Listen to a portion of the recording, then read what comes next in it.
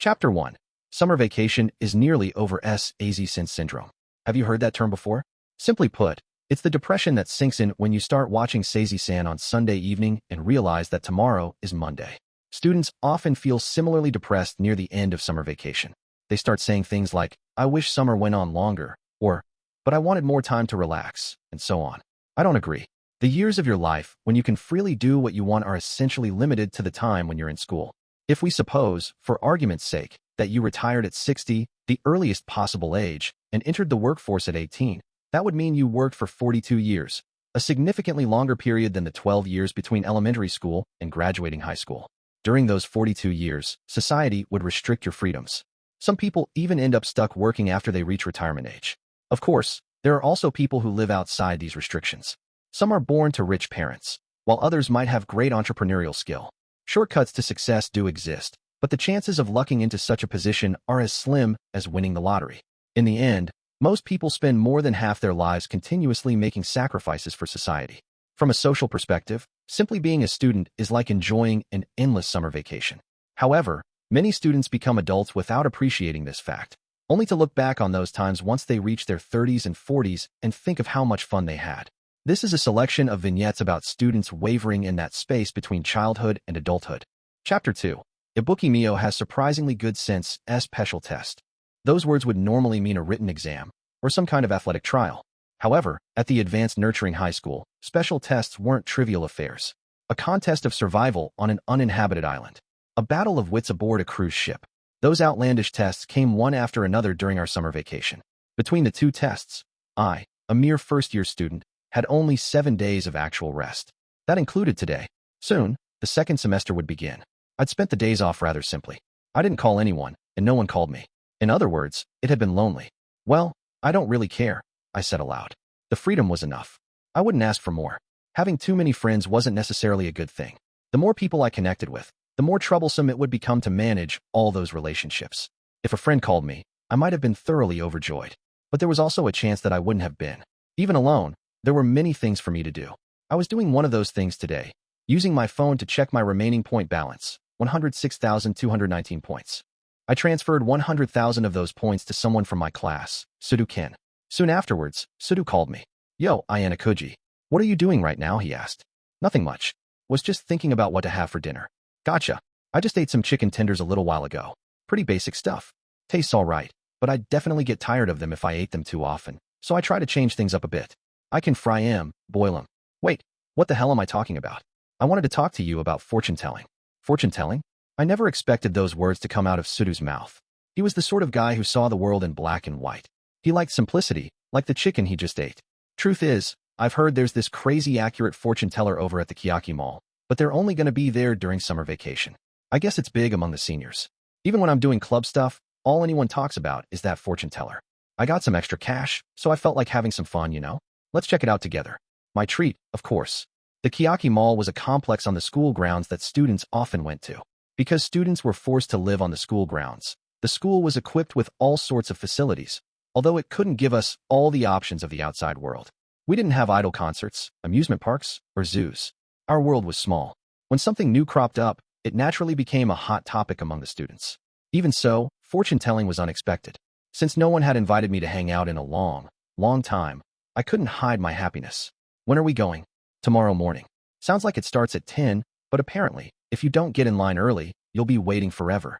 I wanted to get there around 9:30, said Sudou. Apparently, he'd already planned out a schedule. I'm fine with that, since I don't have plans. But will your club be cool with it? Yeah, tomorrow's my day off. The tournament ended, so it's fine. Besides, we've done nothing but train our butts off. If they don't let us rest a little, our bodies will fall apart, he told me matter-of-factly. Sudou had just played in a basketball tournament. Even though I saw him quietly practicing day after day in preparation, I was admittedly kind of curious about the tournament's results. One more thing to think about. Did you have any trouble at all? I asked. I made sure to stress the word trouble. Sudou understood what I was referring to. Yeah, it was pretty tough. I mean, they supervise you way more. You have the team captain and the coach watching you. It's nothing like playing in junior high. I can't open my mouth at all, except when we need to talk during a game. The school puts a ton of restrictions on us, even on bathroom breaks. I thought it was going to be impossible, Sudou said. Even though club activities were separate from coursework, the school rules were still strict. Anyway, it all worked out. I did pretty well, 'cause I got the chops, he added. I see. Well, that's a relief. What about Yamauchi? I asked. I made sure to delete the data before heading back, Sudou said, once again referring to our secret business. I wouldn't worry. I mean, even I'm not that dumb. Sudou's school life wrote on this. He probably wouldn't do anything reckless. Even so, it might be a good idea to get in touch with Yamauchi later, to confirm that the data was successfully deleted. Just in case. By the way, did you actually get to play in the big game? I asked. Yeah, I was the only one out of all the first years to play. I even scored. We still lost in the end, though, so I'm not exactly that proud. I didn't really understand the intricacies, but a first-year student playing in a game like that seemed like a pretty big deal. I sensed acceptance, rather than frustration, from Sudou. He'd probably practiced hard for the tournament, and saw this as steadily making progress. He had to have practiced hard, since the first-year students left the school grounds to participate in those special exams. That meant Sudou had had less time to practice than the older students. So what are you going to do? Fortune-telling. You going to go or not? Well, I don't really have anything planned. So sure, I'll go. Now that I'd agreed, Sudou cut straight to the chase. Definitely invite Suzune out, too. Definitely. Understand, he said. I see, I answered. Apparently, Sudou didn't actually want to go see the fortune teller with me, but rather, with Horikita. He probably knew that, if he invited her himself, his chances of success were rather slim. Well, it's just, I can't imagine that she's interested in fortune-telling. I added. Even so, invite her. This is like your one special skill, right? What kind of special skill? I really wish he'd quit trying to use me as some kind of Horikita invitation machine. Well, I'll give it a shot. But don't expect anything, I said. Giving it a shot isn't good enough, he answered. Not good enough? Sudou's emphatic words contained traces of anger. He seemed to plan on Horikita definitely being there tomorrow. You absolutely need to do it. If you don't invite Horikita out, there's no point, he told me. Look, I don't know what plans she might have tomorrow. And I don't know if she even has any interest in fortune-telling. Wouldn't it be easier to invite her to go shopping or check out a film festival? There's nothing to worry about. All girls love fortune-telling, he answered. That was an extremely broad generalization. I couldn't really imagine Horikita showing any curiosity about things that ordinary girls liked. Got it. Later, after you invite her, get in touch with me. Okay, you gotta. With that, Sudou abruptly ended the call. I thought it was strange for Sudou to invite me to check out a fortune teller. Well, it seemed as though he was really after Horikita. While I did feel a little disappointed, I needed to call Horikita right away. If Sudou found out later that I ignored his request, it would be a huge headache. Horikita answered her phone immediately. Hey, Horikita, do you like fortune-telling? I asked. If there was one woman in the whole world capable of destroying anyone's preconceived notion that all girls liked fortune-telling, it was Horikita. You open conversations in the strangest way, she answered. True, but I didn't really have anything else to say. You'll be saving me if you give me an answer. So, if I don't answer you, there's a possibility that you won't be saved, she asked. That was certainly a possibility. The image of Sudou putting me in a headlock stuck in my mind. So, are you going to save me? I asked. If you're comfortable owing me one, she answered. I'd have to owe her one just for answering a question? I was filled with the urge to hit the end call button, but I pictured Sudou's angry face and resisted. Fine. If you answer me, I'll owe you, I told her. Horikita, realizing her answer's value, paused for a moment. I see. Well, I'm not exactly an enthusiast or anything, but it would be a lie to say I dislike fortune-telling. This was unexpected. Have you ever had your fortune told before? I asked. Of course I haven't. I've simply noticed horoscopes and such in the morning news. She was probably talking about the daily horoscope things that were usually based on your birth month. I had a hard time picturing Horikita as the type of girl who would go change her clothes or buy new accessories if someone on TV said her lucky colors were red and white. Are you addicted to getting your fortune told, by chance? She asked. No, that's not it. There have been some rumors going around lately about a fortune teller. Have you heard? A fortune teller? Horikita fell silent for a while, then eventually answered in a tone that sounded as though she understood. Yes, there does seem to be quite the uproar. I've heard about it. Well, I was a little curious. They say that the fortunes are really accurate, so I was wondering how accurate. But I can't honestly imagine that something like fortune-telling would be so spot on. I expected her to agree with me, but she apparently held a different opinion. Indeed, I think that someone with real power could be accurate. No way. You'd have to be psychic, I replied. The power to predict the future by reading a person's face or hands, or based on their birth date. That was ridiculous, and I didn't believe it existed. No, that's not what I mean.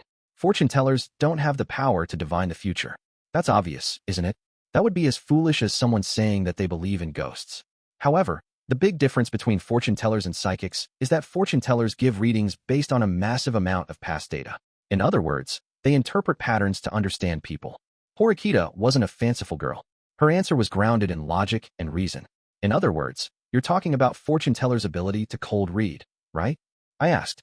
You're rather cheeky, but I guess you do know some things. Horikita sounded slightly amused. We can't evaluate ourselves objectively. However, a good fortune teller can extract information from the person they're reading through a short conversation. They can pick up on things that the person themselves hasn't noticed. Don't you think so? Cold reading. Quite literally, that term meant reading someone's mind without prior preparation.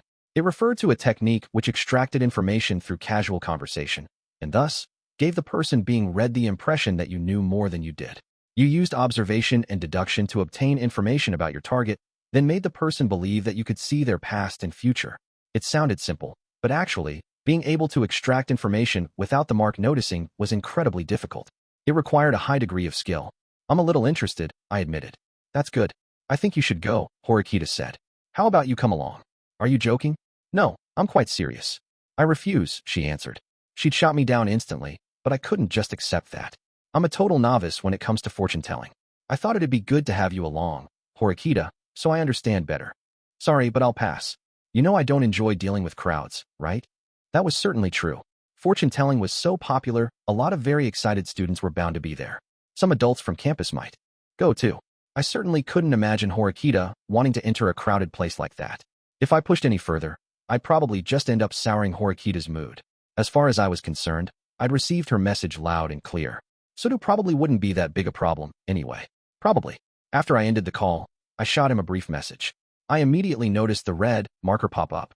Shortly afterward, I received a disgruntled reply. Then forget about it, the message read. I existed only as a means for Sudou to invite Horikita. Since I'd failed to invite her, Sudou had no further use for me. Well, it probably would have been a little weird for two dudes to see a fortune teller together. Even so, a fortune teller, huh? I murmured aloud. After that conversation with Horikita, my interest was piqued. I decided to head over tomorrow and check the fortune teller out. 2.1 Ho in their right mind thought it'd be a good idea to go see a fortune teller? I might have messed up, I muttered. The intense late August heat blazed down upon me. I saw a shimmering heat haze ahead, above the concrete, and through the roadside trees. The dorm rooms came equipped with air conditioning, so we didn't feel the heat much indoors. However, it was summer, and in direct sunlight, you instantly started sweating buckets. The heat reduced people to complete lumps. I desperately sought out shade. Fortunately, the school boasted a rather expansive campus littered with tons of trees. It was 9:30 a.m., well before most student activities, as I made my way towards the fabled fortune teller. Fortune-telling services were supposed to begin at 10, but I didn't plan to stick around for long. I'd quickly get my fortune read, then leave just as quickly. That was my plan. But, as I neared my destination, I realized that my plans were about to be shattered. I expected Kiyotaka Mall to be nearly empty. Instead, numerous students lounged around in their summer clothes. I prayed that they weren't all there for the same reason I was, but I suspected they were. I decided to at least escape the blazing Hell's Cape by entering the building, and started looking for the elevator, since the fortune teller was on the 5th floor. Gay. I let out a grumble. Nearly 10 students were hanging around in front of the elevator. I wondered if any of them would understand my plight. Whenever I took elevators alone, I was the sort to push the close button repeatedly. I wasn't good at riding elevators with large groups of people my age. I'd need a great deal of courage to mingle with that crowd. Although it'd be inconvenient, I decided to take a detour and get on a different elevator. Another elevator, across the way, was far less crowded. Calm down, I muttered. Getting to the other elevator took more time and effort, but the peace of mind it brought me was a lifesaver. After I reached the 5th floor, I made my way toward the fortune teller. However, an even more uncomfortable situation awaited me. There are couples everywhere. Boys and girls stood in pairs all over. A number of them seemed to be in relationships. Of course, there were groups of only boys and only girls, but those were far fewer. Seeing a fortune teller about a couple's future and romantic compatibility was common, I supposed. However, it made this visit significantly more awkward than I'd anticipated. Not many people had come alone to have their fortune told. Single guys were fewer still. In any case, a line was forming. I decided to queue up. When I did so, a woman scanning the area called out to me. "Good morning. Will your partner be joining you later?" she asked. Partner? No, it's just me. Of course, it wasn't exactly odd for her to ask me that question, but she'd put it rather strangely. I wish she'd be more sensitive to single people. The line attendant looked at me with a sheepish expression. I'm sorry. I'm afraid that, in order to have your fortune read today, you need a partner. So, I can't have my fortune read if I'm alone. She gave a small nod and pointed at a written notice. Guidance is for couples only. We humbly ask for your understanding. I now saw why Sudou had insisted on inviting Horikita. He and Horikita would have had to line up together and talk to each other. That means he never wanted me along, from the very start, I muttered. Sudou's behavior took on an entirely different meaning now. He'd never really wanted to invite me. He probably would have found some excuse to send me packing once he had Horikita to himself. That was pretty sad. Out of curiosity, is the rule the same for the line next to me? I asked. Yes. Yukon-sensei is only reading fortunes for couples, the woman answered. I understand. I bowed my head and slipped out of the line. The students behind me advanced one step forward. I couldn't believe I'd fallen for something like this. I'd pictured a lone woman sitting on a street corner, being paid in small coins, but reality had other plans. Apparently, this sort of romantic divination was all the rage right now. I would have liked to try the fortune teller's services, but there was nothing I could really do. Trying to invite Horikita again would have been a waste of time. I decided to just slink away quietly. Huh? So, I can't have my fortune read alone. I heard an angry voice. Another victim of singleness was apparently standing in the next line. Feeling somewhat sympathetic, I glanced over. Unfortunately, I caught that person's eye. Oh, it was Ibuki Mio, a Class C student. When I pretended I hadn't seen her, she chased after me. I quickened my pace. Wait. Perhaps Ibuki thought that I was trying to run away, which I certainly was. She grabbed me by the shoulder. Do you want something? I asked. Where's Horikita? She looked around as she asked this. Ibuki was sort of like Sudou. She saw me as little more than a Horikita whisperer. I wish she'd just go see Horikita directly and not involve me. It's not like I'm with her all the time or anything. I'm alone today, I said. Oh, I see. During the deserted island test, Ibuki had been sent to infiltrate Class D. Her mission was to spy on us and stir up chaos, and she and Horikita ended up trading blows in a fistfight. Since then, Ibuki had been rather hostile toward Horikita. She probably considered them archenemies. Although Ibuki was her usual crabby, unsociable self, she had pretty good fashion sense. She looked great. With a slightly different attitude, she could have been popular. Fortune-telling is usually something you do one-on-one, isn't it? I really didn't expect this at all. Don't you agree? She asked. Yeah, that's what I thought anyway. So, are you going to invite Horikita or something? First Sudou, now Ibuki. It seemed like Horikita was the sole topic of conversation whenever I was involved. No, I'm not. If you want to talk to Horikita, why don't you reach out to her yourself? Try telling her that you want to go have your fortunes read together. Huh? Absolutely not. It's not like I have anything to talk to her about. If that's true, then I really wish you'd stop bringing her up. I wasn't really that interested in having my fortune read in the first place, so I'm fine. How about you? I asked. I'd be lying if I said that I wasn't annoyed, but Ibuki shook her head in frustration. Well, I don't really have any choice but to give up. I'm bad at making conversation anyway. That answer sounded fishy. Ibuki said she was bad at conversation, but unlike Sakura, she had never struck me as a person who struggled with that kind of thing. In fact, she seemed comfortable talking to me on equal terms, or comfortable being condescending, at least. You could invite Ryuen, I offered. I said that half-jokingly, but Ibuki shot me a scornful glare packed with disgust. You're joking, right? I hate seeing his face, even when I have to. I'd rather avoid him during my holidays. But you were always together back on the ship, weren't you? Isn't it normal to think that you two might be close? I pointed out. Ibuki looked away. That was because it was my fault that I didn't discover Class D's leader, she answered quietly. If that were true, Ibuki had only been working with Ryuen to atone for her failure. That didn't explain everything, but I supposed only Class C knew the real reason. That said, Ibuki had learned our leader's identity during the survival challenge on the island. She discovered that Horikita was the leader, and she hadn't been wrong. She would have contributed significantly to her class if I hadn't thwarted her. I wanted to ask, during the survival test, who was Class D's leader? Who knows? I shrugged. Who knows? It's not like you don't know. Even if I did, I couldn't tell you. Honestly, I don't know. Most of us in Class D have no idea. I think Horikita acted in secret and somehow managed to pull everything off on her own. That's the only way I can explain what happened. Ibuki seemed to look right through me. However, I wasn't the sort of person to be easily exposed. If Ryuen's not an option, why don't you invite a girl from your class? I'm sure you must have a friend or two, I said. If I did, I wouldn't be in this situation. I absolutely despise the girls in my class, she answered. Ibuki was just like Horikita. Actually, she was probably even more antisocial than Horikita. With the right opportunity, the two might get along. You know, you're making conversation with me just fine right now. Shouldn't you be able to talk to anyone else, too? I don't think you're bad at dealing with people, I said. That's not true. When you talk to me, you feel something, don't you? I'm all prickly. Well, yeah, I guess so. Interacting with Ibuki always made me feel like meat being sliced by a sharp knife. That was the closest I could come to describing her desire for isolation. I'm sure other students felt the same way. No matter what I do, the mood always seems to turn sour. Understand? She asked. I still had my doubts about Ibuki actually being bad at making conversation, but she was undoubtedly standoffish, even with her own classmates. I could imagine her headstrong attitude challenging the fortune teller. If you're bad at communicating, I'm surprised you'd want to get your fortune read. That's the problem. I'm like someone who loves cats, but has an allergy, she answered. That certainly sounded frustrating. But you did really well spying on Class D, I replied. Crabby and unsociable as she might be, Ibuki hadn't seemed at all disagreeable while she was working as a spy. Our class had accepted her without suspicion. That's different.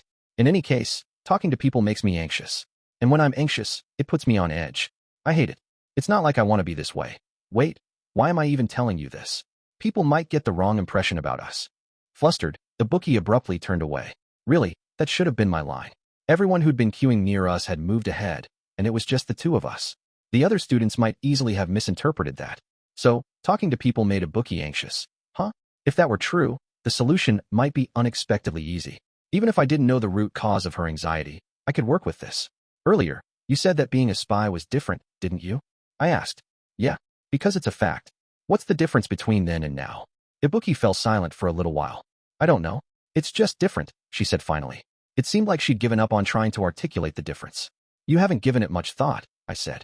Well, it's not like I can explain why they're different. I was just acting. No, I think it's simple. The difference between you now and you then is awareness. Awareness. Ibuki turned toward me, her interest slightly piqued. Your anxiety comes from being hyper-aware of situations. You project your insecurities onto others, so you freeze up when you meet someone for the first time, I explained. What are you talking about? I mean, maybe it's different for people who are good at communicating, but pretty much everyone gets nervous when they meet someone for the first time, don't they? Of course, I'm the same way. But would you still feel nervous if you were talking to the clerk at a convenience store? I asked. Huh, the clerk at a convenience store you visit often. Do you have a point card? Would you like that warmed up? You don't get anxious when the clerk asks you those questions, right? Well, that's, she stammered. If you thought of communication as a skill, like athleticism, it was simple. You had to train your talents. Ibuki got nervous because she was acutely aware of who she was talking to. I wonder what they think of me. I want them to like me. I hope they're a good person. When Ibuki infiltrated Class D, she probably didn't have time to consider those things. She was playing a part, not thinking about how people would react to her real self. And she usually gave off an outcast vibe anyway, which worked as the perfect disguise. I suppose, when you put it that way, you have a point, she muttered. You were ready to talk to the fortune teller face to face. It's natural to feel anxious, but there's no reason to. If you don't think about communication too hard, that should relieve some of the tension. I see. Wait, why the hell are you lecturing me? Ibuki glared, looking ready to pounce. When you've been a loner for a long time, you understand these kinds of things. You wonder why you can't make friends, and you think about the differences between the people who make you nervous and those who don't. Finally, you think about where people come from and where they're going. You're creepy. You seem like the sort who'll turn out to be a mass murderer later in life. Were you always like this? Ibuki asked. More or less. Things had veered into rather awkward territory. I probably came across as a weirdo. Well, I'm heading back. How about you? I asked. I'll probably head back, too. I can have my fortune read alone, anyway. I was really interested in tenchisatsu, though, she said. Tenchisatsu. That wasn't exactly the kind of word you heard all that often. Wait. You came without even knowing what that is. Ibuki sighed in exasperation. Put simply, it's a type of fortune-telling that tells you what times are unlucky for you. Was it really possible to pinpoint an aspect of someone's destiny like that? My knowledge of fortune-telling was limited to superstitions like, wear the color red, and be careful not to lose something this month. However, Ibuki made it sound like there was far more to fortune-telling. That's why I came. Fortune-telling isn't all about romance and such. Ibuki sounded disappointed as she looked back at the long line. Maybe some of them came here to check out tenchisatsu, or whatever it's called, I replied. Even so, I get the feeling that the romance stuff is what they're after, since the fortune teller is forcing us to visit in pairs, she replied. And with that, Ibuki left. 2.2 After I returned to my dorm room, I did some research into tenchisatsu. It was an incredibly deep subject. Before 1980, tenchisatsu had been something of a hot topic worldwide. However, as its popularity boomed, people started to doubt its credibility. There was a news story about a famous fortune teller who was forced to retire after he dropped tenchisatsu. Fortune-telling might have some value, even if depending too much on it was bad. From a true believer's perspective, it probably seemed fairly accurate. With that thought in mind, curiosity overcame me. Yet I couldn't believe what I read online. It was impossible to divine the future. I wanted to try tenchisatsu out for myself, to see if it was a lie. I wanted what the fortune teller was doing to be simply an extension of cold reading. I wonder if Tinchisatsu is only being offered this month. I muttered. Apparently, the fortune teller's crew was leaving when summer vacation ended. There was no information on whether they'd return. A fortune teller might never visit this school again. I didn't have anyone to invite. I was completely out of options. Horikita would just turn me down if I asked, and I didn't have the courage to invite Kushida. I felt like Sakura would probably come with me, but if I brought her to a place positively teeming with couples, it'd make her uncomfortable. After that were the guys, like Sudou, Ike, and Yamauchi, but they probably didn't want to spend their few precious remaining days of summer vacation getting their fortunes read with another dude. I'm stuck, huh? Besides, I didn't like this couples-only requirement. Ibuki and I agreed on that. It seemed like a huge turn-off for people with a genuine interest in fortune-telling. I gave up and stopped my online research. 2.3 T day after I'd given up, though, I found myself moving toward the fortune teller again. Oh, yet another bizarre meeting. Fate had reunited me with Ibuki. We happened upon the same place at the exact same time. Why did you come here again? And by yourself? Ibuki looked disgusted. I got the impression that I thoroughly repulsed her. I could ask you the same question. I countered. Well, I said that I like fortune-telling, didn't I? I thought maybe I could have my fortune read, even if I'm alone, she replied. So, Ibuki came here hoping the rules had changed since yesterday. I wondered if she really did like fortune-telling that much, and if so, which part? I'm going to ask you something directly. Ibuki, do you believe in fortune-telling? I asked. Are you saying I shouldn't? No, but it's generally not something people start to believe in all of a sudden, right? Not everyone understood that fortune-telling was the mere application of techniques such as cold reading. Many genuinely believed in divination's mysterious power. I suppose a lot of people start out thinking that way. But if you can't move past that, fortune-telling's probably not for you, Ibuki said. So, you're saying that non-believers aren't qualified to have their fortunes read? No, that's not it. Let me put it this way. It's not like I believe in fortune-telling unconditionally. However, people who are overly skeptical from the very start won't get anything out of it. People who make fun of fortune-telling often lead lives riddled with contradictions themselves. They'll say they don't believe in kami or in Buddha, for instance, but when they're in trouble, they call on a higher power for help, don't they? That was a good argument. Gods didn't exist, and neither did things like ghosts. Yet many who made caustic statements like, God doesn't exist, would still visit shrines to bring in good fortune for the new year. They'd pray for freedom from disease, success in business, or fulfillment in love. They'd clasp their hands and say, Please, Kami-sama, listen to my prayers. What you believed in and what you wished for were infinitely different, and no one could deny that. That said, fortune-telling wasn't the same as the existence of a higher power. Fortune-tellers were just people, like you or me. Really, I couldn't help but be skeptical. Do you understand? Ibuki asked. Yeah. I still had lingering doubts, but I got the gist. I decided to make a suggestion. The fortune-teller only offers readings to pairs, but they're not only reading for romance, right? I asked. Yes, obviously. In that case, why don't we go together? We're both genuinely interested in fortune-telling. If we're not in a relationship that might have future complications, I don't think we have anything to worry about. I honestly felt absolutely nothing for Ibuki. My emotions were a flat line, neither good nor bad. It was like dealing with a first-time customer in a store. Well, I don't mind. I would like to have my fortune read, after all. Are you okay with this? She asked. Even if Horikita were here, she's only a friend. That's not what I meant.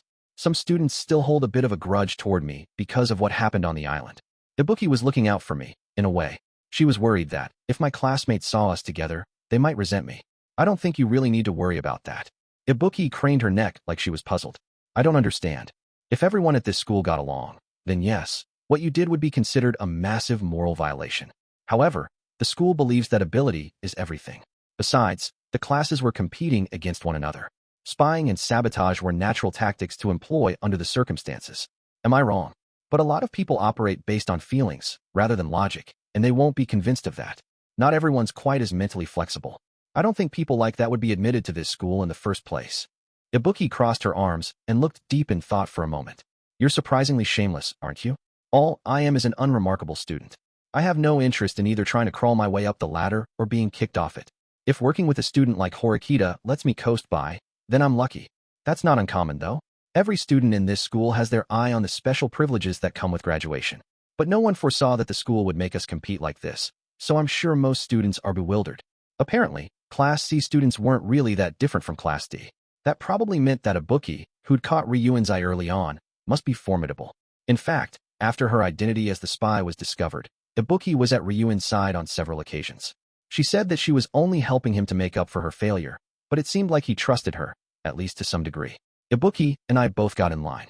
The clerk I'd run into the other day came by once again to confirm that we were a pair, then handed us tickets. There were 8 couples ahead of us. Looks like we'll be waiting for a while, I sighed. If only one fortune teller was available, Ibuki and I would have to wait longer than an hour, even if they managed the time efficiently.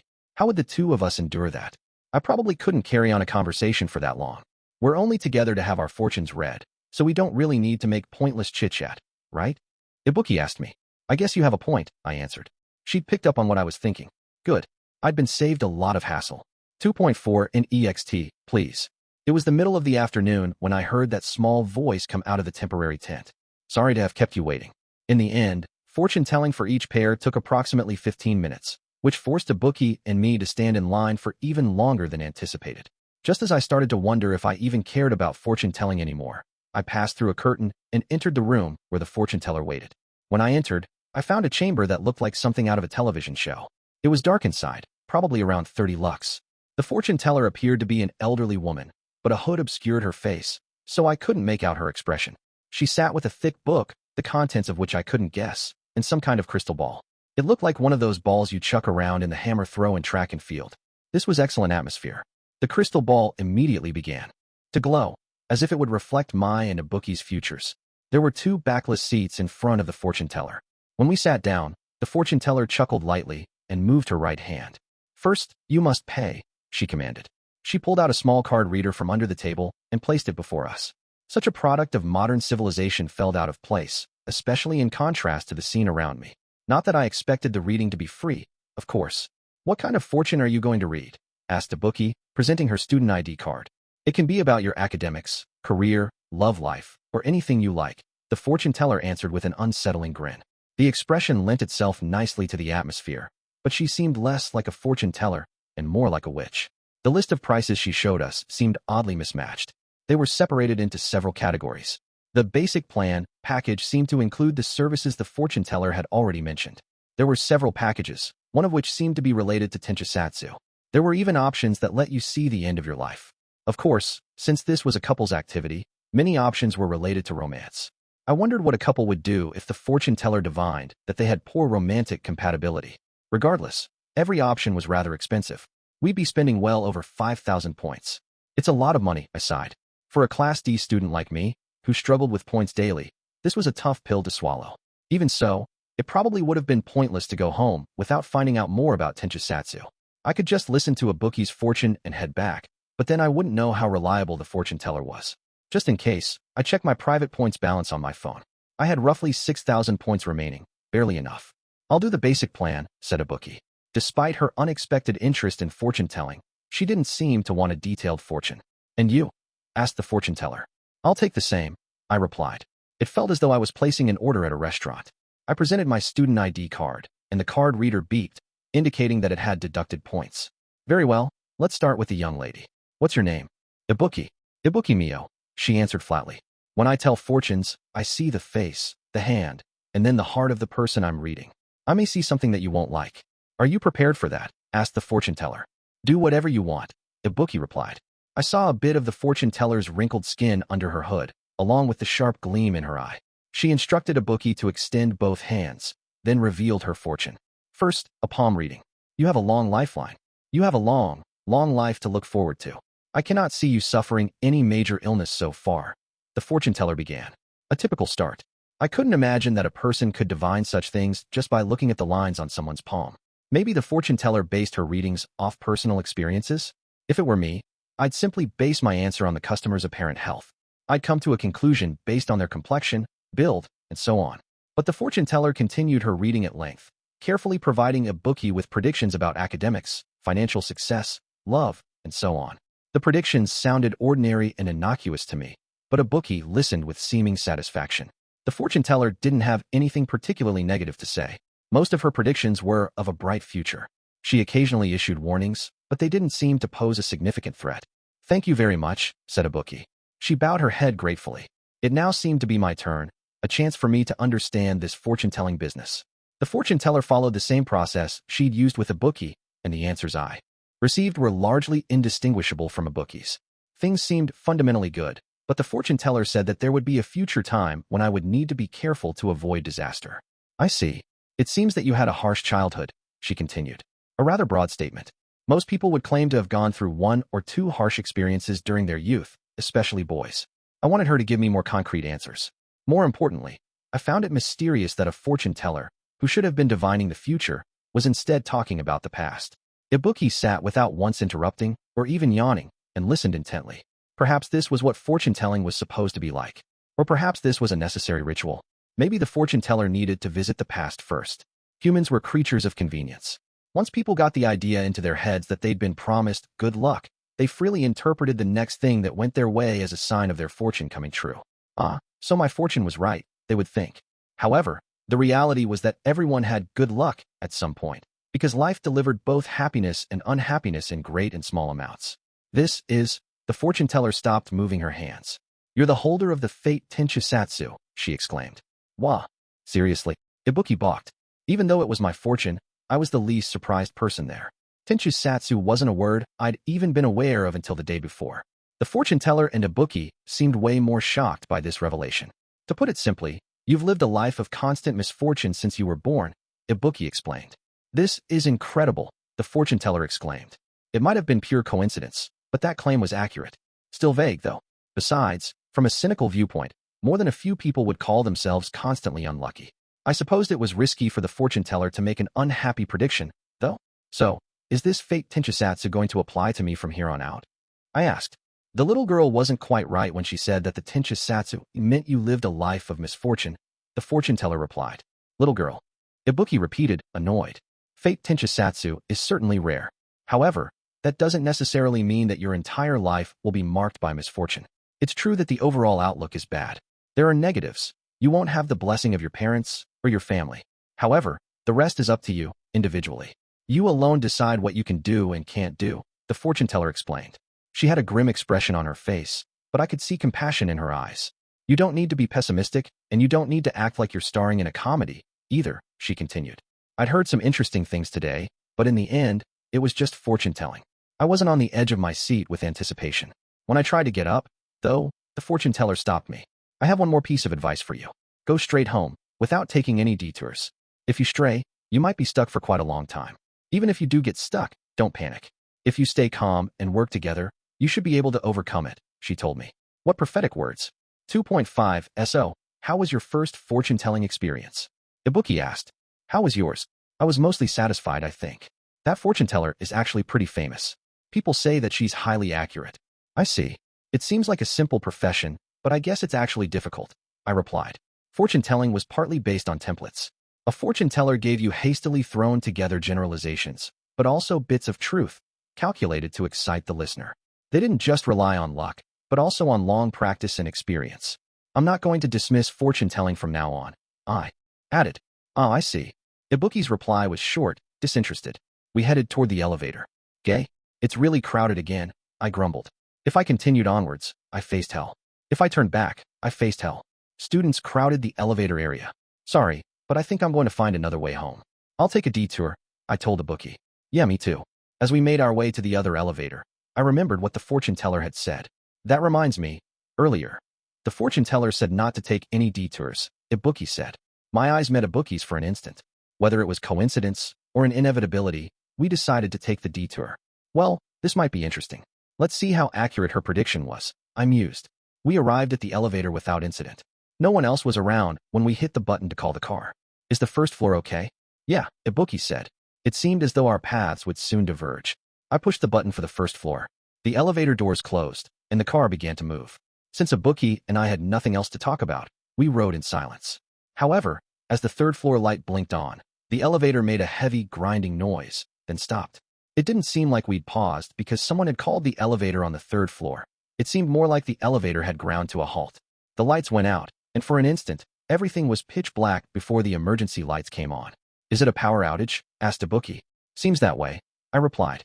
If this was what the fortune teller meant about getting stuck, then she was right on the money. Shouldn't we use the emergency phone? There was no need to panic. The elevator had measures in place in the event of a breakdown. There were surveillance cameras inside the car and an intercom button connected to an emergency dispatch center. Ibuki leaned against the back wall of the elevator. Although I wasn't really good at talking to people, I decided to push the call button. However, there's no response, I said. I didn't know whether the phone on the other end was ringing or not, but I saw no indication that we were connecting to anyone at the emergency dispatch center. Is the call not going through because of the power outage? Ibuki asked. No. Elevators normally have a backup battery that lasts for several hours. The fact that the emergency lights are on right now is proof of that battery. I think this means there's some other internal failure. I pushed the button meant for the hearing impaired, but got no response from that, either. Perhaps the control panel itself was dead. The battery was alive, though, and the air conditioning was working. That was a lifesaver, but what were we supposed to do? Can you try calling the school from your phone? We should be in range, I said. I'm sorry, but would you do it? She asked. I know you don't want to talk to other people, but can't you do that much? Ugh, she muttered. With a disgruntled look, Ibuki pulled out her phone.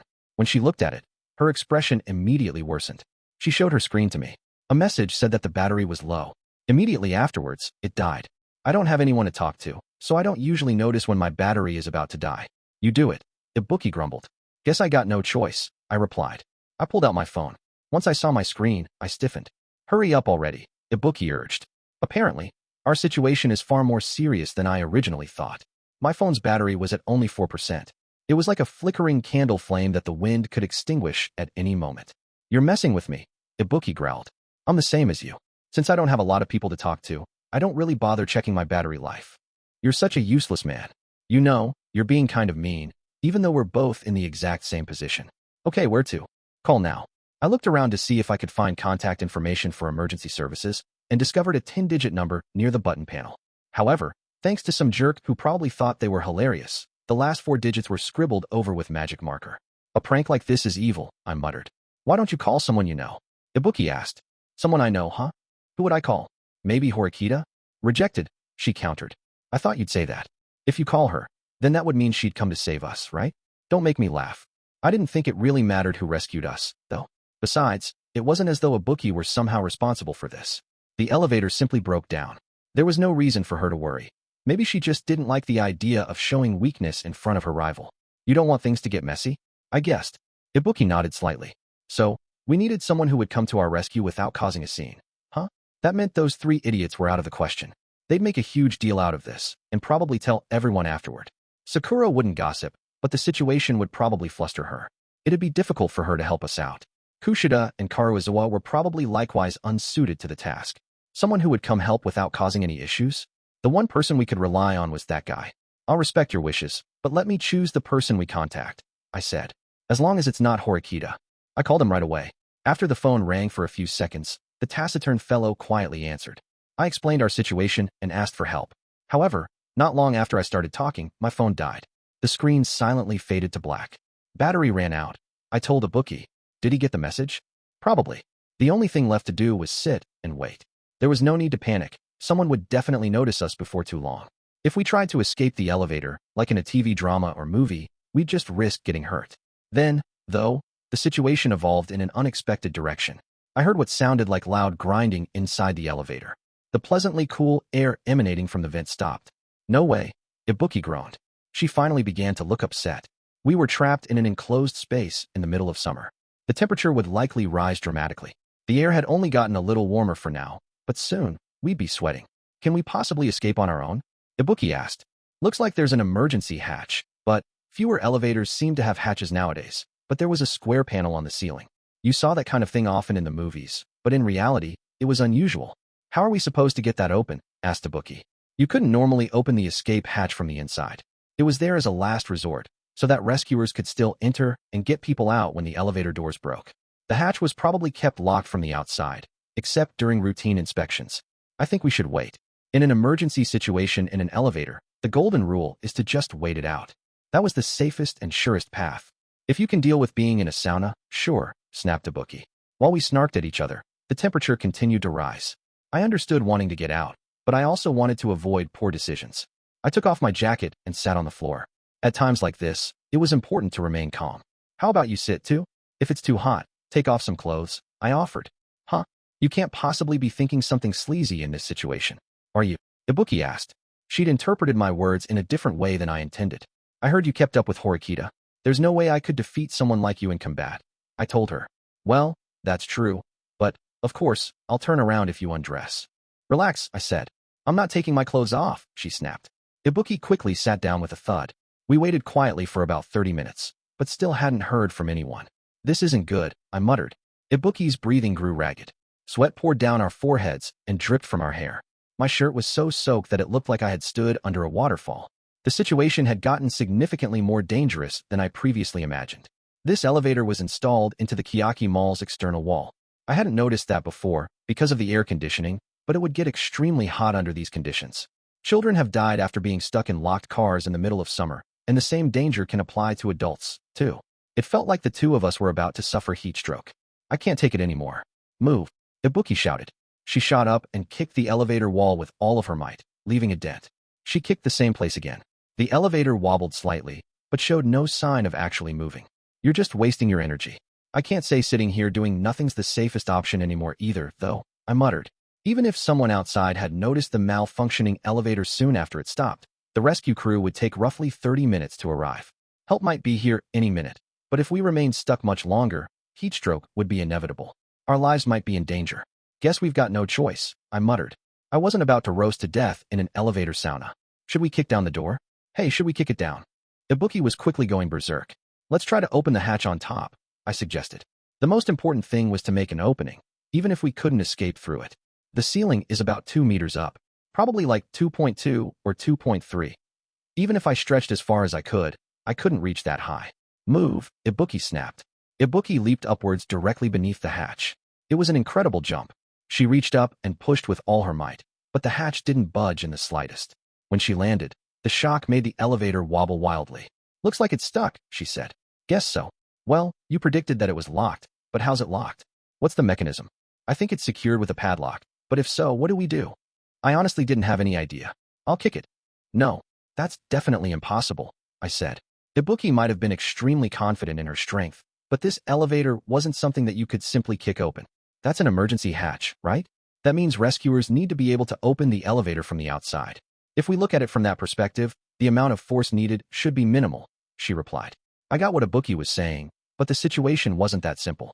Besides, since the hatch was located on the ceiling, it was going to be hard to kick. We won't know if we don't try, Ibuki continued. She started looking at the elevator walls. She wasn't planning to kick off the wall and launch herself, was she? Wow. So, I guess the fortune teller's warning really did come true, didn't it? I asked. Huh? What are you talking about? The old woman told me not to panic if I get stuck. She told me to cooperate. I turned my gaze to the elevator buttons. The emergency button didn't respond, and the call didn't connect. But what about the other buttons? Since the first floor button was lit, the battery was probably still alive. I tried pushing the second floor button as a test, and it lit up. This was worth a shot. I started pushing buttons at random. It's pointless, Ibuki rebuked me. We don't have any other choice but to kick our way out, right? No, there's another way. Elevators have something like a cancel command function, don't they? I wasn't particularly knowledgeable about elevators, but I picked up a few things. There was a way to cancel a command after you pushed a button for the wrong floor by mistake. The command differed, based on the elevator manufacturer, but if you kept pushing the cancel button, that could stop the elevator. When I continued to push the button for the second floor, the light went off. There should be some commands in express mode, for sure, I muttered. Express. Say we were on the third floor. If we headed down to the first floor, the elevator would normally stop on the second, if people on that floor hit the call button. However, if you use the express command, the elevator ignores other commands and takes you directly to the first floor. I didn't know whether this elevator had an express mode, though. Is it worth giving it a try? Ibuki asked. Well, it's better than trying to break through the ceiling. In truth, I didn't think I would get the elevator moving by using the express mode. I wanted to buy time by changing the subject and by giving Ibuki renewed hope. She was on the verge of losing her cool. Help me think this through. If we both come up with ideas, we might stumble onto a solution, I suggested. I tried pushing the button for the first floor repeatedly, simultaneously pushing the buttons for all the other floors. No matter what I did, however, the elevator didn't respond. Let me try. Okay. Ibuki started pushing various buttons. We would really need a plan in the event that help wasn't coming. Maybe kicking down the door was actually worth considering. Even if we couldn't break it open completely, an opening big enough to slip through would be adequate. I'd have preferred to get out of the elevator without resorting to violent behavior, but as long as we could escape, I didn't really care about the means. I don't really know about canceling commands, but I can't imagine you'd be able to activate the elevator's express mode just by punching a combination of buttons. Right, Ibuki said. That seemed obvious. Children mash elevator buttons at random all the time, and an elevator in express mode would also be pretty inconvenient for other passengers. We likely couldn't activate that mode through a typical combination of buttons. In that case, it might be better to exclude complex commands, I said. Let's say that, to use express mode, you had to enter 1, 6, 5, 5, 4, 2, 4, and then your destination. That would be difficult to memorize and would have a height requirement of at least 6 floors. A code like that would be odd if your elevator only covered 3 floors. We should try pushing the emergency button, don't you think? So, then 1, 2, or 3. With the open and close buttons, that makes 5 buttons overall. I think it's some combination of those buttons, I said. If there were more combinations, it would have been extremely difficult to test them all. Ibuki started trying out the limited number of combinations. As I watched, I mentally crossed off the ones that didn't work. I can't take it. It's so hot. Ibuki whined. She punched the wall to relieve some frustration. Considering how on edge she was, I decided to drop it. It's not opening. Have we already tested everything? She asked. Almost. If there are any button combinations left, there was one possibility. I decided to try out one last command. Why don't you try pushing the button for your desired floor, plus the closed door button at the same time? I suggested. The closed door button? All right. Ibuki muttered dismissively, but she tested the combination. I didn't expect the elevator to respond, but it started to move. Ibuki and I looked at each other. After a few seconds, the elevator arrived on the first floor and the doors slowly opened. Cool air flowed inside the car. We found 2 adults looking at us, wearing shocked expressions. Are you all right? Are you hurt? We're okay, we're not hurt. It was just really hot. I answered. Looking at our sweaty state, they could probably guess how hot it was. They offered us sports drinks right away and instructed us to head over to the doctor's office for examination, just in case. Can I ask one question? Could it be that we moved the elevator? Oh no, we moved it directly from here. A special remote control operated the elevator from the first floor. Apparently, Ibuki and I hadn't caused the elevator to move using express mode or anything. We just happened to push the buttons at the exact same time the adults operated the elevator remotely. You must have had a rough time in there. Yeah, it was a disaster. Fortune-telling is serious business, Ibuki said. As I thanked the adults, a man watching from the sidelines approached us. Are you all right, Ayanokouji? The large man asked. He seemed more anxious than someone that size should. You rescued us, I told him. This man, Katsuragi, was probably the one who'd saved the day. I got the gist of the situation from the information you gave me over the phone. I'm sure you must be glad to be down, he replied. I have to head to the doctor's office now, but I'll thank you properly later, I said. There's no need. You and Sudou have helped me a lot. There are some lines we can't cross, because we're from different classes, but I happen to think cooperation's an excellent thing, answered Katsuragi. Sounds like things went well for you, I said. Yeah, Sudou performed brilliantly. Please tell him once again that I'm very appreciative. Sure thing. I should thank you as well, Ayanokouji. Despite the plentiful evidence, there must have been considerable resistance to the plan I proposed. Katsuragi bowed his head in gratitude. I owed him too. Had I been stuck in that elevator any longer, I might have lost it. If you need anything else, please contact me. I'll assist you with anything other than exams, of course. Katsuragi chuckled. With that, he turned and left. Katsuragi and I had started to become real friends. We were as close as I was to the 3 idiots, maybe even more so. But how did I know Katsuragi's contact information, even though he was in Class A? And why were we close? The story of our friendship had begun a little while ago. Chapter 3. Katsuragi Kouhei is surprisingly troubled. Although most Japanese people aren't typically mindful of religion, Christianity has influenced them strongly through events such as Christmas and birthday celebrations. You could say that was a result of people's faith, but also that it came from clever marketing luring them in. The recent trend of celebrating Halloween could be chalked up to the same influence. What I'm trying to say is that birthdays were rather significant events at this school. The convenience stores, shopping malls, and other campus facilities had special kiosks set up for that single purpose. This particular story began 1 week before Ibuki and I ended up stuck in an elevator when I received a message from Kouhei, the class sweetheart. The message read, "Next Wednesday is Inogashira-san's birthday. Would you care to celebrate with us?" She had sent the message to our group chat. Inogashira was a somewhat quiet, plain girl from Class D, rather like Sakura. She didn't have many friends, so the idea seemed to be to help her make some. Of course, I jumped at the invitation for a blatantly obvious reason. He liked Kouhei and wanted to be in her good graces. He'd probably use this event as a way to get closer to her. He messaged us. You got a message from Kiki-chan too, right? Let's get some presents for Kokoro-chan. Yamauchi's response was slow in coming. Well, I don't got any money. I should be getting some next month, though. That was right. The Class D students were basically broke. We'd netted good results in the last special exam, and certain students had been promised rather large amounts of private points. Sadly, those points wouldn't be deposited until September 1st. By that time, the elevator incident had happened, so I'd used up a lot of points on the fortune teller and had almost nothing left. I would be finishing summer vacation as a poor man. Did these guys plan on buying individual gifts? If this were a close friend's birthday, that'd be one thing. But none of my friends were close with Inogashira. Isn't it all right if the guys just pool their points and buy her one present? In that case, we should be able to buy her a proper gift, even if it's just 500 points, I proposed. I thought Yamauchi would agree to that, but apparently his financial situation was dire. He was just barely scraping by, living a life of poverty. We had been awarded 8,700 private points at the start of August. Compared to an average high schooler's allowance, that was a little unsatisfactory, but you could get by on it if you were smart. Fortunately, the school provided a free meal plan, and water was free. So, if you were frugal, it was possible to get by without spending a single yen.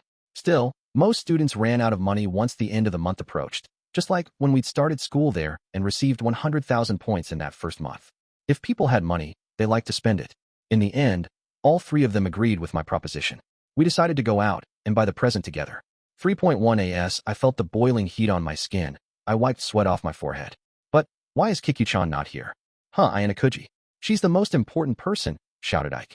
The first thing out of Ike's mouth when we met was his concern regarding Kushida's absence. I wished he wouldn't turn to me for an explanation. I wasn't in charge of Horikita and Kushida's schedules. Perhaps Ike found me easy to vent to, but I was honestly getting sick of it. Try to calm down. Remember, Kushida never said that she'd go with us. Kushida had seemingly invited her other girlfriends shopping, rather than spend time with a bunch of overheated boys. I'm not convinced. If Kiki-chan isn't here, there's no point. Ike shouted. That was going too far. I wished he'd stop trying to reject the entire gathering. Now I have to shop for a present I don't even care about with a bunch of assholes. Yamauchi complained. I understood why he wanted to shout.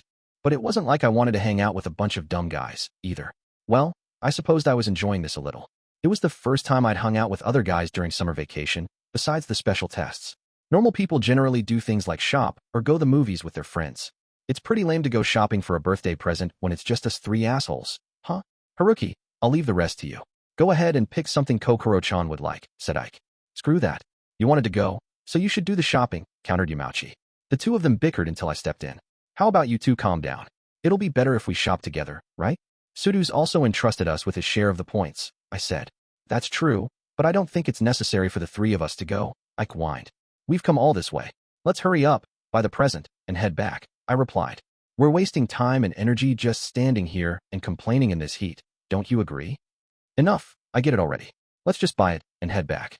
This is so boring. In contrast to the other two guys, I was a little excited as we headed to the store. Passing all the shops lined up on campus, we came to a store that girls frequented. The clerk was an older beauty, and the interior was completely pink. Frivolous objects like stuffed animals and cell phone accessories lined the shelves. It felt as though the shop was trying to squeeze private points out of the students. Well, since the school gave us points in the first place, it's not really a loss, I murmured. What are you muttering about? Come on, help us pick what we should buy, said Ike. The two of them should have been ashamed of themselves. They were ogling the beautiful store clerk and the other girls as they shopped, clearly having a good time. We split up and hunted around the store to find a birthday present. Of course, I'd never intended to pick it myself. I had no idea what to choose. Something Kokoro-chan would like, Honestly, I have no clue, I murmured. This was my first time giving someone a birthday present, but I wasn't sure whether I could categorize this as an individual first for me, since the present was supposed to come from the three of us. At any rate, I had no experience with birthday present shopping. The only ideas I came up with were things like a bouquet of roses or a ring, which were hardly sensible. Those weren't even birthday gifts. They were what you'd bring to propose marriage. I wanted to find something safe. After circling the shop, I met up with Yamauchi again. He held a small, white stuffed bear. I, meanwhile, had a cell phone case. When Yamauchi saw that, he grimaced. Just put that phone case away. Kokoro-chan definitely has one already. Besides, it's so completely different from what she likes. I think it'd just cause trouble, honestly, he said. I see. Well, how about this screen protector? I showed him what I'd picked out as a backup plan. Yamauchi frowned even more deeply. No. She doesn't need something like that.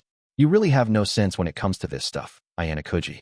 But wouldn't stuffed animals just clutter her room? I asked. It wasn't like a stuffed animal would be useful. Sure, it might be in the way, but she can use it to decorate. It matches her interior. Kokoro-chan likes the White Bear series, so she should be happy with this present. Besides, I don't want to hear any sass from the guy who picked out a screen protector, Yamauchi snapped. When he made fun of me like that, it really came as a shock.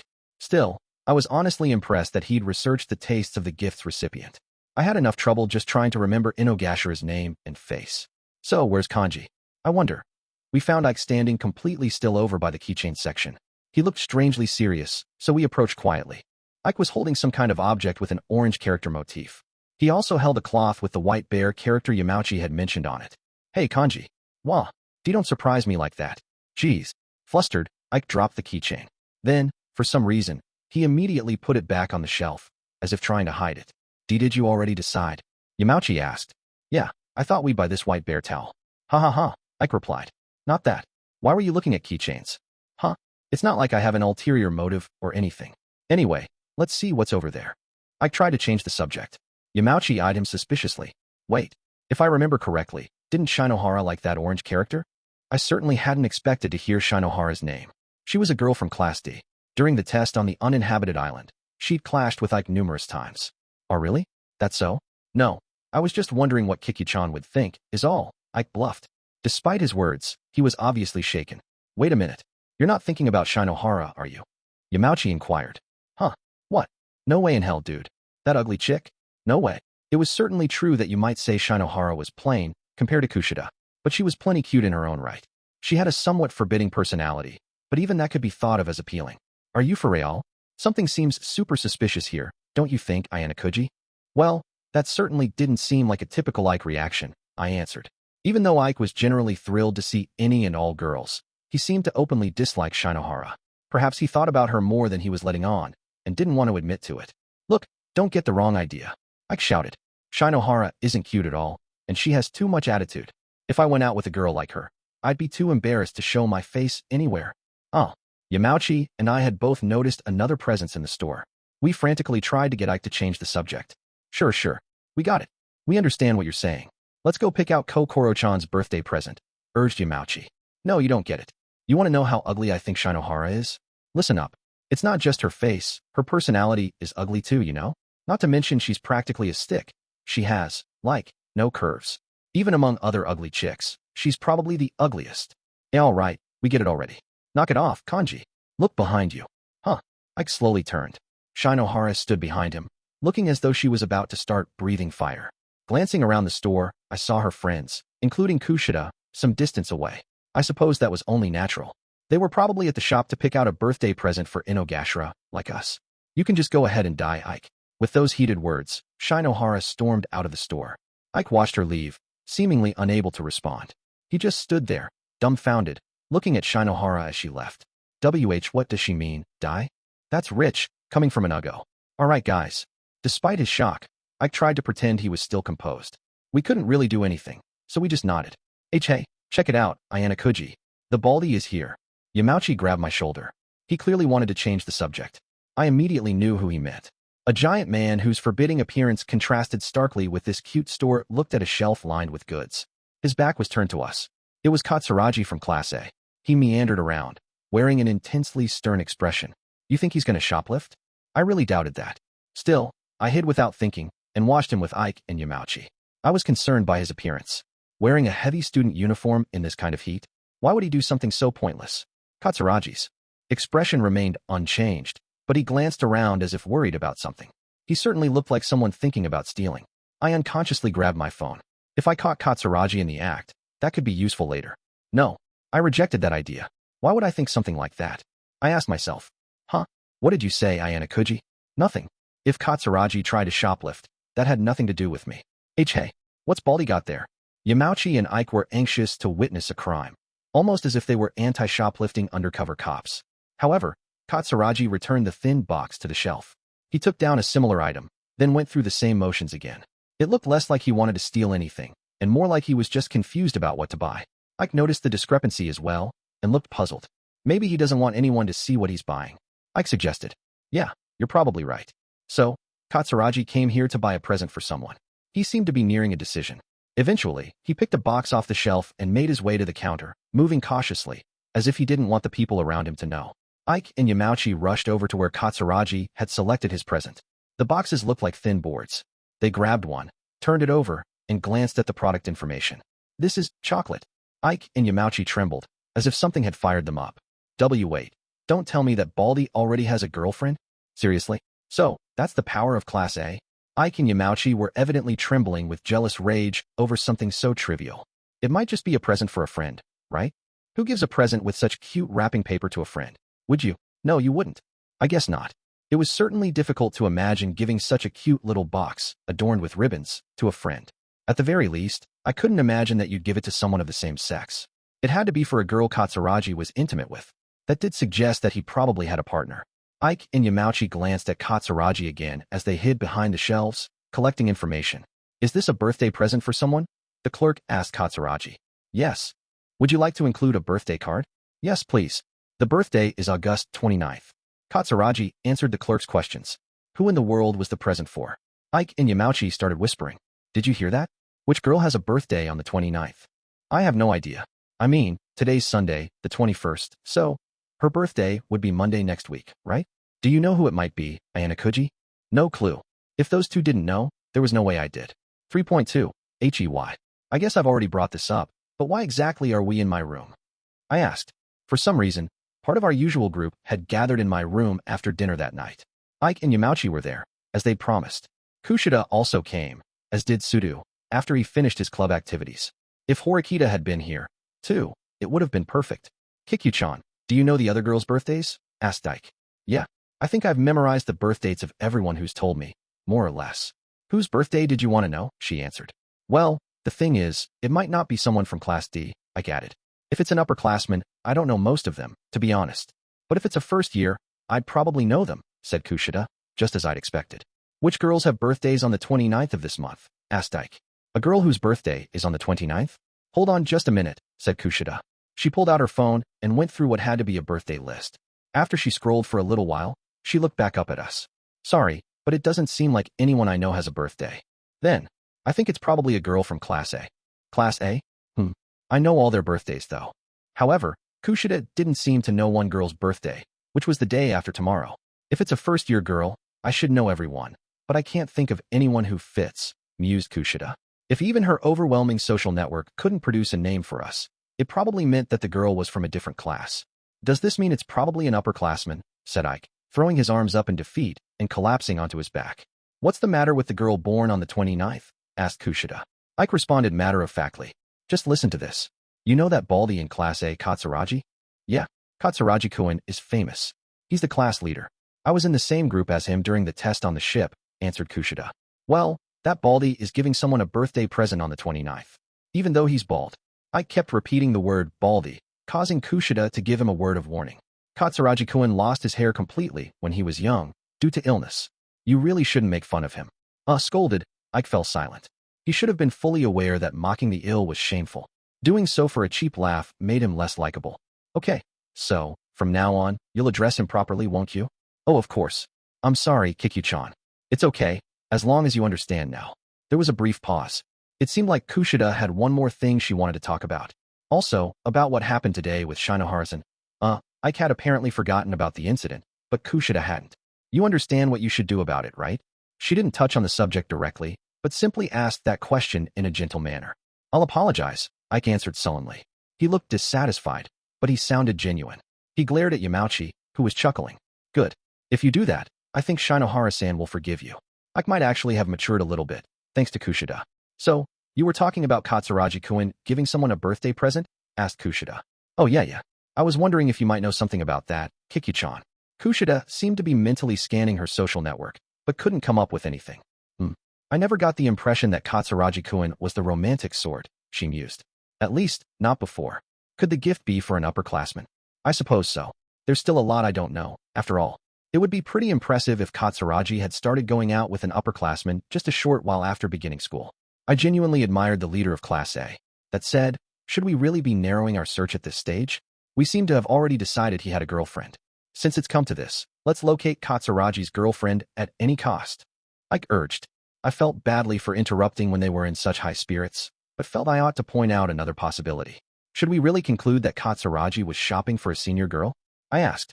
Kikyu-chan said she doesn't know any girl with a birthday on the 29th, so there aren't other options, are there? Or am I missing something? It couldn't possibly be Horikita-san, could it? It was a completely baseless assumption, but I couldn't exclude that possibility. Well, I guess that's possible. Come on, you're messing with me, right? Sudou, who'd been listening quietly to our conversation, suddenly grabbed Ike by the collar and glared at me. Guh. See, come on. I just said possibly. Ike shouted, panicking. Hey, Ayanokouji. When is Suzune's birthday? Sudou growled. Dunno, I replied. The hell, dude? You're worthless, he barked. I still didn't know when Horikita's birthday was. I don't really think anyone at our school knows her birthday, I replied. The only person who might know was her older brother Horikita Manabu, the student council president. I see. Yeah, I guess you got a point. Just because I don't know, and Ayanokouji doesn't know, don't mean that he knows, I guess. Sudou shrugged. I know Horikita-san's birthday. It's on February 15th. I don't think that has anything to do with this, Kushida announced. Just as we'd expect of you, Kushida, I said. I praised her without thinking. I hadn't expected even Kushida to obtain information about stubborn loners like Horikita and Ibuki, especially Horikita. I was one of the few who knew that Kushida hated Horikita, and Horikita hated Kushida. I hadn't thought they were on such good terms that they'd tell each other their birthdays. February 15th, huh? Sounds like I've snagged some good info, Sudou chuckled. He wore a wide grin. Ike, still in a headlock, tried to tap out as his face turned blue. Oh, sorry. My bad. Kinda forgot about you. Ken, you really gotta be more careful. You're stupidly strong. Ike groaned, wheezing. You asked for it, Sudou answered. Then you should have done that to Ayanokouji too. Why'd you only hurt me? 'Cause you were closest. You single-celled organism. Huh. Sudou moved to grab Ike by the collar again, and Ike panicked and put distance between them. I wish they wouldn't cause a ruckus in someone else's room. Or at least, not in my room. Well, the conversation kinda got off track, but I have a different idea. There are other potential candidates for Katsuragi's present as well. It could be for a teacher or one of the Kiyaki Mall workers. I mean, the people we saw while we were shopping today were all beautiful, right? I said. I see. When you put it like that, you have a point. Who knew whether an adult would even consider dating a first-year high school student? From a legal and moral perspective, there was almost no way they could become a couple. I was sure that Katsuragi understood that, too. However, we couldn't exclude the possibility. We had to be careful not to arbitrarily decide it was an upperclassman. I wanted Ike and Sudou to understand that it was probably best just to leave things alone.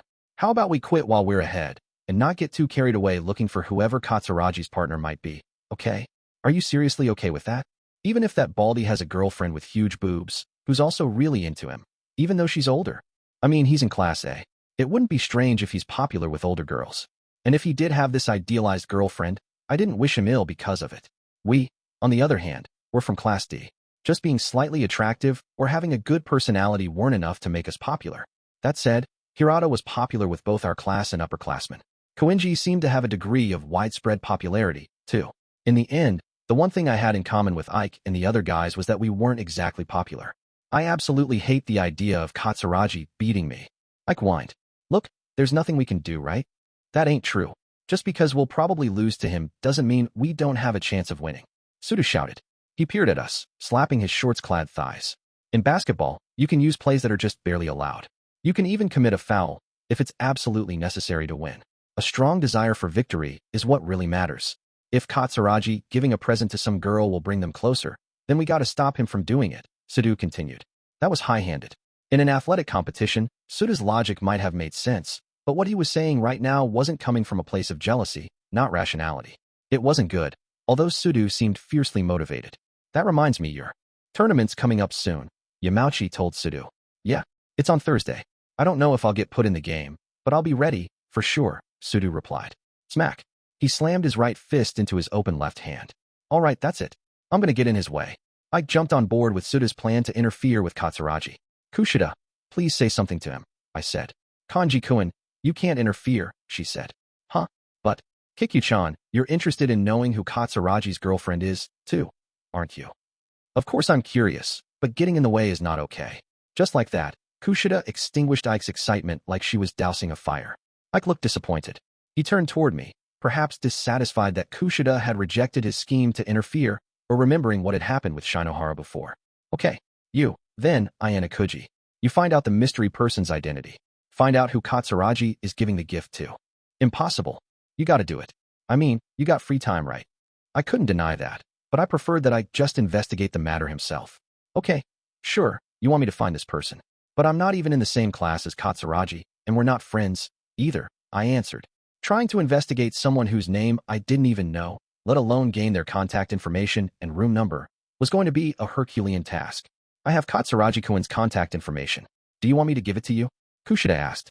It wasn't strange that she'd know Katsuragi's contact information. Kushida was a beautiful girl with a huge social network.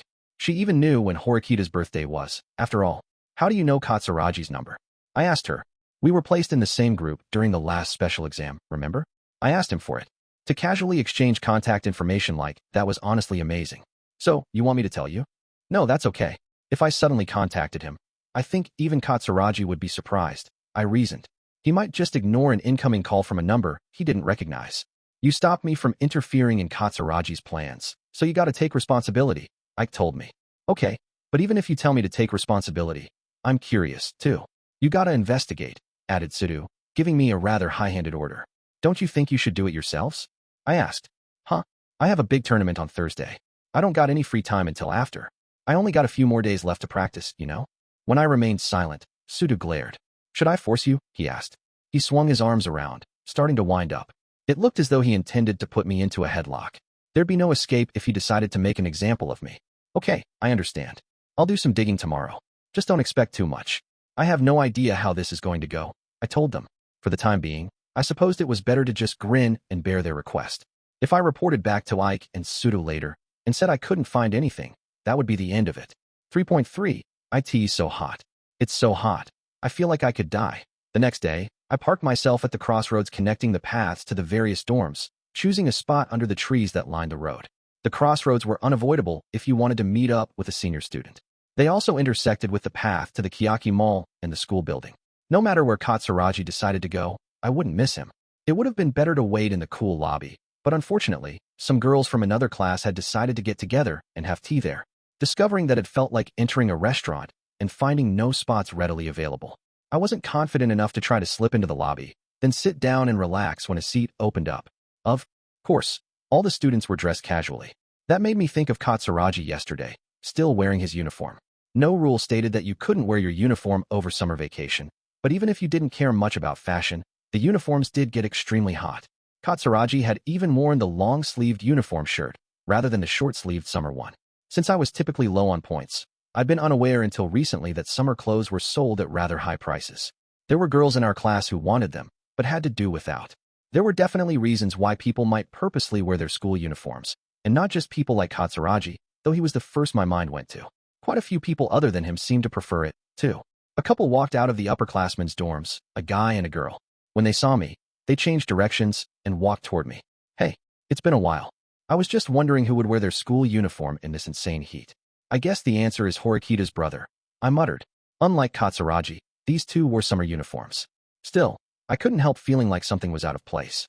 Whoa, President, this student really has a sour look on his face, said the girl next to Student Council President Horikita Manabu. She spoke in a loud, exaggerated manner. She was a third-year student, Secretary Tachibana. The girls' uniforms looked as though they didn't get as intensely hot as the boys. The student council seems rather busy, even during summer vacation, I said. Secretary Tachibana was holding a notebook. For a moment, I almost had the impression that the second semester had already begun. We decided to do some reorganizing work in the student council room, explained Secretary Tachibana. I see. You know, that was a really stupid response. You should be careful what you say, you know? Do you even know who you're talking to? This is the fearsome student council president. Yeah, I knew that. I also knew Horikita Manabu probably wielded an incredible degree of influence. I'd considered using a more respectful tone, but discarded the idea. Horikita's older brother didn't seem to expect it of me, anyway. Meanwhile, Secretary Tachibana was quite different from how I'd imagined her to be. I'd taken her for a more serious person, but she was actually rather soft. Do you want to penalize me? Because I'm really running low on points. I shrugged off what Secretary Tachibana said. I thought that Horikita's older brother wouldn't give someone like me the time of day. But the student council president narrowed his eyes and said, Ayanokouji, if you have no prior engagements, I'd like you to accompany me. P. President. Secretary Tachibana was caught off guard by the invitation. So was I? But I've got a packed schedule. Sorry. Huh. You're turning him down. Secretary Tachibana sounded completely flabbergasted. Whenever you're free is fine. I don't mind finding a time that works for you, even if it's after the semester begins, Horikita said. Apparently, he had no intention of giving up. Avoiding the problem would not help. I didn't want to waste my time later on. It might be more convenient to get his request out of the way. All right, let's just do this now. I have time before my next engagement anyway, I replied. But didn't you just say you had a packed schedule? I ignored Secretary Tachibana. Where were you planning to go?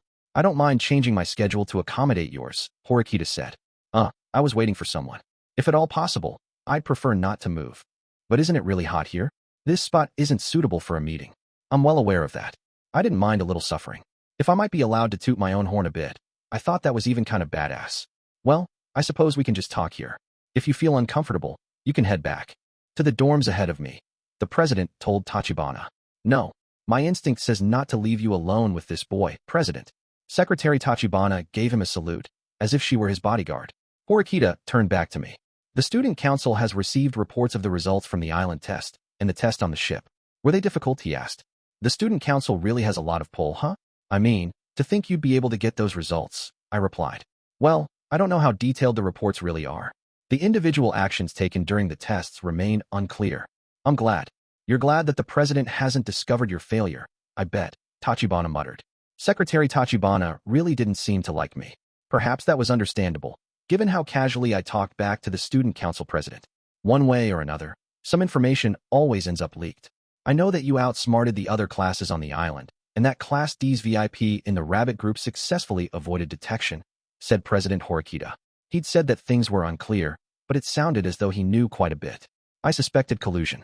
Horikita continued. The name Horikita, Suzune, came up after the island test. I heard that she became her class's true leader and outsmarted everyone. However, I think that you were responsible. Aren't you overestimating me? I muttered. In the end, the leader's name was changed to yours. How do you explain that? You even know about all that, huh? The Special Examination Committee and I are the only ones who know this. Well, and now Secretary Tachibana. The homeroom teachers don't have this information, so you can relax. Just how much pull did this guy have? Student organizations were usually decorative. They had no real authority. For them to have access to information the teachers didn't? Unthinkable. What exactly is the student council? I asked. The student council itself has no power. The abilities of the person seated at the top are paramount. Wow, that's an impressive statement. You really are in Class A, aren't you? Isn't that obvious? Snapped Tachibana. But there's something I still don't understand. I mean, the difference between Horikita and me is vast. If you examine the data, Horikita is far superior. Why would you bother with some Class D loser like me? You misunderstand. I don't consider the people in Class D stupid. This school doesn't just shove all the students with superior abilities into Class A, he replied. President, you might have said too much, Tachibana said. Aren't you going a little too far? There's no problem. I'm sure this young man understands that already. The student council president had seemed hyper-focused on me ever since our first encounter. Just how long did he plan to keep this up? In that case, why do you reject Horikita? Isn't it because she's in Class D? I asked. I know everything there is to know about my little sister's capabilities. She's a failure who belongs in Class D. Nothing more, nothing less, he replied. He clearly viewed his younger sister in an incredibly harsh light. Everything was Horikita's idea. Your sister doesn't have any friends except for me, so she had to employ me to play the necessary parts, I answered. That's not true. She'd never think of something like that. It seemed as though he had a perfect understanding of Horikita, perhaps because they grew up together. Even so, I now understood something. This guy probably had his eye on me for the same reason as Chabashira-sensei. If the president had noticed that I scored exactly 50% on all my entrance examinations, he might also have noticed the difference between my resume and my student report. Stop fishing for information about my personal life. I just want to spend my days here quietly, I said. In response, the student council president pushed up his glasses and said something completely astounding. I asked you once before, will you join the student council? Secretary Tachibana's eyes widened in shock. Wow, that sounds super easy. What? There are still positions that haven't been filled or something? I asked. President. Secretary Tachibana stammered. Didn't we just accept a first-year girl onto the student council the other day? We've also gotten new appointments from the second-year classes. All the seats should be filled. There's still one open position, isn't there? He asked. One? Why you can't mean? Ayanokouji, if you wish, I'll appoint you vice president, the president said. Wait a minute. Secretary Tachibana seemed to recover her resolve in an instant. An interesting person. This is completely unprecedented. He's a first year, and from Class D to boot. We can't suddenly appoint this rude boy to the vice presidency. I've said this already, but I refuse any position, I said. And on top of that, he just refuses. Tachibana wailed. This was all rather odd. I couldn't imagine that the president was joking. His evaluation of me seemed honest. Horikita's older brother certainly did have access to information, and I could understand why he'd choose me, rather than people like Ike and Yamauchi, no offense to those guys. But he should have started with people like Katsuragi and Ichinos, or even Hirata. There were also other candidates with strong latent abilities, like Kouhei. The president had no motive to fixate on me. There had to be a reason why. I don't know that this is for me to say, but starting next year, the school will change dramatically. Not for the better. When the time comes, I'll need the power to combat that change. It might already be too late. The need grows stronger every day. President, you're talking about what'll happen when Nagumo-kun is elected president, right? I can't imagine he'd change the school that much for the worse, Tachibana said. I'd never heard the name Nagumo from any first-year students. If the president said that the change was coming next year, that probably meant Nagumo was a second-year student. There can be 2 student council vice presidents. There is typically only one in any given year, but if you wanted the position, it wouldn't be impossible, he told me. And no, President. That's impossible. There's no way Nagumo-kun would permit something like that, Secretary Tachibana interjected. Look, I don't know about vice presidents, or this Nagumo guy, or whatever. I'm not doing it. Besides, you're going to graduate, right? There's no need for you to worry about the students left behind. Or is there? I paused for a moment, using that brief silence to stress the importance of what came next. Well, if you want me to help you because you're worried about your sister, I might be able to squeeze you in for a consultation. I see. Horikita Manabu seemed to have given up on me. Sorry for taking up your time. Please feel free to stop by the student council whenever you like. I would be happy to offer you tea, he said. Even someone like the student council president was wrestling with his own anxieties, I mused. I wanted to go back to the dorms, but I couldn't. I had to wait for Katsuragi. 3.40 minutes after I'd spoken with Horikita's older brother, I watched Katsuragi approach. He wore the same thing he'd had on yesterday and held some kind of shopping bag. Perhaps it contained his purchase. What's this all about? I wondered. There was still some time left before the 29th. But if Katsuragi was carrying the gift with him now, that probably meant he planned on handing it over immediately, right? At any rate, I still wanted to know why he was wearing his uniform. Maybe he planned to meet with this person in formal wear, but I honestly couldn't imagine doing something so important while wearing a uniform in the heat. I held my breath as I watched Katsuragi arrive at the crossroads. He didn't take the path toward the upperclassmen's dorms. Unbelievably, he headed in a direction I hadn't expected, towards the school. I followed, taking care that he didn't notice me. That's why he's wearing his uniform, huh? I finally understood. He wasn't doing so because he liked the uniform. It was to enter the school building. Katsuragi walked straight through the main entrance, and I couldn't just follow. Entering the school building while wearing casual clothes was forbidden. Did you meet Katsuragi? My cell phone vibrated with a rather thoughtless chat message, undoubtedly sent by someone back in their room. I deliberately put my phone away, then changed my plan of attack. I headed toward the shop where Katsuragi had picked out the present yesterday at the Kiyotaka Mall. Curious about the kinds of things sold in the other stores, I initially entered a shop that catered specifically to girls, but couldn't understand the difference between the items on sale.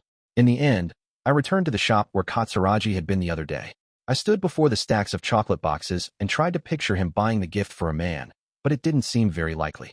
The boxes had flourishes such as hearts and other designs that would appeal primarily to girls. Ha ha ha. I know, right? Some boisterous female students passed behind me. I felt a light thump on my back. Oof. Reflexively, my elbow brushed the stacks of boxes. The chocolates came tumbling down in an avalanche. The girls, completely absorbed in their conversation, did not notice the tragedy that had just unfolded. They kept on walking. Geez, I muttered. I'd like them to notice me at least a little. What are you doing? Gay. As I frantically tried to reshelve the boxes, a giant man called out to me. It was Katsuragi. He looked extremely perplexed. I came here to buy a birthday present, I stammered. That was the only answer I could come up with. Katsuragi looked down at the scattered boxes, then bent and started picking them up. It's okay. I can do that, I said. Don't worry about it. I think this mess might make other customers uncomfortable. It's best we clean up quickly. 2 are better than 1. There wasn't any hint of dislike in his voice. I'd probably only spent around 30 minutes in the mall. I wondered if Katsuragi had finished his business at school so quickly. However, he still held his gift bag. I stealthily peeked inside and saw a thin, gift-wrapped box. The present. He hadn't given it away yet. We finished cleaning up before we knew it. Fortunately, neither the clerks nor the other customers had noticed us tidying. Thanks a lot. Katsuragi was a good guy. Even on the uninhabited island, he'd shown a strange goodwill toward us when we discovered the corn. I didn't expect him to be merciful if push came to shove, but he didn't appear to be a bad person. Are you giving your girlfriend a present? He asked me. Huh? No, I don't have a girlfriend. The present is just for a classmate. I think I'll buy something next time, though, I answered. I moved farther from the shelves. Katsuragi, as if in sync with me, also moved backward. I decided I'd try to extract more information. Are you buying a birthday present? I asked. Why would you think that? You're holding a bag from this store, I said. I see. Well, yes, you're certainly right. I suppose I didn't think about it, Katsuragi mused. His eyes met mine. I couldn't find what I wanted. The selection's not great. What did you buy? I asked. Nothing major. One of the boxes of chocolates. I don't think the selection in this store is bad at all, but I suppose it comes down to individual preference. I ought to look around elsewhere, he replied. Katsuragi walked toward the door, and I followed him. We left the store together before I could ask who the gift was for. Why are you wearing your uniform? I inquired. I wouldn't have broached the topic yesterday, but he'd been wearing it for 2 days straight. You're required to wear your uniform if you enter the school, he replied. So, you went to the school? Of course, I knew that already. What I really wanted to ask was who the present was for. I thought the information would be easy to obtain, but unfortunately, it didn't seem like things were going my way. Well, I've various private matters to attend to, he replied. Although Katsuragi was being vague, he seemed to have something on his mind. He glanced in the direction of the school briefly. Hey, have you ever thought about the disadvantages of attending this school? He asked. Disadvantages? Yeah, I don't mean being divided into classes. I mean something that affects all students equally. I considered his mysterious question. The class system had its downsides, of course, but the problems it created mostly affected the lower classes, like Class D's current points shortage. It was hard to imagine Class A in a similar situation. Since Katsuragi said the disadvantage applied to all students equally, that probably wasn't it. But then, what in the world was he talking about? Nothing came to mind. You know, the stipulation that you can't contact anyone on the outside, he explained. Oh, I see. I personally considered that an advantage, but it was probably bad from a normal person's perspective. Don't you want to contact your parents or siblings? Well, I do get the feeling that lots of students would agree with you, I replied. Quite a few girls, in particular, said they felt lonely. The school was strict about controlling the flow of information, so it forbade communication with the outside world. Breaking that rule could mean expulsion. But the benefits you get from the school are tremendous. That one disadvantage isn't enough to make you feel dissatisfied, right? I asked. True. Both the points system and the quality of the facilities here are things that ordinary students can only dream of, he replied. On top of that, Katsuragi would also graduate from Class A. Wait, why was I talking so casually with Katsuragi? And during summer vacation, no less. You're close with Horikita, aren't you? He asked. Is that misconception making the rounds or something? I asked. Misconception? I saw you working together earlier. Well, it's just one of those things. It's not exactly what either of us wanted, but we were kind of forced into a partnership, I think. We really only talk because we're seated next to each other, I explained. Katsuragi seemed to understand. He nodded. So that's how it is. Well, despite seeming like I know a lot about other classes, there's quite a bit I don't know. If I offended you, please forgive me. I had no ill intent, he replied. Nah, I get that a lot. Don't worry about it. Horikita's pretty active, and she does a lot, I answered. It does appear that way. Katsuragi didn't seem as though he was going to elaborate any further. Instead, he changed the subject. To tell you the truth, this is the 3rd time I've visited this store. I'm the kind of person who tends to agonize over things. Even if it's just a single present, I can't make a snap decision when someone's feelings are involved. Someone he agonized over giving a present to? Who in the world could that be? I decided to try digging a little deeper. You're a really sincere person. I mean, to go out and buy someone a birthday present, I replied. Is it strange to celebrate someone's birthday? Looking at the giant chrome dome in front of me, I did feel like his forbidding appearance contradicted his kind actions. But that was entirely my own bias. I mean, the world even contained delinquents who'd save a cat left out in the pouring rain. Okay, I'll just ask straight out. Who's the gift for? I asked. Questioning Katsuragi in a roundabout way would get us nowhere. Who am I giving it to? He seemed perplexed. It's personal. It's not for you to hear. He dodged the question. If we'd been best friends, I might have been able to push further, but as it was, I couldn't do much. Please excuse me, he added. With that, Katsuragi headed back toward the dormitory. I'd managed to solve the mystery of why he was wearing his uniform, but more mysteries had sprung up in its wake. Why was Katsuragi going to the school building? Why had he returned to the store? I had no idea at all. 3.5 Ike. I investigated the Katsuragi case. Whoa, seriously? Man, way to go, Ayanokouji. I'm seeing you in a new light. I slapped my shoulder as he complimented me. Had I really done something that warranted him reevaluating his opinion of me? Maybe he hadn't thought much of me to begin with. Unfortunately, I couldn't find out who the present was for, I explained. To be more precise, I couldn't find a girl who fit the bill. As I said before, no one in our grade level had that birth date. I couldn't think of any student from another year whose birthday was the 29th, either. Therefore, the person in question might not be a student at all. Yamauchi looked up with wide eyes. Oh man, no way. I know what's going on. Whom Katsuragi wants to give that present to. Rather than looking overjoyed, he had a sorrowful expression. Hey Kanji, didn't you think that Valentine's was hell, back in junior high? What the hell are you asking me for? Well, sure. Yeah, it was tough. What about it? I think this is basically an extension of that. I think he actually bought the gift for himself, said Yamauchi. No way that. And no, wait, I guess it is possible. I can't imagine that Baldy is very popular. The pair of them seemed convinced. I hadn't considered that possibility, so doubts popped into my mind. You're saying that he bought the present for himself? For his own birthday? You think it's for something else then, Ayanokouji? They glared at me. People didn't normally buy themselves birthday presents, did they? Maybe if you thought of the present as a reward, like when you treated yourself to something delicious, or went out and bought something for yourself. This was different, however. Katsuragi specifically purchased chocolates with girlish packaging and had them gift-wrapped. If he had a sweet tooth, there were probably other ways he could treat himself. You seriously don't get it? Unfortunately, no. Okay, Katsuragi doesn't seem popular with the ladies, right? But right now, he is the leader of Class A. I refrained from commenting on that. He's got a lot of pride. He'd definitely want people to think that he's popular. It's all an act. So he's going to play this off like someone else bought the chocolates for him. Ike and Yamauchi must have felt pretty sure of this conclusion, because they both nodded in agreement. I did the same thing, back in junior high, Ike said. Made it look like I got a present from the cutest girl in school. When you put it like that, it sounds hollow. Well, yeah, of course. But, that way, you're saved from the absolute despair of not getting any gifts. Ike sounded angry. Apparently, he considered Valentine's Day and birthdays to be significant events. Besides, you're the same as me, he added. Right, Haruki? Huh? No way. I was popular with the ladies. Didn't you know? Well then, why would you come to a conclusion like that? It's because you thought Katsuragi was doing the same things you did. Nah, that's not true. In junior high, there was a really unpopular guy like you, Kanji. I knew about him. That's it. Yamauchi was obviously bluffing, but I didn't have time to prove it. Aren't you just speculating? No, that's definitely what's going on. They seemed to like this theory, and they didn't appear to have any intention of debating further. Hey, Haruki, maybe we misunderstood Katsuragi. You think? Yeah, we treated him like an enemy from Class A, but I suddenly feel closer to him.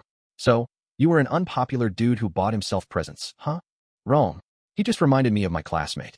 I felt sorry for him. Yamauchi stubbornly denied Ike's jabs. Hey, do you want to help me out? Ike asked me. That was a sudden shift. Help with what?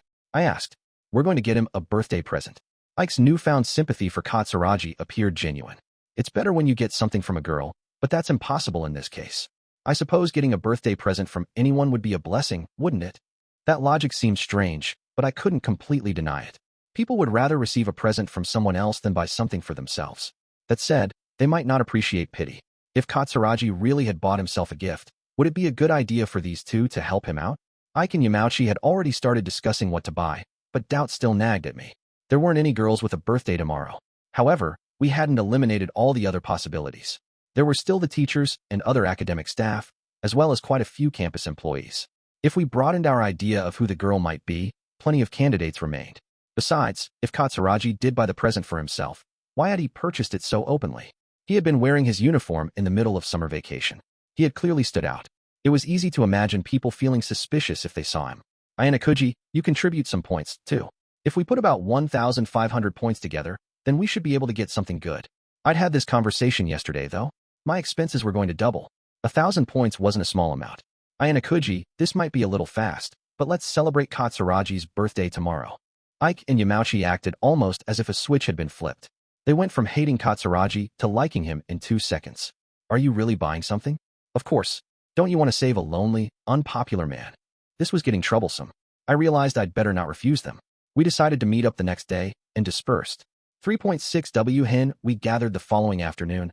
Kushida was there, too. Hello, Ayanokouji-kun, she said. Oh, hey, I responded. Why was she there? Ike answered my unasked question. You see, I had a chat with Kiki-chan yesterday. When I told her that we were going to buy a present for Katsuragi, she said she definitely wanted to help. She was like, please let me help, and all. Anyway, Katsuragi would probably be happier to have a girl celebrate with him, rather than a bunch of guys. Ike blabbered on and on about what a good person Kushida was, but he probably just wanted an opportunity to get together with her. Also, in her eyes, this would probably make him look like a good guy, the type who cares about his friends. Katsuragi-kun has done quite a bit for me, too. I'll help out with the present's cost, of course, added Kushida. Ike looked at her lovingly. Yamauchi also seemed happier with her around. Kushida's charms affected him, too, even though he was aiming for Sakura. By the way, Ayanokouji-kun, why are you wearing your uniform? Asked Kushida. Meh, no reason. I'd taken off my jacket because it was hot, but the uniform still made me stand out, unfortunately. Come on, let's get going. Ike and Yamauchi walked on either side of Kushida, while I followed behind. Moments after we started walking, they managed to get a conversation blossoming. As we walked, I saw someone I didn't usually see outside. Hey, sorry. Could you guys go on ahead? I want to stop here for a sec, I told them. Sure, but don't keep Kikyu-chan waiting too long, Ike replied. Okay. I left them and approached Horikita. Don't you look carefree? Are the four of you just casually going shopping? Even after we suffered so much at Ryuen-kun's hands, she said. Well, that just means that Class C did something right. There's no use worrying about it now. I suppose not. But I'm still uneasy about certain things. Such as, never mind. She turned away with complete disinterest, like a haughty actress. When are we? Right now? I asked. Huh. I mean, at what point in the school year are we now? Do you know? The month. I continued. What are you talking about? Look, we just finished the first semester of our first year. We don't need to ricochet between happiness and despair, with nothing in the middle, simply because they've got a small lead on us now. But, even so, we suffered a severe loss. If we don't think of a way, although you can't see what's directly beneath your feet, you're always looking far ahead. If we're talking academics, then you're certainly peerless. But when it comes to unusual tests, well, you just kind of run in circles. That's my impression anyway. I know that, she replied. So you're aware? I think that it's preferable for you to fall until you hit rock bottom, I said. What do you mean? It was good to be thoroughly beaten down from time to time, as long as you eventually crawled back up. I thought Horikita had the potential to do that. There's an order to things. It's probably better for you not to panic, but to take things slowly. Right. You say there's an order to things, but if that's true, why did you go to all that trouble back on the island? Isn't that contradictory? Yeah, probably. It made sense that Horikita found that confusing. She had no clue about my dealings with Chabashira-sensei. During the test on the island, I was forced to show off my abilities. I'd had no choice but to act. Of course, I had no pawns at my disposal during the test on the cruise ship, which made it extremely challenging. Various other methods had been available to me, but no good could come of overexerting myself and getting sloppy, so I'd refrained from employing them. I was fundamentally disinterested in things like class rankings. By giving Chabashira-sensei only a partial display of my abilities, I'd bought some time without making too much of a splash. From that perspective, the tests had been hugely successful. More importantly, don't you have any questions about the way I look? I asked. Well, I think your clothes are ill-suited to this weather, but I don't really care, Horikita replied. She wasn't interested in others, as usual. What are you reading today? I asked. None of your business. Apparently, she didn't intend to show me the book's title. Well, whatever. I'm keeping Ike and the others waiting. Do you want to come? You're kidding, right? I refuse. I'd known all along that that would be her answer. 3.7. How are you all doing? Katsuragi, usually so calm, couldn't hide his surprise when Ike and the others surrounded him. Kushida quickly spoke up. After the last test, Katsuragi would be most familiar with her. Sorry for bothering you, Katsuragi-kun. Do you have a moment? She asked. Kushida? What's going on? To be honest, I heard about all this from Ike-kun and the others. Isn't it your birthday today, Katsuragi-kun? Well, yes, but I'm surprised you found out. Katsuragi wore a slightly puzzled expression, as if he couldn't remember telling anyone his birthday. The four of us wanted to celebrate with you, Katsuragi-kun, explained Kushida. Oh, that's all right. There's no need for you to do anything special. Far from being welcoming, Katsuragi appeared guarded. That was to be expected. He probably thought this was a trap laid by Class D. The fact that he hadn't immediately shot us down was likely due to Kushida. Do you have plans today? Asked Kushida. Well, no, not exactly. Kushida clapped her hands and smiled, almost as if she were saying, I'm happy to hear it. If an ordinary guy saw that smile, he would have been smitten right then and there. Katsuragi, the leader of Class A, probably wasn't quite as easy a target. I'm terribly sorry to be rude, but we're not exactly close friends. If you have an ulterior motive, please tell me, he said. No, we don't have an ulterior motive. We really just wanted to celebrate your birthday, Katsuragi, said Ike, wearing a serious look. He probably felt genuine sympathy. Katsuragi's mouth tightened, and it looked like he was about to turn us down. Then I realized that he still held the birthday present bag from yesterday. He'd purchased it 2 days ago. Why was he still walking around with it? Ike and the others didn't seem to share my suspicions, or pretended not to. I'm sorry, but I have some business in the school building. Excuse me, Katsuragi said. School? You know, that reminds me. You've been wearing your uniform a lot recently. What's going on? Asked Ike. What do you mean by that? Katsuragi asked. His expression changed, as if he had switched into battle mode. Huh? What do you mean? What do I mean? Ike looked startled. How did you know I've been wearing my uniform? Katsuragi glared so intently, it was like he was devouring Ike. Huh? Well, no, that's not. Ike gulped reflexively. After you and I talked yesterday, I met up with Ike and the others. I told them. Was that bad? I asked. Given no other choice, I offered Katsuragi an explanation. I thought it was rather unusual to wear that uniform during summer vacation. I see. Well, when you put it that way, I suppose you're right, Katsuragi answered. Yeah, that's what I was getting at, dude, added Ike. So, why are you going to school? I asked. I'd successfully changed the topic, at least for the time being. It's personal. Nothing to do with you, he replied. Well, maybe I'm prying too much, but is something bothering you? What do you mean? You were also carrying that bag around yesterday, weren't you? It's a bit unnatural to take that with you to school. You've been holding it since we met at the store yesterday. I think I must have seen you with it at least 3 times so far. Right. I asked. I have some business with the student council. That's all, he said. Once again, a certain organization's name had come up. Were you wearing your uniform yesterday because you were going to the student council room? I asked. That's right. However, they were out, answered Katsuragi. If I remember correctly, the student council room was being renovated until yesterday.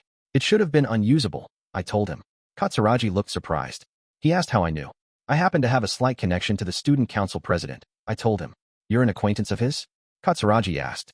Well, I wouldn't say we're really well acquainted, but something like that. Ah, I see. Horikita from Class D is the president's little sister. Katsuragi had arrived at that conclusion rather quickly. In that case, it might be better for you to accompany me, if time permits. Would you mind? With that, I more or less understood what Katsuragi was after. What a coincidence.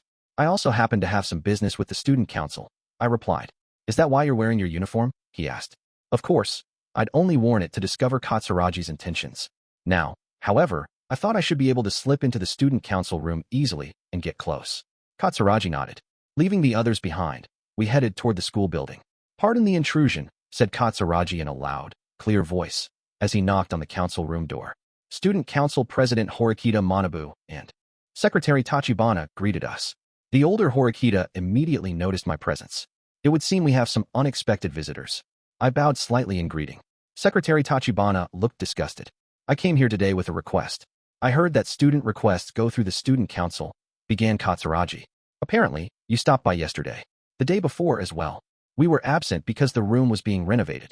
I apologize, explained the elder Horikita. Oh no, it's quite all right. It's summer vacation. The fault is mine. However, I'm glad to meet with you today. I was afraid I'd have to go directly to your dormitory to find you. Katsuragi continued. Why did Katsuragi want to come to the student council office in the middle of summer vacation? What exactly was he after? The school forbids students to establish contact with anyone on the outside while we're enrolled here. I've come to inquire further into that. It sounds as though you've looked through the school regulations. No, outside contact is not allowed, unless there is a compelling reason such as severe illness or injury. Right? However, I'd like to send a package and message to my family off campus. Of course, I don't expect a reply, said Katsuragi. He was describing one-sided communication, then? Even if communication is one-sided, it's still not permitted, the president replied, in a very professional manner. However, Katsuragi wouldn't have come to the student council room if he could be discouraged that easily. I heard that the rules about cutting off contact don't apply to packages. Surely, if what is sent doesn't include any text, information, or communication, that wouldn't break the rules, would it? The rules prohibit it. The restrictions exist for a reason. When the school was founded, the rules weren't quite as strict as they are now, the elder Horikita explained. He looked at Secretary Tachibana and nodded. It's just as the president says. Originally, shipping a package would have been permitted. However, several students broke their promises. They hid letters in their packages without first seeking permission. So such contact is now completely banned, she said. And there you have it, added the elder Horikita, dashing Katsuragi's hopes with complete and utter rejection. Katsuragi wasn't ready to back down. Even though he was a first year, he was still tasked with leading Class A. He immediately reassessed the situation and composed himself. I must ask you once again. Please allow me to request direct shipping at the store itself. I will pay for the package to be sent to an address of my choosing and nothing else. I won't even touch the item. Under those restrictions, there's no way for me to commit fraud. But that still violates the rules. Violates the rules? This school is all about fostering one's abilities. I've heard that you can do anything with enough points. You can buy test scores or even trade with other students. Points have many uses. Am I wrong? He asked. Clearly, this birthday present was of great importance to Katsuragi. That makes things slightly different. Katsuragi's words changed Horikita's brother's attitude. Before we discuss an expenditure of points, can you tell me whom you'd like to send this to? My twin sister. Since we're orphans, I'm the only one who celebrates her birthday, replied Katsuragi. That reason was entirely different from the sleazy theories we'd passed around earlier. I must make one correction to your theory. The point system is not all-powerful. It's certainly possible to use points to buy test scores or barter with other students, but those things are never explicitly mentioned in the rules. The things that are explicitly prohibited can't be easily altered using points. Without the school's permission, it's just impossible, Horikita explained. A tricky situation. Let's use test scores as an example. I'd used points to buy a point on a test score for Sudou a while back, an act that was not illegal in and of itself. You were allowed to buy test scores with points. Trying to cheat on an exam, however, was against the rules and could not be made legal through the use of points. The school rules must be upheld. Well, that's odd. If that's true, the rules are full of holes. There's nothing odd. The school purposefully made rules that allow for loopholes. Horikita responded immediately, as if this were easy to understand. The president was a tricky opponent, even for a quick-witted man like Katsuragi. The difference in their positions was stark. Horikita, who was a third year in Class A, and the student council president, had no weaknesses. So, you're saying that there's nothing I can do? Asked Katsuragi. Correct. If school rules forbid something, you cannot circumvent them, even with points. Katsuragi had probably been prepared to spend a large sum, but this looked like the end of the line. If you're finished, please leave. I see. I understand. Well then, if you'll please excuse me. Katsuragi glanced over at me just once. When I gestured that I was going to stay behind, he quietly left the room. You're not going? Asked Horikita. Earlier, you were talking about what happens when a rule violation is exposed, right? What do you mean? Do you remember an incident that occurred a while ago? Sudou, from our class, fought with some students from Class C. Horikita nodded. It had been a huge deal, after all. Back then, the case went to trial precisely because the Class C students appealed to the school. Katsuragi, on the other hand, hasn't done anything wrong. He only wanted to ask about doing something that could potentially break the rules. Only you two, Katsuragi, and I are aware of this. Shouldn't you be able to overlook this particular instance? I chose my words carefully, but I was sure they understood what I was getting at. Say you committed a traffic violation. You'd be questioned by a police officer, but you could bribe the officer to overlook the issue. Shipping a package would normally be difficult, but it's probably a simple matter for you. Right? I asked. I see. You want to resolve everything without involving the school, Horikita replied. Someone as upstanding as Katsuragi would probably never think of using such a loophole. Violating the rules. What a terrible delinquent you are, Secretary Tachibana cried. I did my best to ignore her. How did you arrive at this conclusion? Asked Horikita. The school rules state that violent acts are forbidden. However, when we first met, you showed no mercy, did you? You proved that, as long as the school doesn't know, you can get away with anything, I answered. President or not, Horikita definitely shouldn't have raised his hand to strike someone in public. That's right. There's only one way to contact someone on the outside. But Katsuragi didn't realize that, and he missed his chance, admitted Horikita. Will you help him now? I asked. Not at all. I won't violate the rules for his sake. You're pretty strict. If you think so, you should have told Katsuragi about the loophole before he left. But you didn't. Dealing with such a clever guy was a pain. He saw through me completely. He understood that I had avoided warning Katsuragi. Well, I'm done cooling off. I'm gonna head back, I said. I could ask Tachibana to prepare some tea, if you like. No thanks. I have no idea what you'll put in it, anyway. What an incredibly rude first-year student. Tachibana stammered. For some reason, as I left, Horikita's brother accompanied me to the exit. Officially, I didn't meet with Katsuragi today. Even if you act behind the scenes, I won't investigate. Do what you will, he said. I don't really feel like doing anything, though. I'm simply telling you that I won't get involved. I had to go ahead to deceive the school as best I could. Horikita's gaze cut right through me. He probably saw everything. Geez, the president is shrewd, I muttered. 3.8 Hen. I returned to the dorm lobby. Katsuragi was sitting there, looking depressed. He immediately noticed me coming and stood. I'm sorry for involving you in such a strange errand, he said. Ah, don't worry. I insisted on tagging along. Sorry I couldn't help, I replied. Oh no, not at all. It was hopeless, anyway, said Katsuragi. It seemed Katsuragi had given up. He'd wanted to get the present to his sister, no matter what, but the school regulations deterred him. Here, eat these with your friends. I don't really care for sweets, he said, handing over the present. However, I didn't take it. It's wasted on me. I see. I suppose you wouldn't be happy with a second-hand gift. Katsuragi bowed slightly and began to head back to his room. Katsuragi. I stopped him in his tracks. What's the matter? Maybe I can help. I've thought of a way to deliver the present to your sister. But the student council rejected me. I can't imagine there's a solution. That's because you don't want to break the rules, I replied. I'm not going to do something that risky, answered Katsuragi flatly. I suppose that was too much for someone like Katsuragi, the Class A leader, to accept. Especially if it were coming from someone like me. I think it's worth hearing me out. Especially if giving your sister that present is important. Katsuragi had gone repeatedly to the student council room during summer vacation to get permission. This clearly wasn't trivial to him. Is this something we should be discussing in public? Katsuragi looked around at the people and security cameras. I suppose you're right. Want to come to my room? People waltzed in and out of my room all the time anyway. Fortunately, we didn't encounter any students as we made our way there. I opened the door and turned on the lights. Come on in. You have quite a clean room. Or, rather, I should say it's Spartan. It looks the same as when we first arrived at the school, mused Katsuragi. I get that a lot. After he sat, I turned on the air conditioner and poured some tea. Earlier, you said something about the school rules? Asked Katsuragi. Let's say that you wanted to send a package from school. Since that's generally prohibited, it's not a simple thing to do. You probably wouldn't be able to go through the post office, either. There was a post office on campus, but it was mainly for teacher use. Students didn't go there. But then, there's nothing I can do. Or are you saying that there's another means of delivery? There is. If you just carry the present off campus, you'll be fine. Don't be ridiculous. Who could do something like that? You're not thinking about a campus employee, are you? Asked Katsuragi. Only employees at the various campus shops were allowed to freely come and go. The people who work here are employed under strict regulations. They wouldn't take a risk like that for a mere student. They might report us to the school. If they did, Katsuragi would be punished severely. That's not going to happen. I don't think there's anyone we could trust to act as a go-between. Wait, you're not saying we should leave the school grounds without permission, are you? Of course not. The punishment would be incredibly severe. The entrances and exits were rigorously monitored. We'd be expelled if discovered. You're right that we can't use an employee. However, a student is a different story. There are several we can trust. A student?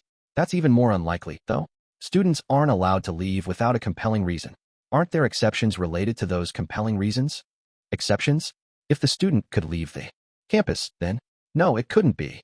Katsuragi quickly arrived at the conclusion I'd been leading him toward. Club tournaments, That's right.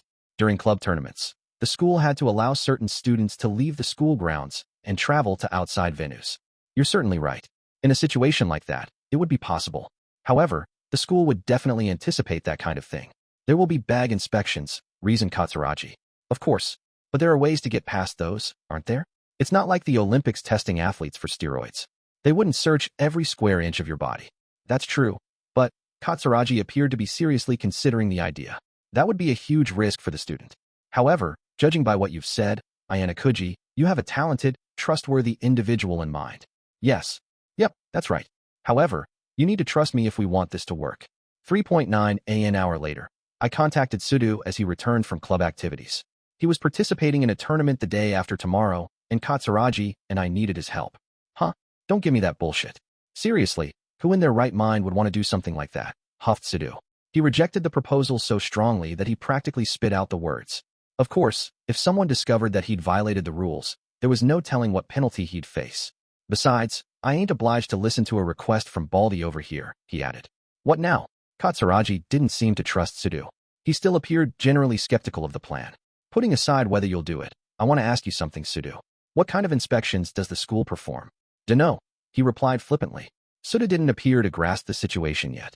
Depending how things go, Katsuragi might give you a reward, I said. A reward? Echoed Sudou. That's right. I knew that I would need to pay. Of course, replied Katsuragi. Sudou began to give the matter serious thought. They check our bags in the morning before we get on the bus to the tournament. After that, they confiscate our phones. When we get to the stadium, we get changed and head on to the court. As for meals, we eat there when the tournament's over. I don't know more exact details, though, Sudou explained. What about the changing area? And the bags? I asked. Normally, we use the lockers and stuff. When we change, there ain't any teachers around, but they do keep a strict watch on us. We even have separate bathrooms, so we can't talk to students from another school, Sudou continued. Katsuragi listened intently. That all sounds quite strict. I doubt it's a good idea to even bring bags with you in the first place, he reasoned. Is it okay to bring food? I asked. Yeah, if we want. Some people do, Sudou replied. If that's true, then it actually sounds reasonably simple to transport the gift. I grabbed a lunchbox and water bottle from my shelf, then returned to my seat. I'll put it inside the lunchbox. It should just about fit. As for the bag, I'll roll it up and put it in the water bottle. That way, no one should find out. The teachers wouldn't go so far as to check the contents of someone's lunch. Wait, even if I bring the gift along, how am I going to send it? I ain't got any money or time, Sudou pointed out. If you're worried about money, don't be. Just use this. I handed him an invoice I'd picked up from the post office. Watch for an opening, and then use that opportunity to mail it. You say that like it's easy.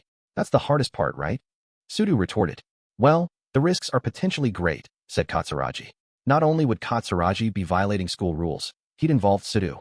Normally, Katsuragi would have backed out by now, but this must have been too important. That spoke to just how meaningful his sister was to him. Unfortunately, I can't trust anyone in my class to handle something like this. Would you help? Katsuragi asked Sudou. Sudou, I know you wouldn't normally do this, but it has significant benefits, don't you think?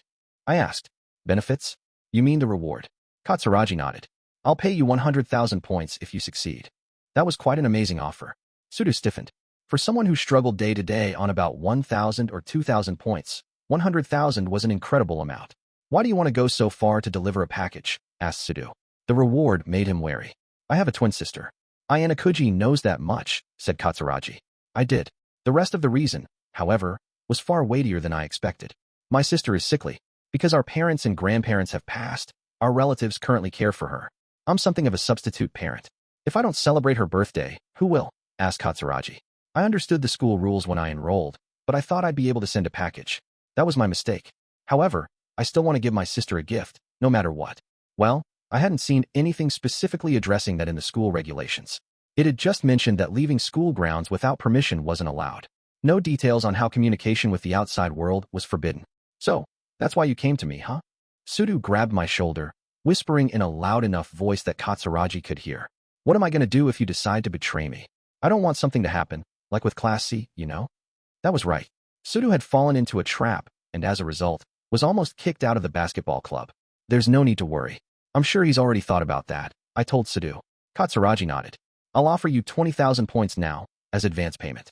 I will pay the remaining 80,000 points as a reward after you complete the task. The 20,000 point payment would prove that Katsuragi was complicit in the act. If either party betrayed the other, they'd both suffer the consequences. So, 20,000 as an advance. But, even though that was a large sum, I understood why Sudou would hesitate. He was thinking about his future in basketball. If the school learned he'd violated the rules during basketball activities, he might even be struck from the team. I think it's a perfect plan. Obviously, if you are discovered, I would also suffer greatly, said Katsuragi. The school would probably punish him just as harshly as Sudou. This plan wouldn't work unless Katsuragi had the resolve to see it through, but I believed he did. So, the issue is just whether I get found out, huh? Sudou weighed his options, thinking about the high number of points involved. What would he do? His eyes briefly flickered toward me. He appeared to have decided. All right. All I gotta do is take a package? I guess I'm someone who'll take that risk, he said. Are you sure? Asked Katsuragi. Sudou had become his unanticipated savior. I mean, since you told me about your sickly sister and all, it's kinda hard for me to turn you down.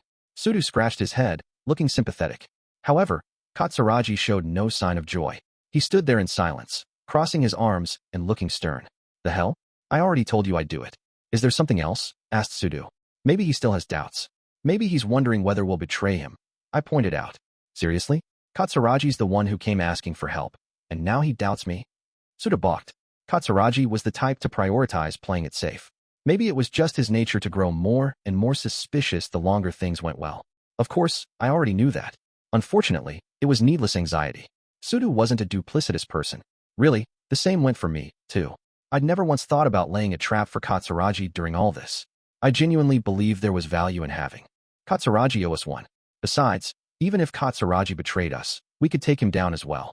I'd introduced Sudou as an intermediary after reaching that conclusion. I hadn't known how many points Katsuragi was going to offer, but 100,000 points was quite tasty. Just to be safe, I won't transfer the points directly to Sudou. Instead, they'll go to Ayanokouji. I'm sorry, Ayanokouji, but I'd like you to transfer the points to Sudou after he succeeds, explained Katsuragi. Why do we need to go through all this trouble? Asked Sudou. Insurance, I guess, I answered. If someone from the school saw Sudou taking out or mailing the gift, and the school then saw a large number of points deposited into his account, they'd naturally be suspicious. However, if the points went through another person, they wouldn't be traced back to Katsuragi. Sudou looked a little irritated, but gave his consent. There's one more thing. I want ironclad proof you aren't lying to me, said Katsuragi. Huh? The hell? Sudou huffed. I can't be certain whether you'll deliver the gift. Katsuragi was still worried that Sudou was playing him. Because he couldn't contact his family on the outside, he'd have to wait until he graduated to find out if his sister had received the present. I'd thought of several ways to provide proof. The simplest and most reliable method would be photographic evidence via cell phone. However, mentioning that gave me pause. I didn't want to mess up and get Katsuragi's attention for the wrong reasons. The hell, dude? Ain't no way I'd lie about it. You dumb or something? Of course I want to believe you. But we haven't established that kind of relationship yet, explained Katsuragi. He crossed his arms. How about you use your phone? I'd like you to record a video the moment you send the package. Apparently Katsuragi and I were of one mind. Dude, didn't you listen to me? I already told you the team's phones get confiscated, Sudou snapped. Of course. That's why I would like your cooperation in this matter as well, Ayanokouji. Meaning? I asked. There's still space in the water bottle. Put your phone inside. If we do that, Sudou can take it with him without being discovered, Katsuragi explained. As a general rule, each student was assigned one phone. If Sudou handed his over during the bag search, there wouldn't be any further suspicion. Of course, I intend to offer you a reward, too, Katsuragi added. He said he'd pay me 10,000 points. Not a bad deal. I understand. I'll do it. You sure, Ayanokouji? Sudou asked. Yeah, I can help, so I'll do it. Besides, the points will be useful to me, too. Well, I leave everything to you. Then, said Katsuragi. He bowed deeply and gratefully before leaving the room. Man, now I'm nervous, Sudou sighed. You okay, Sudou? This is my second time participating in a tournament. I think I got the hang of things, but I understood why he'd be a little resistant to the idea of helping by breaking the rules. That said, Sudou's delinquent history gave him a comparatively flexible attitude to this whole ordeal. So, when do you want me to take your phone? Oh, well, it'll be easy for the school to trace things back to me, since a lot of points will be deposited into my account. If at all possible, I'd like to use a third party's phone, I told him. The best option would be a phone belonging to someone completely unrelated, like Ike or Yamauchi. No way anyone's gonna lend you their phone, though, said Sudou. If I say I'll pay them 5,000 points, they'll lend me anything I want. You know, you're a surprisingly shady guy. Sudou and I prepared to deliver the package. To make a long story short, he successfully avoided the school's detection, passed the bag check without incident, and mailed the gift. He also managed to take a video of the delivery and to send the file to Katsuragi before deleting it. I don't know whether Katsuragi's sister received her present, but the parts we controlled went well. Sudou handled everything perfectly. I wondered if Horikita's older brother had a hand in that. He must have been aware that we were going to try something. Being the student council president, he should have been able to make the necessary arrangements. On the flip side, he also could have observed the exact moment Sudou violated the school rules. Maybe I was imagining things, but I wanted to know the truth. If the president's involvement was a possibility, a greater truth might emerge one day. 3.10 After Katsuragi left Ayanokouji's room, he used the elevator to head back to his floor. When he arrived, 2 male students stood outside his room, seemingly waiting for him. What are you doing? Katsuragi asked. Oh, you're finally back, Katsuragi. Geez, you're late. Jerk. You're Class D students, aren't you? Katsuragi had his doubts about these too, even though he seemed to remember them from somewhere. Meh, that's not important. Anyway, congratulations. Pop. Katsuragi was assaulted by party poppers. What's going on? What do you mean? Your birthday's coming up soon, right? So, we came to celebrate. Celebrate? But you're from Class D. Why? You don't have any reason to. Katsuragi grew flustered. We've got a reason. I mean, we're all virgins here, so let's be friends. Right. Katsuragi flinched at Ike's vulgar language as Ike handed over a birthday present. Here, eat this. Our idol, Kushida Kikuchan, chose this birthday cake. But I can't accept. Dude, it's all right. It's all right. Ike forcefully shoved the box into Katsuragi's hands. Welp, see ya. With that, the Class D students ran away. All that remained were the party popper remnants and the cake. They said it was a cake, but it's actually rather warm, muttered Katsuragi. He opened the box to see a room-temperature chocolate ice cream cake, which had melted into viscous sludge. Is this some new form of harassment? Katsuragi imagined it was. Chapter 4. Dangers lurk in everyday life. It all began at 6 p.m. on a certain day. A text message from the school informed us that the entire dormitory wouldn't have water for quite a while, due to trouble with the water department. I turned the faucet to confirm, and nothing came out. It sounded as though the repair work wouldn't finish until the early morning.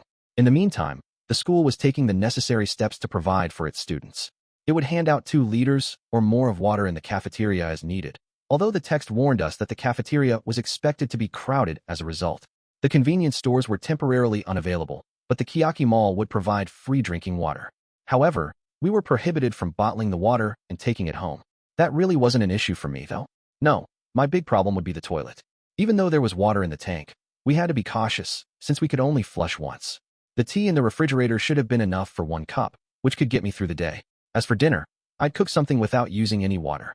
I'd just started prepping dinner when my phone suddenly rang. The moment I went to answer it, it stopped after 2 rings. I saw that Horikita Suzune had called.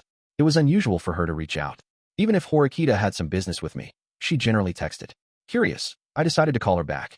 However, no matter how many times the phone rang, Horikita didn't answer. I did think it was strange, but I decided to give up. I placed my phone on the table and went back to making dinner. Since I already had rice on hand, I settled on fried rice as a simple option. Once I added the egg, the finishing touches were all that remained. Suddenly, my phone rang again. By the time I turned off the burner and went to my phone, the ringing stopped. Another call from Horikita. I tried calling back again, but she didn't answer. This was getting suspicious. Maybe Horikita just happened to become busy right after she tried calling? Considering her personality, it was hard to imagine that was the case. She was the type of person who called only when calm. Even if something had happened, ending the call twice in a row and not picking up afterward was strange. I concluded that Horikita had probably been caught off guard by something unexpected. Yeah, right, I muttered. Exasperated at myself for reading too deeply into Horikita's call, I decided to stop cooking for a bit and send her a text. Hey, looks like you tried calling me twice. Did you want something? The read receipt instantly popped up, but no reply came. I waited for quite a while, but there was nothing. I'm cooking right now, so I might not respond right away. Just text me, and I'll get back to you. Once again, the read receipt popped up, but she didn't reply. I went back to my dinner. For point 1b, by the time I finished eating, I still hadn't heard from Horikita. As I drank the last of my barley tea, I started feeling like something was wrong. She couldn't be. She's not really in danger, is she? Could she have collapsed somewhere? This whole thing was atypical of Horikita, without a doubt. Was her phone malfunctioning? If so, she could just have contacted the school. If I knew someone close enough to Horikita to go to her room and check on her, this would have been over quickly. Sadly, I couldn't think of anyone who fit the bill. Are you okay? I texted. I had to find out what was going on. Oh, the read notification didn't appear. The situation had changed. Maybe her phone's battery had run out, or her phone had automatically shut off. What other possibilities existed, though? The fact that Horikita called in the first place still weighed on me. Why? It was also strange that she hadn't said what was going on.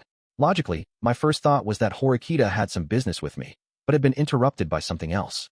A teacher might have called her, or a classmate. But that theory was very shaky. It was hard to imagine someone from the school calling Horikita in the middle of the summer, especially at night. She didn't have any friends who'd contact her that way. Maybe some accident had stopped the call, or she just fell asleep and forgot to call me back. That might have been it. That doesn't fit. Horikita was a gifted and focused student. I couldn't see her forgetting to reply. I'm worried. In the end, my options were limited, but I was too concerned to just let things be. For the time being, I decided to try calling Horikita again. I dialed her number. On the fourth try, I finally managed to connect. Hello. Horikita didn't seem surprised. If anything, she actually sounded tired. Hey, sorry for calling a bunch of times. I was worried, since you tried calling me. Were you sleeping? I asked. No, I wasn't. I'm sorry for not replying. I didn't hear any hint of panic, nor did I get the feeling she'd had an accident. I'm kind of in the middle of something right now, she continued. I heard a metallic thunk over the phone. What was that? Nothing. Nothing to worry about. Goodbye. She abruptly ended the call. Well, at least I managed to get in touch with her, and she said that everything was fine. I decided to forget about this for the time being. For point 2, I thought that was that. But around 9 p.m., my phone lit up. A new message. Are you awake? Read Horikita's text. I'm awake. I'd like to talk to you. Do you have time? It was roughly 2 hours after we'd last talked. I'll call you. Horikita picked up on the first ring. What's up? I asked. There's something I wanted to ask you. As before, Horikita sounded tired. She paused before speaking again. Let's say that there was a turtle, she began. Huh. Horikita launched into a completely crazy story. It's an extremely smart and talented turtle. If I accidentally hit it and flipped it onto its back, that would be terrible, wouldn't you agree? It couldn't right itself under its own steam, I suppose. But actually, in most cases, turtles can extend their necks and use their legs to flip over. The only turtles that absolutely can't right themselves are giant tortoises and sea turtles, I explained. Horikita fell silent at my unnecessary explanation. This would have been easier if you'd just assumed that turtles can't get up on their own and listen to me, she said after a moment. Yeah, that made sense. Okay, so they can't get up on their own. Is something wrong with that? In such a situation, what would you do? I'd probably flip the turtle over. It's not that much trouble. I wouldn't have any reason to save the turtle, but I wouldn't have any reason to abandon it, either. I thought I might as well extend a helping hand. However, I wondered what exactly Horikita was getting at. Maybe she was in trouble, like the turtle that couldn't get up on its own. I didn't get the impression that she was panicking, though. She seemed calm. That probably meant this wasn't a pressing issue. So what's wrong? I asked. Well, I'm not upset or anything, she replied. Well, it sure sounds like that's where this is headed. I was just talking about a turtle on its back. It had nothing to do with me. Okay, then why are we talking about a turtle? Wanted to talk to you about a turtle that flipped over, she insisted. Okay, this was getting weird. This isn't like you, I said. Well, I guess asking for help isn't like you either, but you called me because you don't have anyone else to go to, right? If that's the case, then just come out and say why. Horikita paused. If you say that you can't prevent wanting to help people, then perhaps I can't go to you for advice, she said. Huh? It's fine. Talk to me, I told her. Horikita finally opened up. I'm just having a little trouble. At least she'd finally admitted it. Where are you? Now, I'm in my room. Wait, are there bugs? If that were the case, I understood why Horikita didn't want to talk about it. I was probably right on the money. Although the dormitories were generally kept clean, and Horikita lived on an upper floor. Actually, that made the likelihood of bugs rather low. That's not it. I could deal with a bug myself. How would you deal with it? Detergent? Hot water? Slippers? No matter how good my powers of deductive reasoning were, I couldn't imagine Horikita's current situation. Well, I'm in trouble because… No, it's fine after all. I'll take care of it. You say you'll take care of it yourself, but it's been more than 2 hours, and you haven't done anything yet, right? I shot back. If she'd called with this problem earlier, then she'd been struggling for quite some time. Well, it's true that I'm just about at my physical limit. I'll tell you everything. Finally, instead of explaining, however, Horikita suddenly made a request. Could you come to my room? She sounded both embarrassed and disgusted. Now? But it's already past 9, I protested. I understand, but to deal with this, you need to be here. Horikita spoke as though she was frustrated or in pain. Well, I might get in trouble for going to the girls' floor at this time of night, I said. I know, but I can't do this unless you're here, she replied. With that, Horikita abruptly hung up. This is kinda scary, but I guess I have to go, I muttered. Grabbing only my phone and room key, I hurried out. Wouldn't want to keep her waiting. For point 3, I didn't want to run into any other girls, so I waited until no one else was using the elevator. Sneaking around like that was pathetic, but hey, that was me. I managed to reach the 13th floor undetected.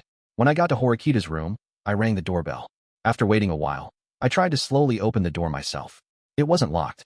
Horikita's place was a 1-bedroom and kitchen model, but I couldn't see into the bedroom area. It was hidden behind a closed door. There was no sign of Horikita in the kitchen or hallway. Like me, she'd barely decorated since moving in. You're alone, right? I heard her voice from behind the bedroom door. You're being way too loud, I told her. It's okay. Even if someone came in right now, I'd conk them with my right hand, she replied. What in the world was that supposed to mean? Cautiously, I entered Horikita's bedroom. She had her back to me, so I couldn't see her expression. The room was decorated simply. Nothing seemed particularly strange. Okay, I'm here. What's the problem? I asked. Once you see, you'll understand. Horikita slowly stood and turned to face me.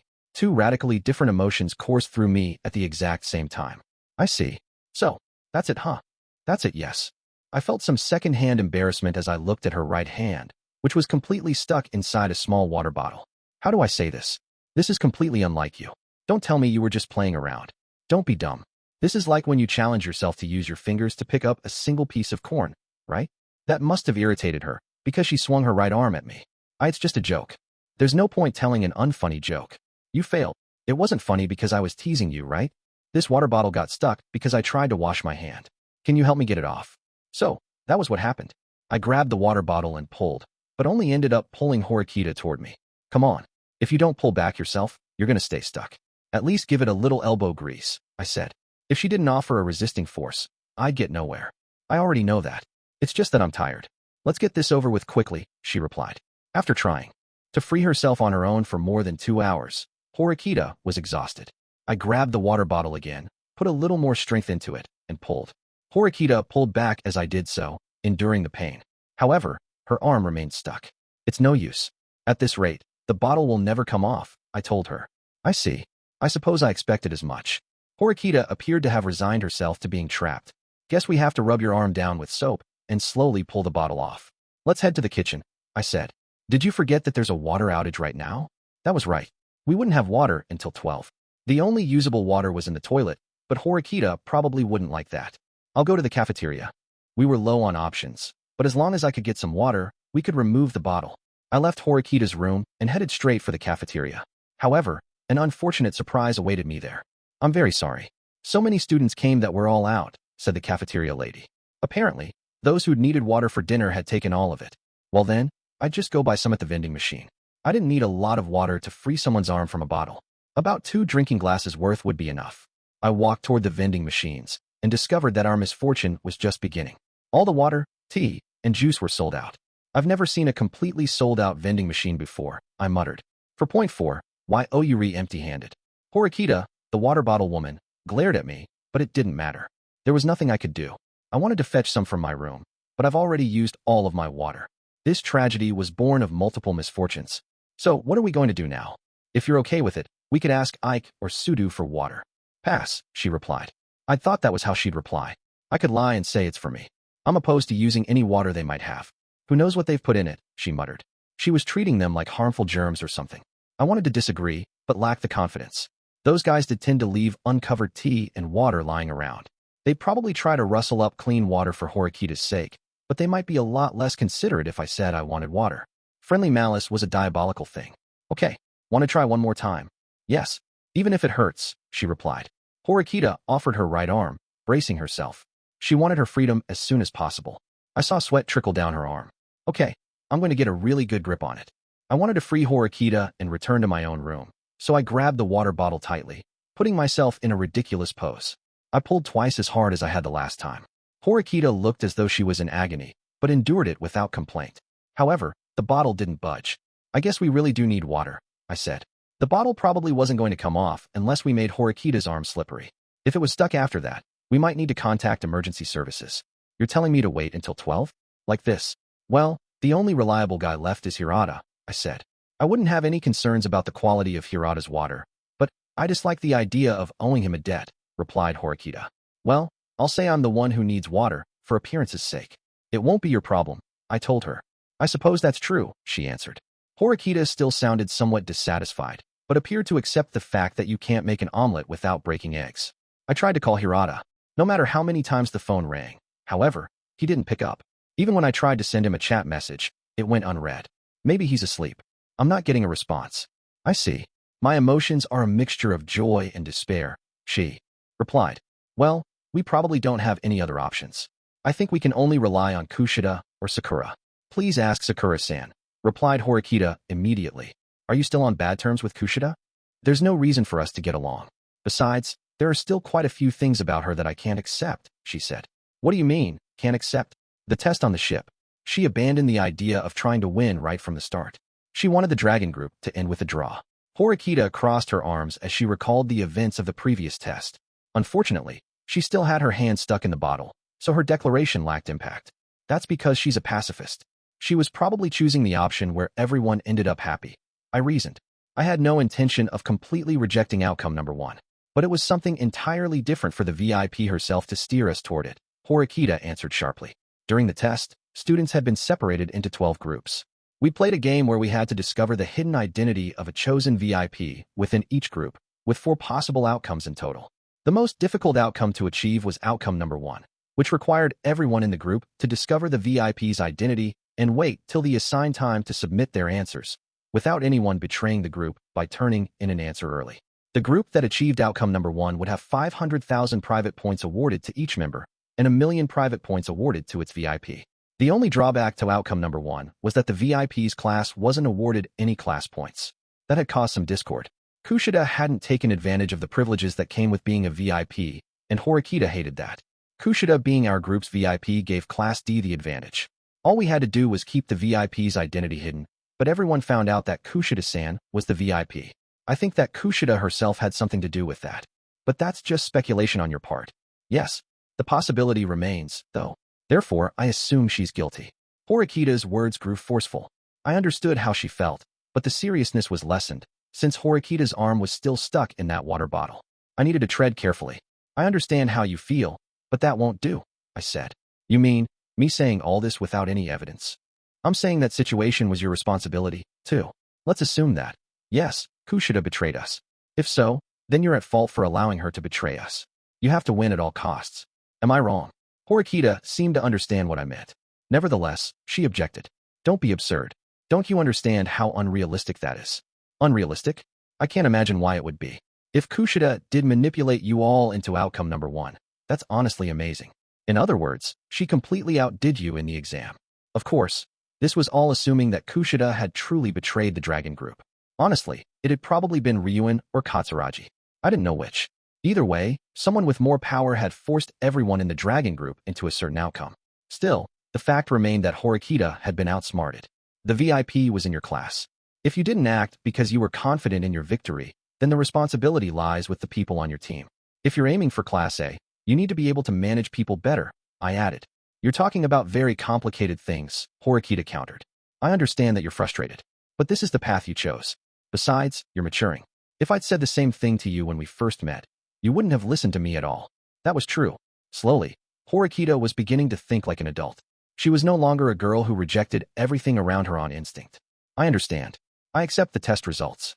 Perhaps I was too optimistic. But, right now, my main objective is getting my arm free, she huffed. I suppose I'll see if Sakura can help. Since it was getting late, I decided to reach out to Sakura using chat. Sakura, my room is out of drinking water. The vending machine is sold out, too. Would you mind sharing with me? I waited for a while after sending the message, but saw no indication that Sakura had read it. No good. I don't know if she's asleep or what. Honestly, today is just not my day, Horikita sighed. I take it you want the bottle off right now. If I planned to wait, I wouldn't have called you. Then you have to take a risk, too, I said. Risk? Horikita was instantly wary. We'll head to Kiyotaka Mall for water. There's no other way. So, that's our final option. Horikita put her hand to her forehead. Honestly, no matter what tragic pose she assumed, she still looked ridiculous. Most people are eating right now, so this is our chance. As a matter of fact, I hadn't bumped into any of our classmates this evening. I can't take the risk. Can't you ask one of your friends? She urged. Unfortunately, I can't. I think they made plans to go out for karaoke. They're not here. This is not my day, she sighed. Let's get this over with, then. Wait. I really can't go outside like this, said Horikita. In that case, do you want to hide your hand? I guess it's already hidden in a water bottle. I joked. That was completely unnecessary, she snapped, and raised her hand as if to strike. Okay, I get it. Please put your hand down. Do you have a cloth or something? Cloth. If a handkerchief counts, I have one. Horikita pulled a white handkerchief off the shelf. I placed it over the water bottle. This looks painfully suspicious. It's not large enough to cover everything. Don't you have anything bigger? I asked. Will a bath towel do? I placed the towel over her arm. Well, I guess this works. Honestly, I suspected the bath towel might make her stand out even more. If the towel's even a little lopsided, it'll fall off, said Horikita. Well, can't you hold it with your free hand? Horikita folded the bath towel and held it to her body, giving the impression that she was about to take a bath. Yeah, that looked way better. If someone were to see me, what kind of impression would they get? She asked. No one would normally walk around the dorms with a bath towel, nor take one outside. People would be suspicious. Depending on the situation, I suppose they might think you were going to use my bathtub, I suggested. That might have been a leap of logic, but that was the way I saw it. Rejected. Horikita took the towel off. I suppose that I didn't really want anyone to think that about us, either. How about putting your hand inside your bag? Rejected. Can't you think of anything better? She was peerless when it came to complaining. Why don't we just go there as we are? We'll avoid worrying about a towel or handkerchief falling down. I suppose so. All that was left for us was to act. I peeked into the hallway, taking a slightly hesitant Horikita with me. Okay, no sign of anyone. Let's go, I said. Wait a minute. I still haven't put my shoes on. Because Horikita could only use one hand, putting on her shoes took quite a bit of time. Finally, the two of us stepped out into the hallway. Wait, there's a faucet on the path to school, right? If we make it there, we'll be okay. If we walked at a normal pace, we'd arrive at the faucet in about 5 minutes. We'd be fine under the cover of darkness, as long as we got out of the dormitory. We reached the elevators, but it's no use, Ayanokouji-kun. We can't use them, Horikita said. What? There's a surveillance monitor in the first floor lobby, right? I don't know who can see us on that. A monitor on the first floor did display whatever. The elevator cameras captured. Horikita was concerned about being seen. Even if she managed to hide her arm, she couldn't avoid looking mysterious. Should we take the stairs? That would probably take quite a bit of time. Also, the fact that Horikita couldn't use one hand made it a little riskier. I'd rather take the stairs than let someone see me, she confessed. Horikita chose pride over safety. 2 emergency stairwells were each located in equal distance from the elevators. No matter which we took, we'd have to pass students' rooms again. There was no getting around that. I brought Horikita toward the stairwell. She stayed behind me, as if hiding herself from view. I was starting to agree with her words earlier. This is not my day, indeed. I heard a door open about 3 rooms behind us. This is bad. That's Mizono-san's room. Mizono from Class D, huh? There was no way for us to escape. However, Mizono didn't leave the room. Instead, her friend Kushida stepped out. Another piece of bad luck for Horikita. Thank you, Kushida-san. I'll return the favor next time. Oh no, it's okay. Don't worry about it. Good night, Mizono-san. I didn't see Mizono's face. As the door closed with a kachuk, Kushida headed toward the elevator without noticing me or Horikita. That was close, Horikita said. Yeah. If Kushida had looked back, she would have noticed us. I was sweating an uncomfortable amount. We were far too conspicuous like this. We headed to the emergency exit as quickly as possible, but I heard Mizono's door open once again. Kushida-san, you forgot something. Mizono shouted as she stepped outside. Kushida turned. Ah, Ayanokouji-kun. Horikita-san. Good evening. Why ya? Our exchange was brief. It seemed as though Kushida wanted to check on what she forgot. She headed back toward Mizono, and Mizono inevitably noticed us as well. Horikita froze. You forgot your phone. Ah, sorry. Thanks. You're a lifesaver. Let's get going, Ayanokouji-kun. There's no need for us to linger, said Horikita. She pushed the water bottle against my back, emphasizing that this was our chance. If Horikita were seen in this state, her pride would be utterly demolished. We reached the emergency exit, and I tried to open the door. It won't open. You're joking, right? There's no way an emergency exit door wouldn't open, is there? I'm serious. It won't open. Locking an emergency exit was normally prohibited, which meant, where are you going? Oh no. Kushida approached us. Oh, we were just thinking of taking the stairs. That was the best answer I could give. Oh, but the power's out in the east emergency stairwell right now. I'm pretty sure it isn't usable. It'd be really dangerous to go downstairs in pitch darkness. I think the west stairs are okay, though. So that's why it's locked. Huh, I said. Horikita said nothing, continuing to hide behind my back. Horikita seems to be acting differently than usual. Is something the matter? Asked Kushida. She kept moving toward us, overshooting her room. Horikita raised her voice. Nothing's wrong, she replied curtly. Her bluntness worked. Kushida stopped. I see. Well, if something's troubling you, please tell me. Okay. Mizono-san was in trouble earlier because she had no water. I have more than enough, said Kushida. Kushida had what we wanted most of all. If Horikita could only ask for her help, she'd get water quite easily. However, Horikita pushed the water bottle into my back like the muzzle of a gun. She didn't want Kushida's help. Well then, good night to you both, Kushida said sweetly. Yeah, night. 4.5 IT took us quite a while to get to the first floor from the 13th. We were worried that the lobby might be crowded, but fortunately, no one was around. We can go right now, I said. Okay. I made my way toward the exit, Horikita trailing closely behind me. Then, several male and female students emerged from the darkness, chatting as they walked. They didn't appear to be Class D students, but from Horikita's perspective, it didn't make any difference who they were. We couldn't get out of the dormitory in time. Horikita turned on her heel and started to head back, as if returning to her room. At this rate, they're going to see us, she said. The students drew nearer, their presence hard to ignore. Flustered, Horikita and I opened the door to the west emergency stairs. How unlucky could we be? I heard a voice directly above us. It sounded like a male student on the 3rd or 4th floor, heading downstairs. Students who lived on the lower levels often didn't use the elevators. No longer able to go upstairs, Horikita and I were forced to return to the lobby. We have no choice now but to use the elevator. Horikita said. Is that okay? You'll be seen on the monitors, I said. I'll have to use you as cover. Since we know the camera's position, we should be able to do that, replied Horikita. That suggestion was bizarre, but not impossible. I would rather have avoided it, but since we lacked an escape route, there was no other choice. We hurried to the left elevator and got on. I positioned myself directly in front of the camera, and Horikita stood behind me, making sure to hide her arm. She was like a ghost clinging to my back. I hoped observers wouldn't notice anything. At any rate, we needed to get away from the first floor. I pushed a button at random. Well, we're safe for now, but this is just the beginning, I muttered. Let's give up. I can't go outside like this. I'll just endure this bottle until the water comes back, said Horikita. That had to be a tough pill for her to swallow. But if it was what she wanted, we just needed to return to the 13th floor.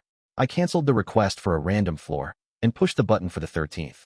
Hopefully our trials were over for tonight. Then, just as we relaxed, the elevator suddenly slowed. I was having terrible luck with elevators lately. At least it wasn't breaking down, and I hadn't pressed the wrong button. We had stopped on the 5th floor. That meant that someone had pressed the call button. No matter who got on, they'd see Horikita in this bizarre state. She might have gone undetected in a big crowd of people, but fate continued to be cruel, and the elevator doors opened to reveal a single male student. Unbelievable. Of all the people we could have encountered, Koenji Rokusuk, a Class D student, waltzed into the elevator with his usual haughty air. He went straight to the mirrored wall, not even giving us a passing glance. As he gazed at his reflection, he pulled out a comb he always carried and started to style his hair. Elevator boy. Top floor, he said. Horikita appeared stunned by Koenji's incredible display of narcissism.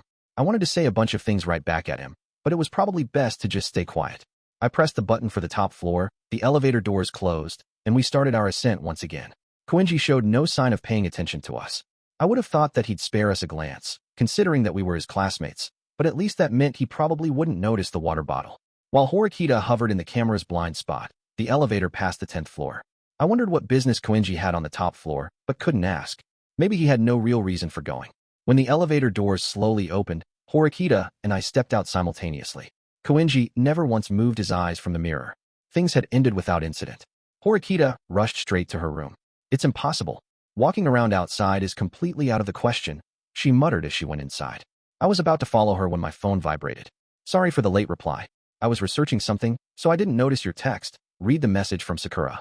Sakura-san? Asked Horikita. Yeah. I texted Sakura back. You wanted water, right? Of course that's okay. Would one bottle be enough? Said her message. That's plenty, thank you. Can I come get it now? Sure. I'll wait for you, Sakura replied. It was difficult to hold a conversation with Sakura in person, but when we texted, it went smoothly. Good news, Horikita. Apparently, Sakura has water. She just gave me the okay to borrow some, so I'll be going now. Thank you. However, please don't tell Sakura-san about me, Horikita replied. Well, since you won't be stuck like this anymore, how about we take a commemorative photo? I joked. Horikita seemed to be about to start swinging the water bottle at me, so I ran into the hall. What a terrifying woman. Considering her physical prowess, if she hit me on the head with that bottle, I'd probably die, I muttered. If a high school girl with her arm stuck in a water bottle killed me, my name would live on in infamy. For point 6T here, it's off, I said. After a long, arduous struggle, we'd finally succeeded in freeing Horikita from the water bottle. Honestly, this day was a complete disaster, she muttered. If my hand had been trapped in a water bottle, I would have felt the same. Ayanokouji-kun, please don't speak a word of this to anyone. Before you go issuing warnings, isn't there something else you'd like to say first? Thank you. It wasn't sincere, but at least it sounded like an approximation of gratitude. I have to say, getting trapped in a water bottle? That's just so unlike you. Horikita. Shut up, she snapped. I don't go looking for trouble. I decided that I'd outstayed my welcome, so I headed back to my own room. Really, though, was it even possible for someone's arm to get stuck in a water bottle? I took a bottle out of a box, rinsed it, and then inserted my hand as a test. It was an exact fit. The bottle felt surprisingly snug. Rocket punch. Just kidding. I gave in to silliness for a moment. When I tried to get my hand out of the water bottle, though, I think I'm trapped. Chapter 5. A day of girl troubles and disaster. A devil smiles like an angel. Why you're gonna do what I say today, Ayanokouji? Woken by the doorbell, I sighed when I saw my visitor. What are you yammering about this early? You sure are energetic, Yamauchi. Sorry for the bother, he shouted. Thankfully, Ike and Sudou weren't with him. But what in the world did he want with me? What? Were you sleeping or something? Dude, you're acting pretty chill, even though summer vacation is over in a couple days, Yamauchi said. Anyway, I decided that today's gonna be special. Let me in. I was being chill precisely because we only had a couple days of vacation left. Still sleepy. I didn't exactly follow Yamauchi's train of thought, but I let him in anyway. I prepared a cup of barley tea for him and set it down. So, am I involved in this special day of yours? I asked. I'm not gonna let you weasel out of this, Ayanokouji. Remember when I wanted to know Sakura's phone number? He pressed. Yamauchi's determination was obvious. His eyes were slightly bloodshot. I see. I couldn't just turn him down. The whole situation was kind of my fault, after all. Some time ago, I'd gotten Yamauchi to make a fool of himself by promising him Sakura's number. That had damaged his perceived market value, especially in Horikita's eyes. I definitely owed him one. Still, since I'd made that bargain without Sakura's consent, I wasn't about to give Yamauchi her number. I didn't need to repay my debt to him, though. Well, if you've come to ask about Sakura's number, I think that might be kind of difficult. Oh no, that's not it. I've given up on that. Yamauchi produced a letter. I've written down all my feelings for Sakura on this paper. Written down. Wait, this is a love letter. Right? I've written about just how much I love Sakura. Here, read it. Yamauchi showed me the note in the unsealed envelope. Dearest Sakura Arisama, you've been on my mind for a long time now. Please go out with me. It's really simple and overly formal at the beginning, I said. Yamauchi looked pained. Even if I write something long, that doesn't mean it'll be good, right? That was probably true. Still, this was too little to go on. I could honestly picture the letter's recipient, especially Sakura, being uncomfortable. Wait, why is it printed instead of handwritten? I asked. I'm not really proud of this, but my handwriting sucks. I printed the letter to make it easier to read. I was kind of worried she might not be able to understand it, you know? Yamauchi scratched his nose with his index finger, looking a bit proud. I didn't think that pride was merited. Besides, even resumes are printed nowadays, right? He added. If you really want to convey your feelings, handwritten is better. Also, Why'd you use such a scary-looking font? It was the kind of font you'd choose for something like a strange demon appears. It looked as though it was made for casting curses. It's got impact, right? The letter's got this whole I've been thinking of you for a long time vibe. For the sake of argument, I'll let that go. The problem's the last part. I replied, pointing out what he'd written to add to his appeal. If you go out with me, I'll give you all my points every month as tribute. That's no good. What do you mean? Don't they say that cute girls like men who can support them? If going out with Sakura means I gotta hand over all my points, I'll do it. That's how I'll communicate my passion. I couldn't deny that girls loved financial stability, but it kind of seemed as though Yamauchi was offering to pay Sakura to date him. It's fine, dude. Even if she was only after the money, it'd be all right. I want to date her. Is that bad? When I affirmed that it was indeed bad, Yamauchi began to grasp just what I was getting at. Are you seriously planning on confessing your love to her? I asked. Yeah, starting with the second semester. I'm aiming for my dream school life. I've already asked Kiki-chan to help. I got her to call Sakura. This was all perfectly normal to Yamauchi, and I found I couldn't bring myself to rebuke him. I should probably have stopped him, for Sakura's sake, but at least his methods were direct and honest. I considered offering him a helping hand.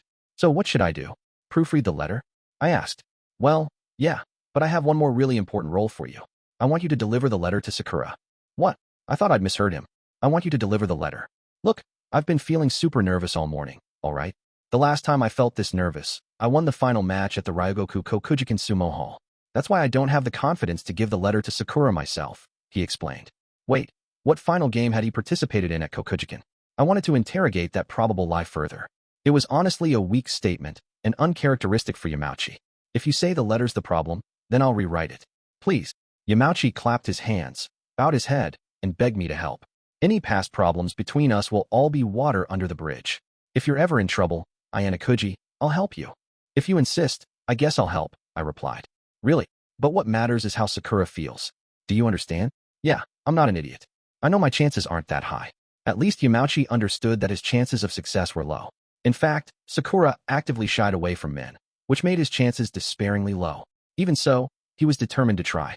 I understand. I'll deliver your letter. Okay, Ayanokouji, you're a lifesaver. Yamauchi grabbed my hand and lowered his head in reverence, as if worshipping a god. First, I need to review the letter carefully. Considering that it was for Sakura, it needed to be gentler if it was going to work. Honestly, this was still rather premature. Confessing his love, when he and Sakura hadn't even exchanged contact information, was just risky. If Yamauchi wanted to increase his chances of success, he needed to actually talk to her. Then again, maybe Yamauchi had a point. Romance happened spontaneously. People often went from 0 to 60 very quickly. Like Yamauchi, I had zero romantic experience, but I thought that I should at least do something to help. That reminds me. I want to add one more thing to the letter. I want to hear Sakura's response to my confession behind the school building, added Yamauchi. Behind the school building? After gym number 2. Yeah. It's like, there's this rumor, you know? If you confess your feelings there, it's sure to go well. Sounded similar to the legendary under the tree confession. Urban legends seem to spring up everywhere. So, that's the stage you've chosen for this whole production? I mean, it's not just a rumor. They say, if a student confesses their love, it's gotta be behind the school. That's like the golden rule. I couldn't see any connection between telling someone how you felt and the back of the school building. However, I understood his thinking. 5.1 IT took just under half an hour for me to contact Sakura. How would she react to Kushida's invitation, I wondered. She probably wouldn't take this with equanimity. I, on the other hand, was on standby at the agreed-upon spot, waiting for Sakura to arrive. My phone vibrated in my pocket. I answered it. Hello. How's it going? Can you see Sakura yet? Yamauchi asked. Nope. I mean, she's probably not going to show up until about 10 minutes beforehand, right? I see. Damn, I'm so nervous. Yamauchi waved from where he stood, some distance away. Even though he didn't want to be seen, he'd probably gotten curious and come closer to have a look. Hey, Yamauchi. Should I really hand the letter over for you? I think it would be better if you gave Sakura this yourself. That's impossible, dude. Whenever I'm really nervous, my hands start to shake. I've carried that trauma ever since I was a little kid. Most people probably shook under extreme stress, though. I understand that you don't want to mess up, but think about it. Does an indirect love letter really have any value? You know when a cute girl asks you to meet her after school, but when you go, a completely different girl from the one you expected shows up, and it's this plain Jane confessing to you instead? This plan is sort of the reverse. I asked Kushida not to tell Sakura that I'm the one asking her to meet. In other words, when Sakura realizes you're waiting for her, she'll be disappointed. But once she learns that it's really me confessing, my chances will be a lot better when she compares us, you know? So, when you hand over the letter, Don't mention me at all. It's better for Sakura to think you're the one confessing, he said. Yamauchi didn't seem to care that he was completely trash-talking me. I had no room to criticize his goals, but he really needed to consider Sakura's feelings. Look, I just think getting a confession of love from someone you can't see is scary, I replied. I wanted to get him to change his mind. With a confession of love, you had one shot. I figured that even Yamauchi shouldn't do it in a way that might leave him with regrets. There's still time. I think you should reconsider. That's why you wrote this letter, right? Yeah, I suppose, but, should I confess to Sakura in person? Finally, the proper conclusion seemed to form inside Yamauchi's head. Ayanokouji-kun. Just then, I heard the faint sound of footsteps, and a voice called out to me. It's Sakura. I'm leaving the rest to you, whispered Yamauchi. Panicked, he hung up. Well, there probably wasn't much else I could do at this point. All that was left was to hand over Yamauchi's letter. This is a coincidence, right? Sakura asked. Kushida called you here, right?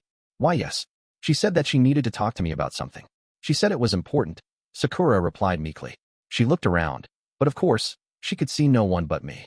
To tell you the truth, I asked Kushida for a favor. She called you out here for me. I said. Strictly speaking, that wasn't true, but I couldn't help it if Sakura got confused. You, Ayanokouji-kun? I see. That's a relief. I don't normally talk to Kushida-san, so I was worried I did something to make her angry. Sakura put her hand to her chest and sighed in relief. She no longer seemed anxious. I decided to be direct. Even so, you're pretty early. It's still about half an hour before we were supposed to meet, I said. I was feeling anxious, so I came early. Sakura still looked flustered. But it was you. After all, Ayanokouji-kun. I'm really relieved. When she patted her chest, her expression became calmer. But why get Kushida's help, Ayanokouji-kun? If you want something, you could just ask me directly.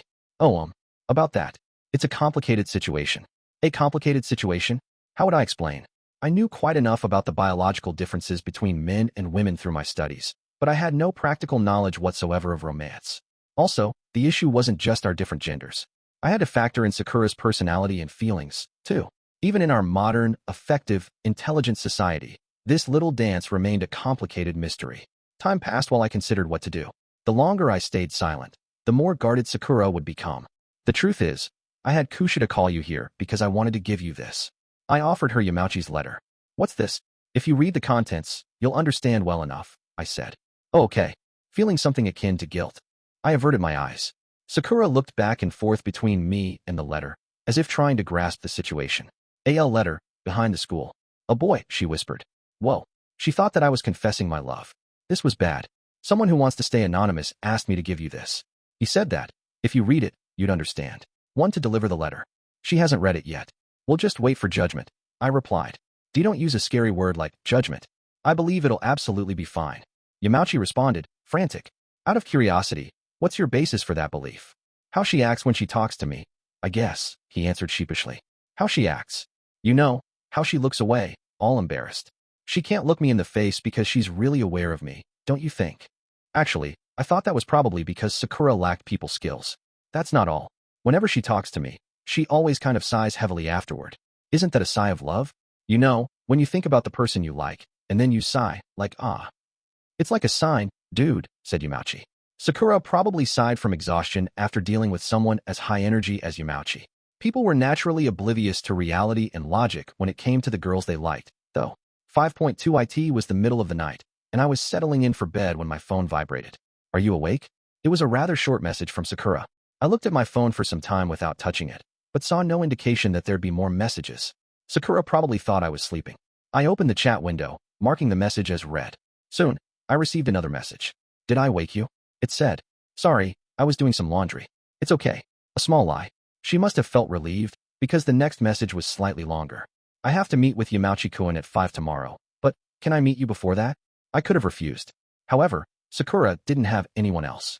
Where are you meeting him? The same place as yesterday, behind the school building. I already knew that, but I'd wanted to confirm. Not wanting to inconvenience her, I promised Sakura that I would meet her at the same location behind the school. Then it was time to sleep. I turned my phone screen off and set it down. It vibrated again, though. I'm sorry for bothering you over and over. Is it okay if I call you? Her anxiety radiated from her message. It would probably be better if I didn't leave her hanging.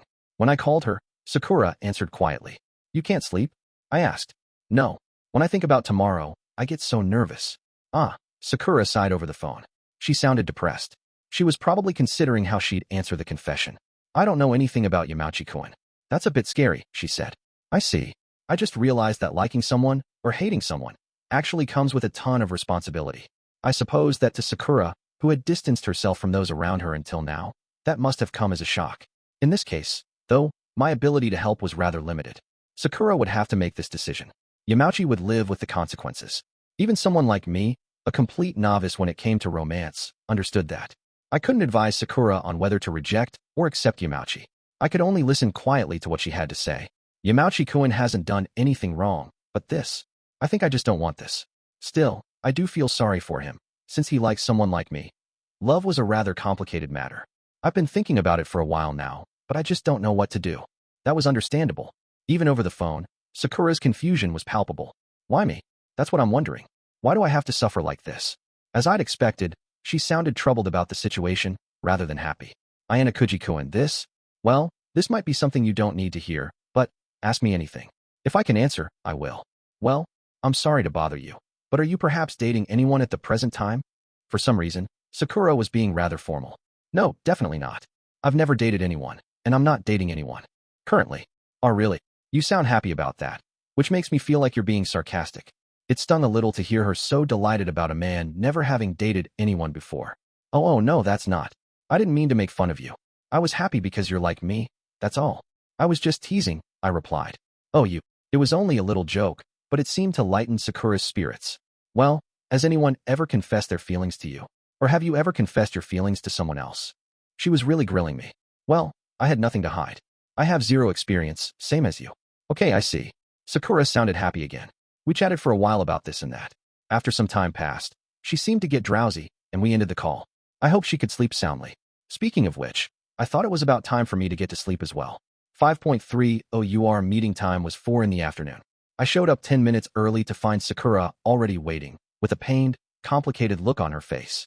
She was probably juggling several preoccupations, since her expression kept shifting. She looked crestfallen, then nervous, then worried. I wondered what she was thinking about. Did I keep you waiting? I asked. Oh. Sakura approached me hesitantly. I hoped I could ease her burdens a bit. Thank you for coming here, Ayanokouji-kun. Nah, it's nothing. So, what's the matter? Well, it's about the letter you gave me yesterday. Did something happen? Maybe Sakura was still hesitant to talk about it. She didn't seem able to get the words out. I was about to tell her not to hold back when I saw several people walking our way down the path. They must have been doing club activities, since they wore jerseys. Sorry, how about we walk around a little? I asked Sakura. Huh? Oh, okay, she replied. It wasn't a good idea to let someone see us right then. We headed toward the tree-lined spot at the back of the school building. This was a hidden spot where most people didn't come, but it looked well kept. It'd be a huge pain in the butt if Yamauchi happened to come early and spot us there. So I knew we should wrap things up quickly. Sakura tilted her head, extended her right arm, and looked toward the sky. A single water droplet landed on my cheek. If it didn't come from a sprinkler, then, it's raining, said Sakura.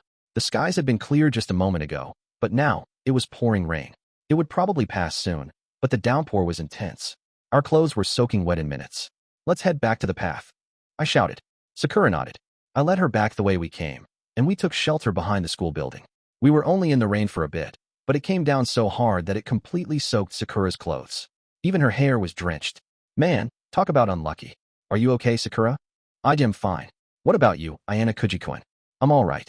I let out a little sigh while I watched the rain, which grew even more intense. What bad timing. Here, you can use this. Sakura meekly handed me a handkerchief. It was the same one I'd borrowed back on the island. I'm fine. Use that yourself. You'll catch a cold, I replied. I couldn't dry myself off when a girl was absolutely soaked. Even so, Sakura stood on her tiptoes and wiped the excess water from my hair. Her scent, carried by the rain, tickled my nose. I'm surprisingly tough, you know, she said. She mopped the water from my face, then my cheeks and neck. I looked over at Sakura, who stood beside me in silence. I felt as though I could understand what Yamauchi was after now. Sudden rain. The two of us panicked, sheltering under the roof. It would have been even more magical if Sakura and I had been in our school uniforms, rather than casual clothes, since it was the middle of summer vacation. There'd be nothing to hide from each other. We'd talk until we ran out of things to say. Then, our eyes would meet. We'd each hear the other person breathing deeply. It was the kind of scenario boys dreamed about. For some reason, I could picture it very clearly. Maybe what Yamauchi desired was something like this. I wonder if it'll pass. I looked up the weather on my phone just now. Sounds like this is just a passing shower. It should stop soon, I told her. I see. Sorry, I let you get soaked. Even though you had something important to do after this, I said. Oh no, it's fine. It's really not important, Sakura replied. In other words, that meant, I wonder what I should do, she continued. Just answer based on how you feel. You can accept Yamauchi, or reject him, or you can start by being friends, I said. What she wanted was up to her, not me. Of course, you can always hold off on answering, too. And if it's too embarrassing, I can tell Yamauchi for you. Yamauchi wouldn't want that, but if Sakura asked, I'd do it. No, I'll do it myself. I think I probably have to, she replied. I see. I suppose you should, for Yamauchi's sake. Yes, I know. I'm going to turn him down. I see. I'd already guessed as much. It was important that she tell him herself, though. It's just, well, I don't think I'm qualified to reject someone. I think it might be presumptuous of me, but, Sakura appeared overwhelmed by guilt, for some reason. You have nothing to apologize for. When you get down to it, this crush is one-sided. There's nothing strange about turning someone down if you don't feel the same way. In this situation, there's no such thing as being unqualified. I spoke with some force, not wanting her to misunderstand. The rain was still coming down hard. I thought it should stop soon, but there was no telling when Yamauchi would show up. It's best if I head back now, I think, I said. And no, if you're not here, Ayanokouji-kun, I won't be able to say anything. So please, Sakura grabbed my sleeve tight. Please don't leave me alone, she pleaded. If that's your preference, I replied. Sakura had helped me many times before, after all. I decided I should return the favor. About 15 minutes later, Yamauchi arrived, his expression much stiffer than I had ever seen. Why are you here, Ayanokouji? He asked. Sorry. Sakura said she didn't have the courage to talk to you alone, so she asked me to stay. Don't mind me. I'm sure Yamauchi didn't feel comfortable having me there. However, he had no choice except to deal with it. He looked suspicious, but then focused his attention on Sakura. Sorry to have kept you waiting. So, did you read my letter? Yes. Please, let me ask you one thing. Sure, anything. Sakura grabbed her skirt and spoke as though she was squeezing her voice out of her throat. Why do you like me? Plenty of people are cuter than me. I like you, Sakura. Yamauchi shouted. Sakura flinched in response. Sorry. I didn't mean to shout. So what's your answer? Listening in, I could see a number of potential ways to handle the situation. But Yamauchi was so incredibly nervous, his heart about to leap out of his chest, that he probably couldn't think of any of them, let alone pick the best option. I'm sorry, sputtered Sakura, bowing deeply, her eyes slightly red. An awkward answer for an awkward confession. Yamauchi's last spark of hope crumbled to dust and blew away. It's just, I can't, return your feelings, Sakura added. It must have taken her a lot of courage to unleash those words. I was witnessing a form of romance for the very first time, albeit from uncomfortably close up. Yamauchi probably didn't want to be rejected in front of a third party, either. I see, Yamauchi replied. It sounded as though he was desperately trying to digest what had happened. His voice shook, just like Sakura's. I couldn't bring myself to laugh at him. Thank you, Sakura, for coming all the way here. To tell me in person, he added. Goodbye. Sakura, no longer able to bear the situation, bowed and ran away. Sighed Yamauchi. He extended his arm weakly, as if to try to catch Sakura as she left. I couldn't do anything but stand there quietly, watching the first romance I ever saw in person break down. Yamauchi endured the frustration in silence for a few minutes, but eventually, he lifted his head and looked at me. Maybe he was about to shout at me, shower me with abuse, just because I was there and in his way, take his anger out on me, instead. And man, talk about embarrassing. Getting rejected by a girl in front of your buddy. I feel like my face is on fire. Yamauchi sighed, not blaming me at all. I still saw the shock of rejection on his face, but that wasn't all. Phew. It's like, how do I even put it? I almost feel relieved, you know? Yamauchi sounded nearly cheerful now. Like, I was a real idiot. I was just causing Sakura trouble. She tried so carefully not to hurt me, a guy she didn't like. I feel incredibly guilty. I mean, I'm free to like her and all, but I've learned that conveying your feelings to someone comes with responsibility. I realized that Yamauchi's clothes were wet. Clearly, he'd been standing outside well before he and Sakura had arranged to meet. Perhaps he'd been contemplating the confession nervously. You're not as upset as I thought you'd be, I said. Well, it's a shock, but it's not all that bad. Sakura's cute, and I wanted her to be my girlfriend. But I was just looking at her face and her body, you know? That's a cheap thing to do. I think, I didn't really love her. If I really liked her, I would have felt worse when she rejected me. I didn't dare say anything. I just listened quietly. That's why I'm moving on. I'll find a girl that I really like. Apparently, Yamauchi had matured a bit after Sakura rejected him. In record time, too. I'm grateful to you, Ayanokouji. Sorry for involving you in something so weird. It's okay, because we're friends, I replied. Here, I'll lend you this. You said you wanted to borrow a phone, right? Didn't you say it depended on your confession being successful? I'm making an exception, but you better return it right away, he added. With that, Yamauchi ran off after Sakura. That was when I noticed rays of sunlight shining down through the spaces between the rain clouds. Chapter 6. A gathering between classes. It's so hot today. How many times had I said that this summer? Still, it really was hot, no way around it. Even if saying so out loud made you feel hotter, you couldn't stop yourself. Just thinking the words didn't help. Cicadas were probably the only creatures who preferred this sweltering heat. He'd aside, I'd gotten caught up in yet another unusual incident. If the other guys knew about this situation, they probably wouldn't be happy with me at all. It was a very nasty problem. Well, let's start from the beginning. A tree-lined path a short distance from the dormitory led to the school. If you went off that path, you'd find a rest area. That's where I was. It was a popular spot to sit down and chat. There were several benches and vending machines. The view was great, and many students frequented it in the early spring. The heat made this a rare off-season period for the rest area. It was completely deserted, which turned it into a perfect spot for a clandestine meeting. Sorry to have kept you waiting. As I sat on the bench, Kouhei walked toward me. She shaded her eyes from the blinding sunlight with a hand and looked at the sky. So hot, she muttered. Apparently, we were of one mind on the subject. Kouhei's long ponytail bobbed as she sat down next to me. She wore an unusually casual outfit, jeans, and a simple shirt. Even so, the outfit looked coordinated and stylish. I suppose girls had to prioritize fashion no matter how hot it was, which had to be tough. I know you're busy right now. Sorry for dragging you out like this, I said. Are you being sarcastic? I played around too much this summer. I don't have any points to spend, so I've just been hanging out in my room. Do you have plans tomorrow? I asked.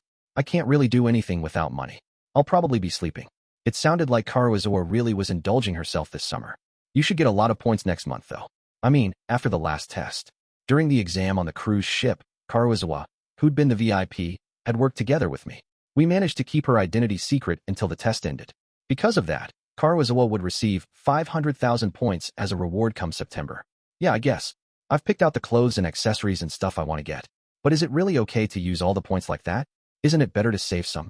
You can hold yourself back? I asked, teasing her a little. She puffed out her cheeks and glared at me. Well, it's not that simple. When I have points, they seem to last less than a week, she muttered. Kouhei mimed counting all the things she wanted on her fingers. She was out of fingers in no time. Just how many things did she plan to get anyway? But, even I know how important private points are. The school system's really weird, right? You get, this ridiculously huge amount of points during special exams and stuff. Everyone else is wondering about that, too, she observed. The regular student body was finally starting to suspect that something was up, apparently. I suppose that was natural. If you suddenly received a large sum of money, you'd question the school's motives. You'd consider the possibility that private points weren't just meant for use on one's private desires. That's true. Some students might get as many as 1 million or 2 million points, I said. Yeah. Is it really okay to give high schoolers that much money? It's definitely not normal. The points were sort of necessary for us to survive at school, which was probably why Kouhei was unsure how best to use them.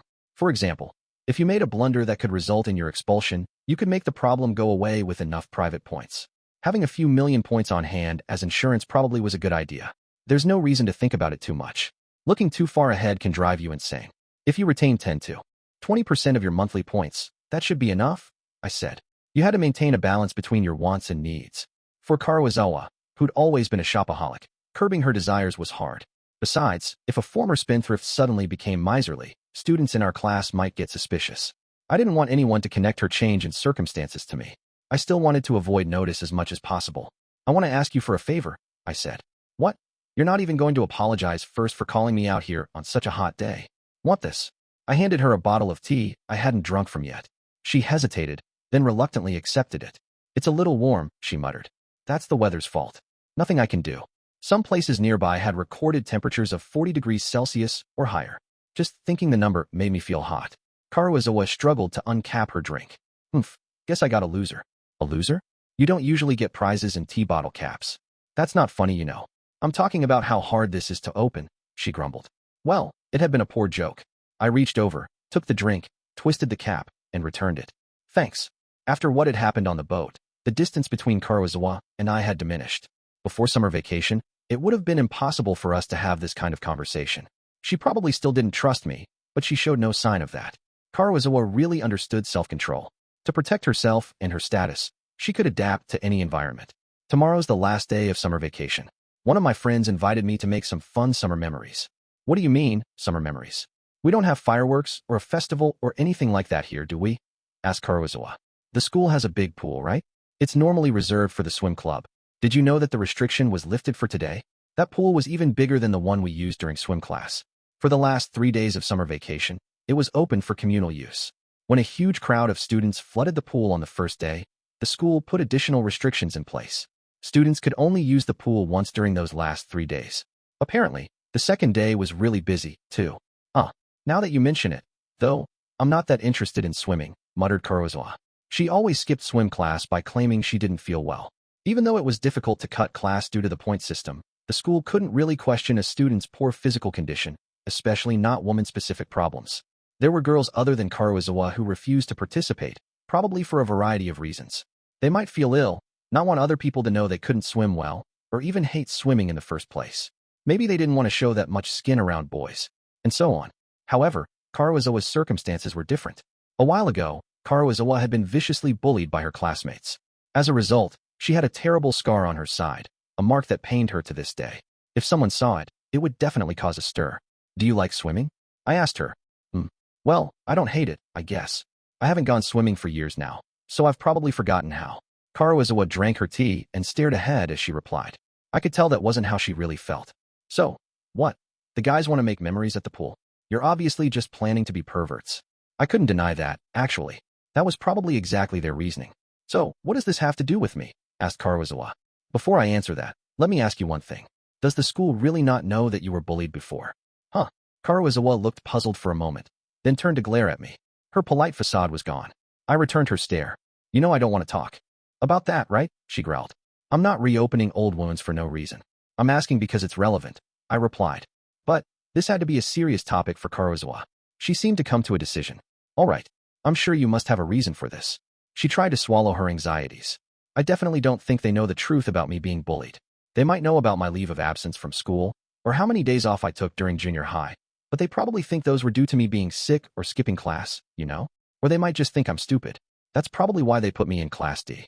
Karuizawa sounded self-deprecating, but she was likely right. The school must have had a poor impression of her bad attendance record and low grades.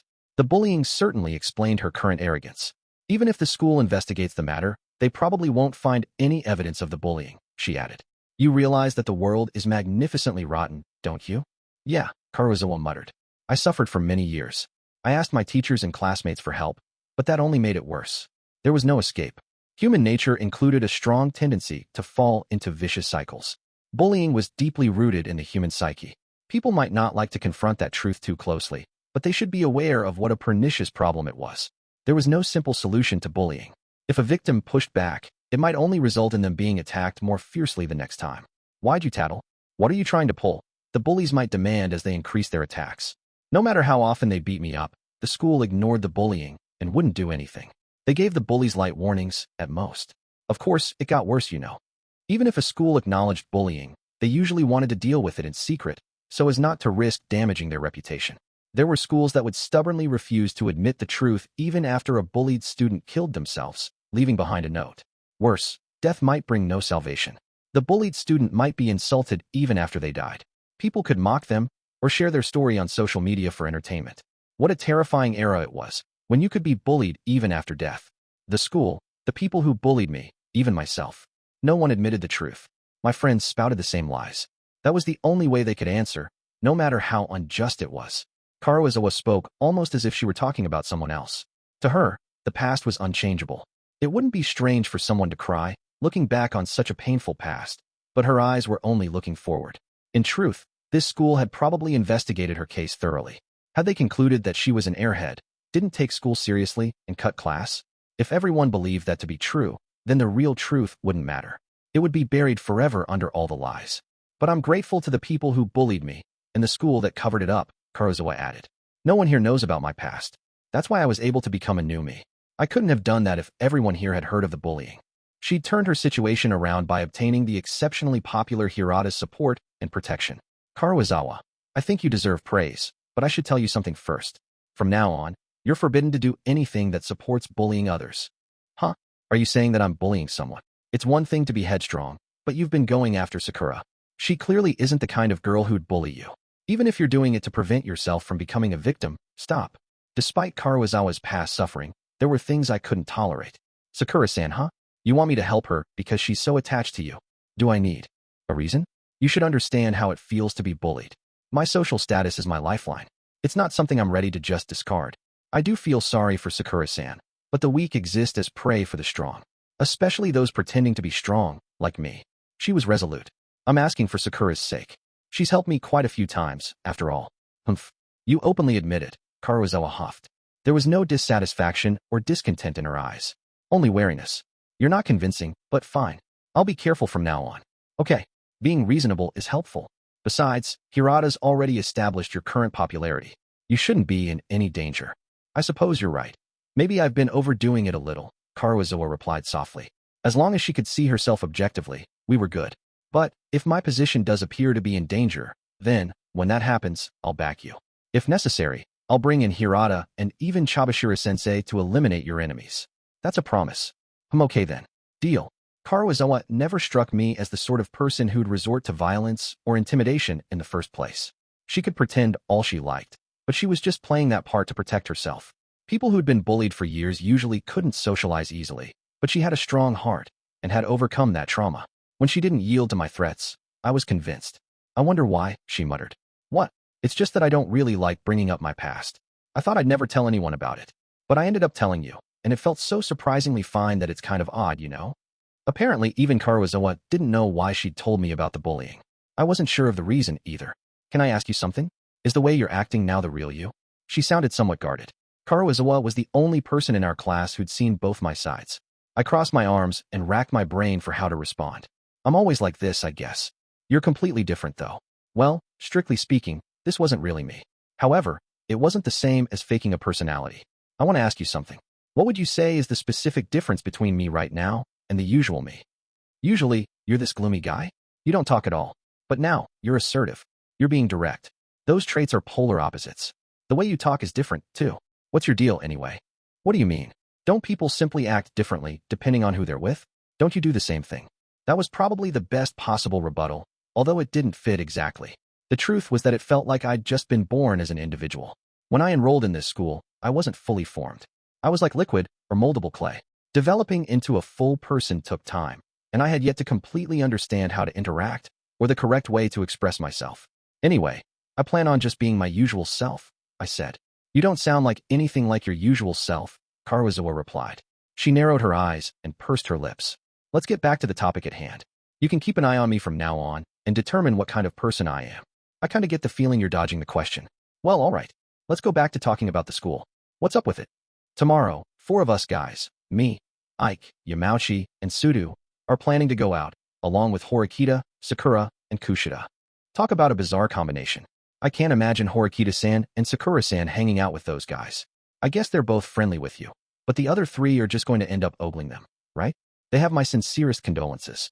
True, the girls would normally never come out with us if we invited them to. I understood why Karuizawa felt the way she did. I want you to join us, I said. Huh? Are you serious? Karuizawa shouted. She had no connection to the group. If anything, there was tension between her and them. You can put on your swimsuit at the dorm, wear your clothes over it, and come along. It'll probably be unpleasant, but if you return to the dorm dressed the same way, everything should be fine, I said. No, that's not the problem. I really don't want to do this. I sympathize, but you basically can't refuse, can you? Wow, you're the worst. My decision's final. You'll do as instructed. I pushed a handwritten note toward her, adding, I've shown you some consideration. What the hell? You're using up my whole day, aren't you? And it's the last day of summer, too. You said you planned to spend the day sleeping, right? I countered. I want you to join us at the pool, but I'm not telling you to participate. Karuizawa read my note closely. Wait, what's the difference between join and participate? She asked. I explained in detail why I called her. Karuizawa heard me out, then cradled her head in her hands. What's the matter? I asked her. Got a headache? Of course my head hurts. It hurts because you. No, forget it. It's meaningless. Can't you just ask Horikita-san? Aren't you close? I can't rely on her. She doesn't know how I operate from the shadows. Huh? What? Karuizawa sounded incredulous. Her disbelief was to be expected, but reassuring her would be tricky. The correct plan of action would be to evade her question and mislead her, but instead, I decided to take things a step further. This entire time, even back when I contacted you on the ship, I've acted entirely on my own. I haven't spoken with Horikita about this, because I still can't trust her. That was all true. I spoke no lies. What? You don't trust her, even after all the time you've spent together? That's weird. She makes an excellent cover for me, like a magic cloak of invisibility. She's conspicuous, I replied. So, you're just using her then? Not exactly, but in this particular situation, I'd say that's about it. I don't get what you're saying. Seriously, can you knock off the vagueness? Karuizawa flashed me a smile though. Still, your schemes have been successful so far, huh? I really thought that Horikita-san was the mastermind. Seriously, who are you? To her, my existence was shrouded in mystery. I didn't respond. Well, whatever. I guess being more trustworthy than Horikita-san is a good thing, she added. That was right. Karuizawa was infinitely superior to Horikita in some ways, although I couldn't explain that to her. So, I just need to carry out your orders? She asked. Yes. Now that that's settled, would you come with me for a little while? We need to take care of something in advance. Well, I don't exactly have the right to refuse. Karuizawa stood and brushed dirt from her skirt, demonstrating just how quickly she wanted to end this. As for me, I didn't want to waste any precious time, either. Together, we made our way toward the pool. 6.1 Tihi night before I met with Karuizawa. I'd been enjoying the last fleeting moments of summer vacation in my dorm room when Ike, seemingly the three idiots representative, posted in the group chat. Is it really okay for summer to end like this? Our youth slipping away. It was simultaneously profound and moronic. Ike continued messaging before anyone had a chance to reply. Is it really okay to let the precious summer vacation after our first year of high school end without experiencing anything amazing? He repeated, although this time, his phrasing was different. No, it's not okay, replied Yamauchi, agreeing with Ike's sentiment. Considering that an unrequited love had broken Yamauchi's heart, he probably yearned for a fresh start. Yeah, I want to make the most of my youth too, added Sudou. In that case, we should rise up. Youth won't come to those who wait. Now is the time of men who take the initiative, responded Ike. Chasing youthful pleasures was all well and good, but how exactly were they going to go about it? Do you have any good ideas? Asked Yamauchi. Ike was probably waiting for someone to ask that, because he posted a long message immediately afterward. I thought of one. Right now, the pool's open to everyone, yeah? We'll invite those fine, gorgeous ladies to go swimming. I've got Kiki-chan, right? Haruki, you go with Sakura. And Ken, you're with Horikita? Ike rattled off girls' names, managing to casually reopen Yamauchi's wounds. If Suzune is going, then I'm in. Do you think she'll go? Asked Sudou. Leave that to Ayanokouji-sensei, right? I wanted to respond with as if, but I couldn't just come out and say it. I mean, you're going to help, right? You're my friend, right? Sudou's message, casual as it was over chat, certainly sounded like a threat. I noticed that he only used the word friend when he needed something. I'll see what I can do. Don't expect too much, I replied. After that, I temporarily suspended the chat and tried giving Horikita a call.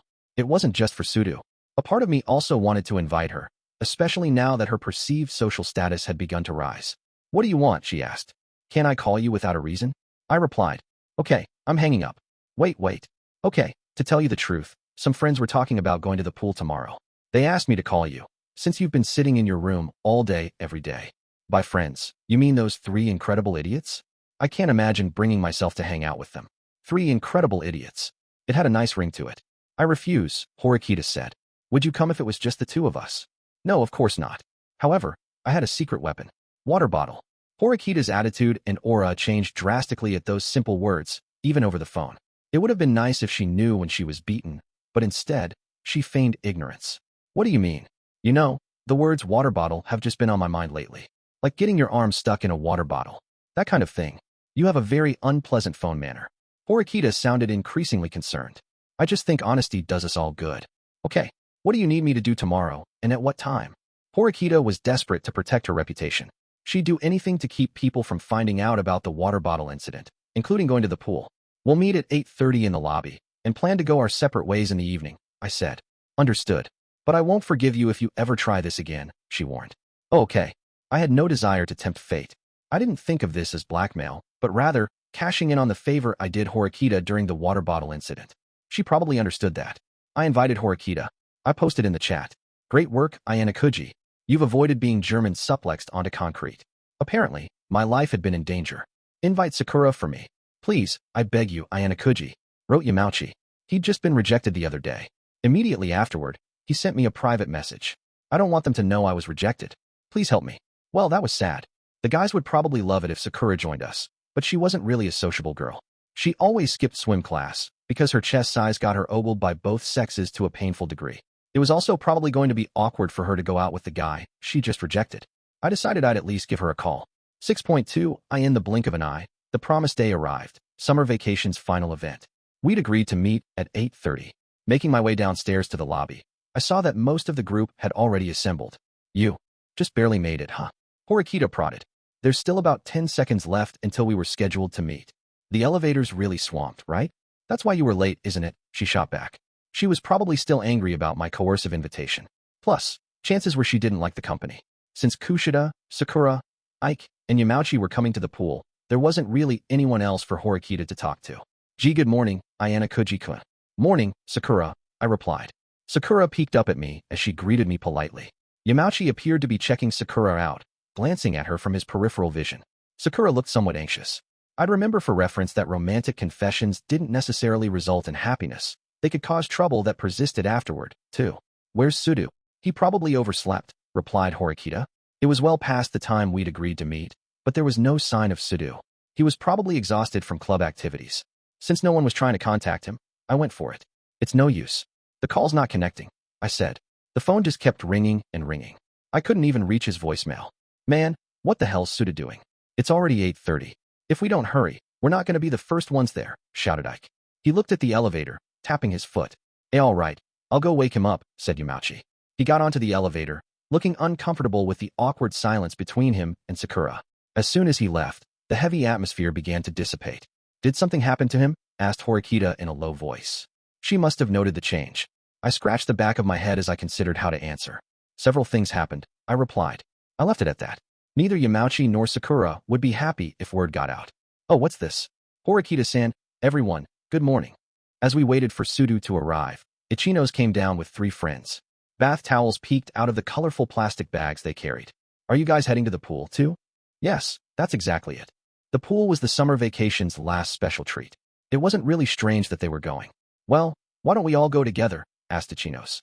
Of course, the more the merrier, shouted Ike, jumping so high off the sofa that he looked like he was about to take off into orbit. Horikita didn't utter a single word. Well, it's just, I'm sorry, but someone in our group overslept. We're waiting for him to come down. Another of our friends went to get him, explained Ike. Gotcha, replied Ichinos cheerfully. 6.3s Udu opened his mouth as wide as a crocodile's, yawning and tousling his mussed hair. Sorry I overslept. Got way too exhausted from all my club stuff, he said, apologizing to Horikita, who responded as if he was merely an annoyance. Don't give me that, she said. No sign that he'd made any progress at melting her heart. Ichinos and her friends, who'd been waiting for Sudou so we could all go to the pool together, were talking with Kushida at the center of the group.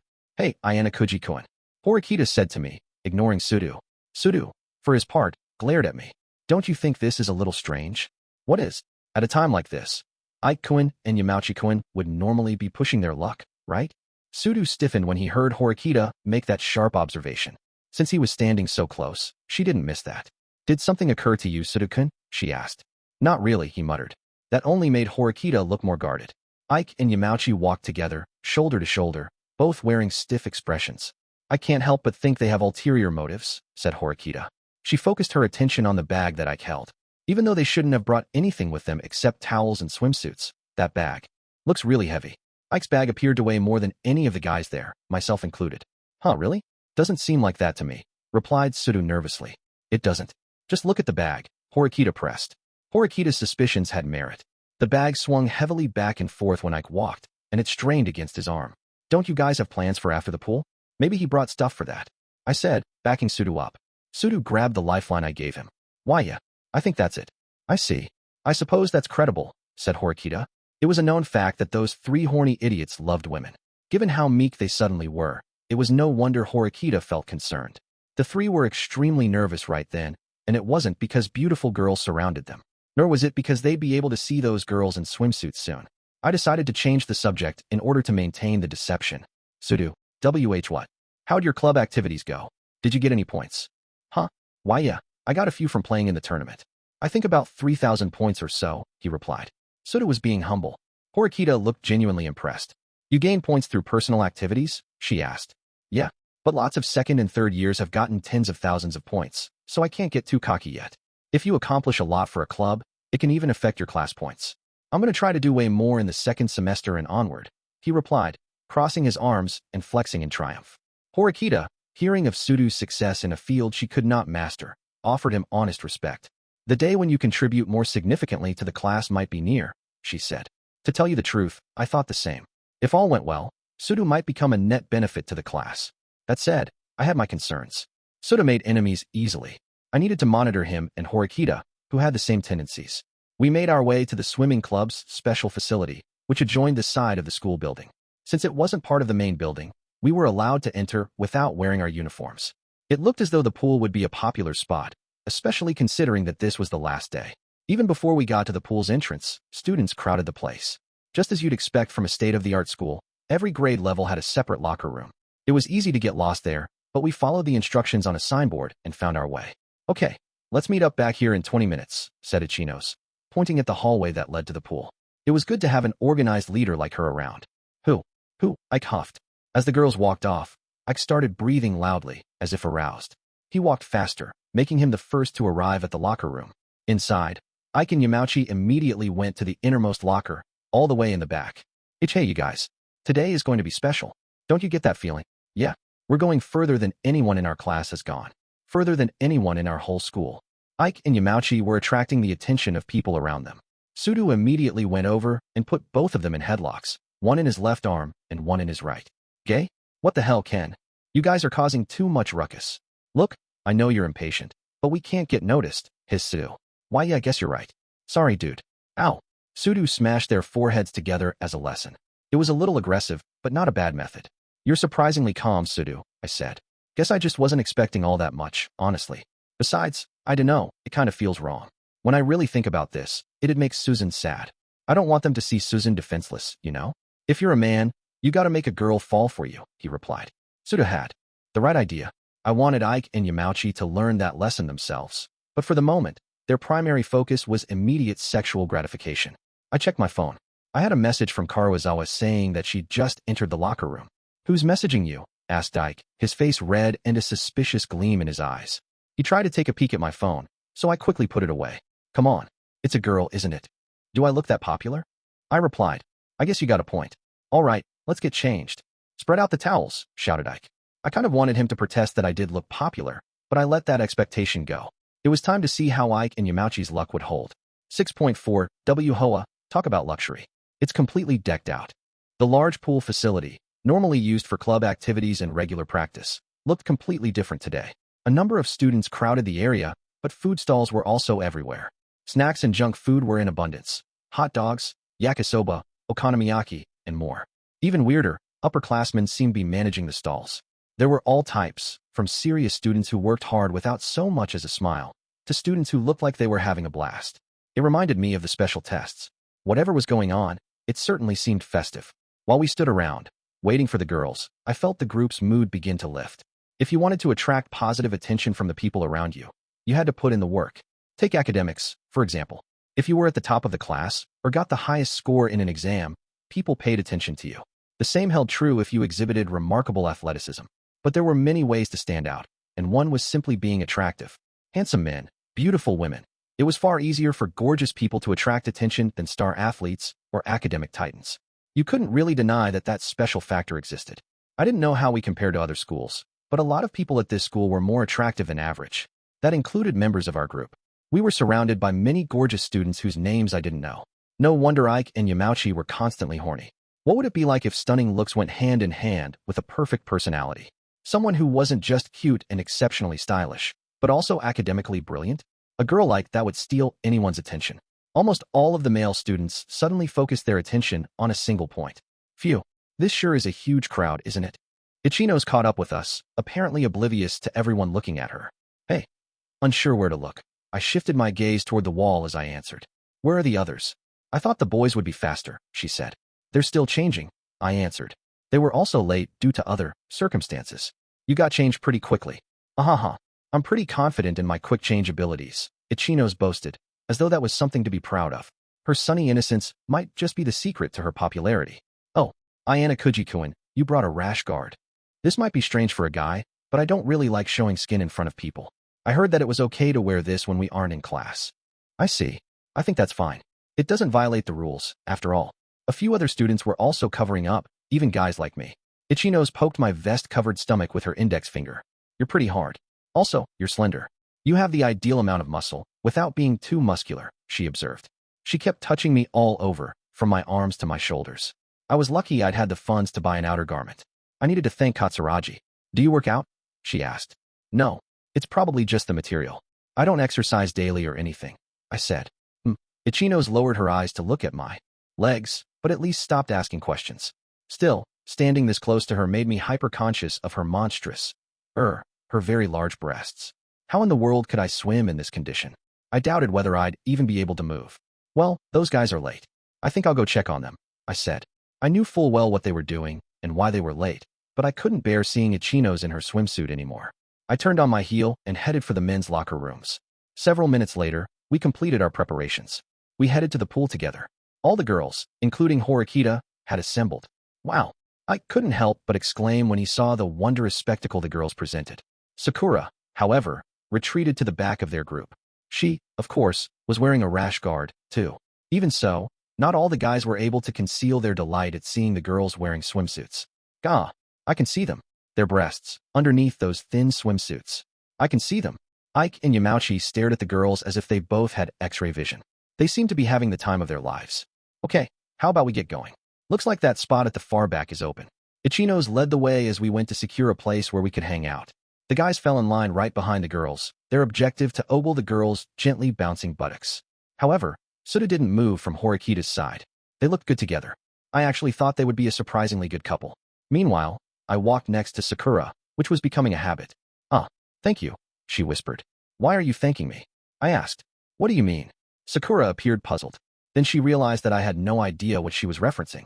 Well, for inviting me out today. It's normal, after all. We're friends, right? I said the word friend smoothly and easily. Sakura looked up happily, her eyes sparkling like a puppy's. So, you don't need to thank me, I said. Sakura apparently didn't agree. Still, thank you, she repeated. No, well, okay. That was just the way Sakura was. It was why I could relax when I was with her. Even so, she had become bolder. She'd matured to the point where I barely recognized her as the same girl I first met. A classmate had confessed romantic feelings toward her, and she hadn't run away, but answered him properly. Watching her grow more and more each day, I thought that, maybe, I could change, too. I've been thinking, recently, during PE, the teacher told us that swimming would definitely be useful to us later. I think that referred to the island test. Sakura made this observation with a fiery look in her eyes. I decided not to deflate her. I see. That's certainly true. See, just like I thought. Happy at having deduced something important, Sakura hopped innocently up and down, making her large breasts jiggle beneath her rash guard. I felt some sympathy for a girl whose breasts were so large that they made normal things difficult, like simply removing a shirt. Regardless, I was just glad I'd been able to discover a new side to Sakura. However, her expression turned apologetic the next moment. If I participated properly, I think I'd be more useful. I used my poor health as an excuse to run away. As long as you're aware of that, isn't it enough? The students who once lived solely for themselves, with no thought for the future, had slowly begun to realize that people couldn't survive alone. Unless you planned to be a hermit, living on a mountain, you had no choice but to depend on other people. The majority of junior high and high school students hadn't noticed that yet. However, they lived in hedonistic isolation, spending their time on the internet or feverishly engaging in mobile games. Some delinquents even committed crimes ranging from minor offenses to serious felonies. They didn't know how to ask for help or cooperate with others. Some would spend their entire lives not knowing how. This school was different, though. Their methods were unique, but they seemed to be trying to teach students how to become functional individuals. Sakura had started to recognize that. She'd realized that maybe there was something she could do for the class. She might eventually become a great asset to 1D. Ichino-san. You guys, you came here today too, huh? 3 male students called out to us as we looked for a spot. I recognized one, Kanzaki from Class B. He nodded to us. Yoo-hoo. Shibata-kun, you're here with the guys? Asked Ichinos. Shibata raised his hand and looked at us Class D students with a smile. Looks like a fun group. How about we join you, he asked. I'm totally okay with that, but is that all right? Asked Ichinos, looking at us. Kushida nodded with enthusiasm, which annihilated Ike and Yamauchi's ability to veto the suggestion. The 3 Class B students joined us, making our group's total number a staggering 13 members. Sorry for bothering you, said Kanzaki, approaching me. He understood that I wasn't especially good at dealing with a rowdy group. Sakura quickly took a step back. She'd instantly faded into the background, so that Kanzaki wouldn't notice her. That's fine, I said. It's the last day of summer vacation, after all. Well, it's true that we only have a few opportunities to socialize with students from other classes. Shibata and the others seem happy, replied Kanzaki. You don't really seem to like them, though, I said. Kanzaki looked calm and composed, as always. However, there'd been a slyness to the way he approached me, so as not to draw attention. Unlike you, Ayanokouji, I'm not good with crowds. As Kanzaki and I chatted about nothing in particular, we heard increasingly loud cheers up ahead. Sounds like they're all fired up over something, said Sudou. I raised my head to look. At the center of the uproar was a huge splash. A person and a ball flew upward into the air. The person delivered a powerful, aggressive spike that sent the ball flying to the opponent's side of the pool. Apparently, they were playing volleyball. Whoa, awesome. This is, like, some next-level stuff, huh? Shouted Yamauchi. There were 3 pools in the large facility, all currently being used for various activities and games. One pool was for standard swimming. Another was built to function like a lazy river with a current. The final pool was mainly geared toward activities like sports.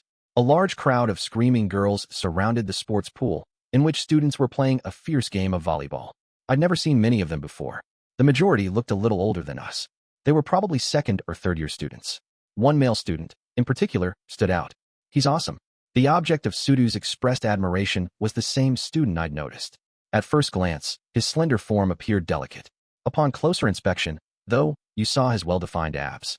The way his blonde hair swayed whenever he moved, and the composed expression on his face, caught the eye. He was so beautiful that you could almost mistake him for an illusion, an image flickering on a screen. Apparently, this beautiful young man had stolen most of the female students' attention. Ugh, he's the kind of guy I hate the most. Even though he's not all that talented or hardworking, he's a winner because of his looks, spat Ike. I understood Ike and Yamauchi's venomous envy, but they were wrong. This handsome man wasn't showered in attention due to his appearance. I saw the sharp gleam in his eyes as his attention focused upward. The beautiful young man soared into the air to meet the ball that a teammate passed him. Most of the onlookers went quiet, as though they'd forgotten to cheer. Everyone watched with bated breath. The handsome student shot the bullet. The ball, at a sharp angle and with high velocity. It assaulted the enemy team. The student who received the ball was clearly skilled, too. He responded quickly and dove to try to keep the ball in play. Everyone screamed in unison as the beautiful young man's team earned a point. His physical ability's superior nature was obvious. Looking at how developed the lower half of his body was, I guessed that he focused on a sport in which he used his legs. Maybe track and field? I could imagine baseball or soccer as well. He's handsome. He's smart. He's good at sports. Who the hell is he? People are really getting fired up, huh? That guy completely dominates the game all by himself. Looks like it. I'm not sure who he is or where he's from, though. Horikita and I didn't know many students from other classes, or what their abilities were. The best person to ask was Kushida, whose network was wider than anyone else's. She had our answer. That's Nagumo-senpai from Class A. He's a second year. It sounds like he's really popular with the girls, she said. Nagumo, I'd heard that name recently. Eavesdropping on our conversation, Ichino's explained a bit more. He's the current student council vice president. It's said that he'll take over as president next year. Apparently, he's really smart. Horikita's shoulders tightened slightly when she heard the key words, student council. Every time Nagumo showed off his skills, there were loud, high-pitched cheers. Other games were going on at the same time, but nobody watched. Everyone was fixated on Nagumo. Even though he's popular with the ladies, I've never heard of him until now. You didn't know him either, right, Ayanokouji-kun? He's obviously skilled, but considering his notoriety, I imagine some of that must be hype. I'm sure the student council president would easily surpass him in any activity. Wouldn't he? Asked Horikita. What a brazen thing to say, praising the president without revealing that he was her brother. Yeah, they say the president is amazing. He's possibly the most extraordinary student in this school's whole history. Wait, he has the same last name as you, Horikita-san, right? Asked Ichinos. It would appear so, Horikita answered matter-of-factly. Apparently, she had no intention of giving an honest answer. But there are rumors that Nagumo has comparable skills. In fact, during the student council elections, President Horikita and Vice President Nagumo both ran for the position of president. At the time, Nagumo was just a first-year student, said Ichinos. You're quite well informed, aren't you? Replied Horikita. When I joined the student council, I inevitably picked up on those kinds of things. You did? Horikita sounded incredulous. She couldn't hide her surprise. I recalled that, the day I met her, she was talking to Hashinomiya-sensei, Class B's homeroom teacher, about student council business. I had absolutely no interest in working alongside Horikita Manabu, but given how the school was structured, entering the student council had to have monumental significance. By the way, what are the prerequisites for joining the student council? Not just anyone can join, right? Hmm. Well, it's a little tricky. To tell you the truth, I was rejected the first time I applied. But, since you can apply as many times as you want, I persisted, said Ichinos. The president never confirmed anything, but apparently, the final decision came from Vice President Nagumo. Later, I heard from Nagumo that President Horikita seemed disappointed in this year's first-year students. Apparently, they usually accept 2 first years, but this year, I'm the only one. That's why I want to hurry up and prove myself. It sounds as though President Horikita might be stepping down in October. As Horikita struggled to get closer to her brother, Ichinos was trying her absolute hardest to gain some ground. My goal is definitely to be like Nagumo-senpai. We both started strong, and we get along well. All the student council presidents in this school's history originally came from Class A, but Nagumo-senpai is like me. We both came from Class B. Then, before anyone realized it, he was next in line to become the president. So, that's why I'm going to become president after Nagumo-senpai. Ichinos paused for a moment, then added, just kidding. She clearly held Nagumo in higher esteem than Horikita's brother. Looking displeased, Horikita snapped back. Nagumo's limited potential is obvious. He had a delayed start, she spat. Hey, I said. Horikita was free to think whatever she wanted, but didn't that logic work against her, based on the fact she'd started in Class D? Unless she was serious. Wait, do you still think they assigned you to Class D by mistake? I asked. Isn't it obvious? Horikita said, without hesitation. Well, I suppose I can understand why you think that. But the school doesn't seem to sort classes based on academic ability alone. They examine your intelligence, of course, but also your maturity level and collaboration skills. They base their decisions on our demonstration of all those abilities, I think, mused Ichinos. So, you're saying there's a problem with me overall? Oh no. Sorry. I apologize if that's how it sounded. But think about it. Basically, Horikita-san, you're the sort of person who believes in herself. If we turn that statement around, though, it could also mean that you're self-centered. In the real world, there will be times when you need to determine who's better suited to a situation, a self-important person or someone who follows instructions. Such decisions are made on a case-by-case basis. Self-centered people could be hard to handle, even if they had superior talent. However, people who could follow instructions would always be in demand, a highly sought-after resource. I can't believe that, said Horikita in a low voice. Her attitude hadn't changed, but hopefully, her way of thinking had slowly begun to transform. When Ichinos got called over by a friend, I drew slightly nearer to Horikita. You didn't announce your candidacy for the student council, did you? You chose to attend this school to be by your older brother's side, right? I asked. Those are separate issues. Even you can grasp that much, can't you? Even if I did the student council interview, there's absolutely no way I'd get in. Well, yeah. If even Ichinos from Class B wasn't accepted the first time, then Horikita from Class D. The elder Horikita probably wouldn't allow his sister to join student council when he wanted her expelled. I watched the game go on for a while. In the end, Nagumo's team overwhelmed the opposition. The girls who cheered Nagumo gathered around him as he climbed out of the pool. Hey, wait a sec. That dude's got an ear piercing. How is that okay? Shouted Ike, clearly searching for something to say. But isn't that fine? It's still summer vacation, replied Ichinos. WL, wait a sec. He's got a hole in his ear, right? Isn't that a big problem? Ike persisted. I think that's probably a clip-on earring, actually. He dresses normally in school, she answered. Ugh, Ike grumbled. No matter how much he objected, Nagumo was a completely flawless student. Hey, why don't we play some volleyball? With Shibata-kun and the other guys on our team, we'll have 6 people, and you guys will have 7. If we rotate, we should be set, said Ichinos. Ike was the first one to agree. Yeah, for sure. I'll attract all the girls' attention, like Nagumo-senpai, he shouted. That was probably impossible, but a lot of students seemed eager to play. Since we'd come all this way, they wanted a good experience. I'm pretty bad at physical activity, so I'll watch, said Sakura, retreating. She probably just really didn't want to play, since it was obvious that she wasn't the athletic sort. No one raised any objections. I don't really feel like playing, either, said Horikita. She seemed intractable, even though she still owed me a favor. Horikita-san, are you running away? Ichino smiled, as if to provoke Horikita. It's not running away when it's just a simple game, snapped Horikita. You're certainly right. But this is like a microcosm of our class.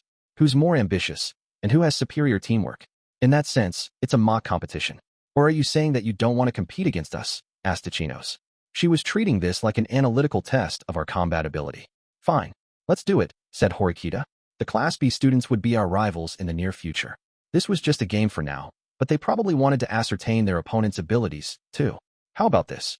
To make the match a little more interesting, the winners gets to enjoy a free lunch, courtesy of the losers. Are you okay with those stakes? Asked Ichinos.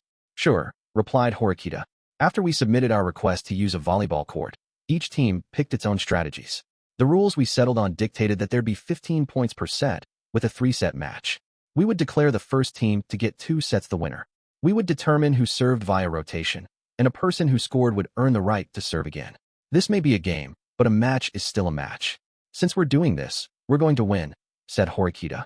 You're unusually fired up, Horikita-san, observed Kushida. With a free lunch at stake, sure. But it's more than that. To buy lunch for this many people, you might have to spend up to 10,000 points. Even though they're just private points, the difference between Class B and us could close by that much. On the other hand, if we lose, the gap would widen.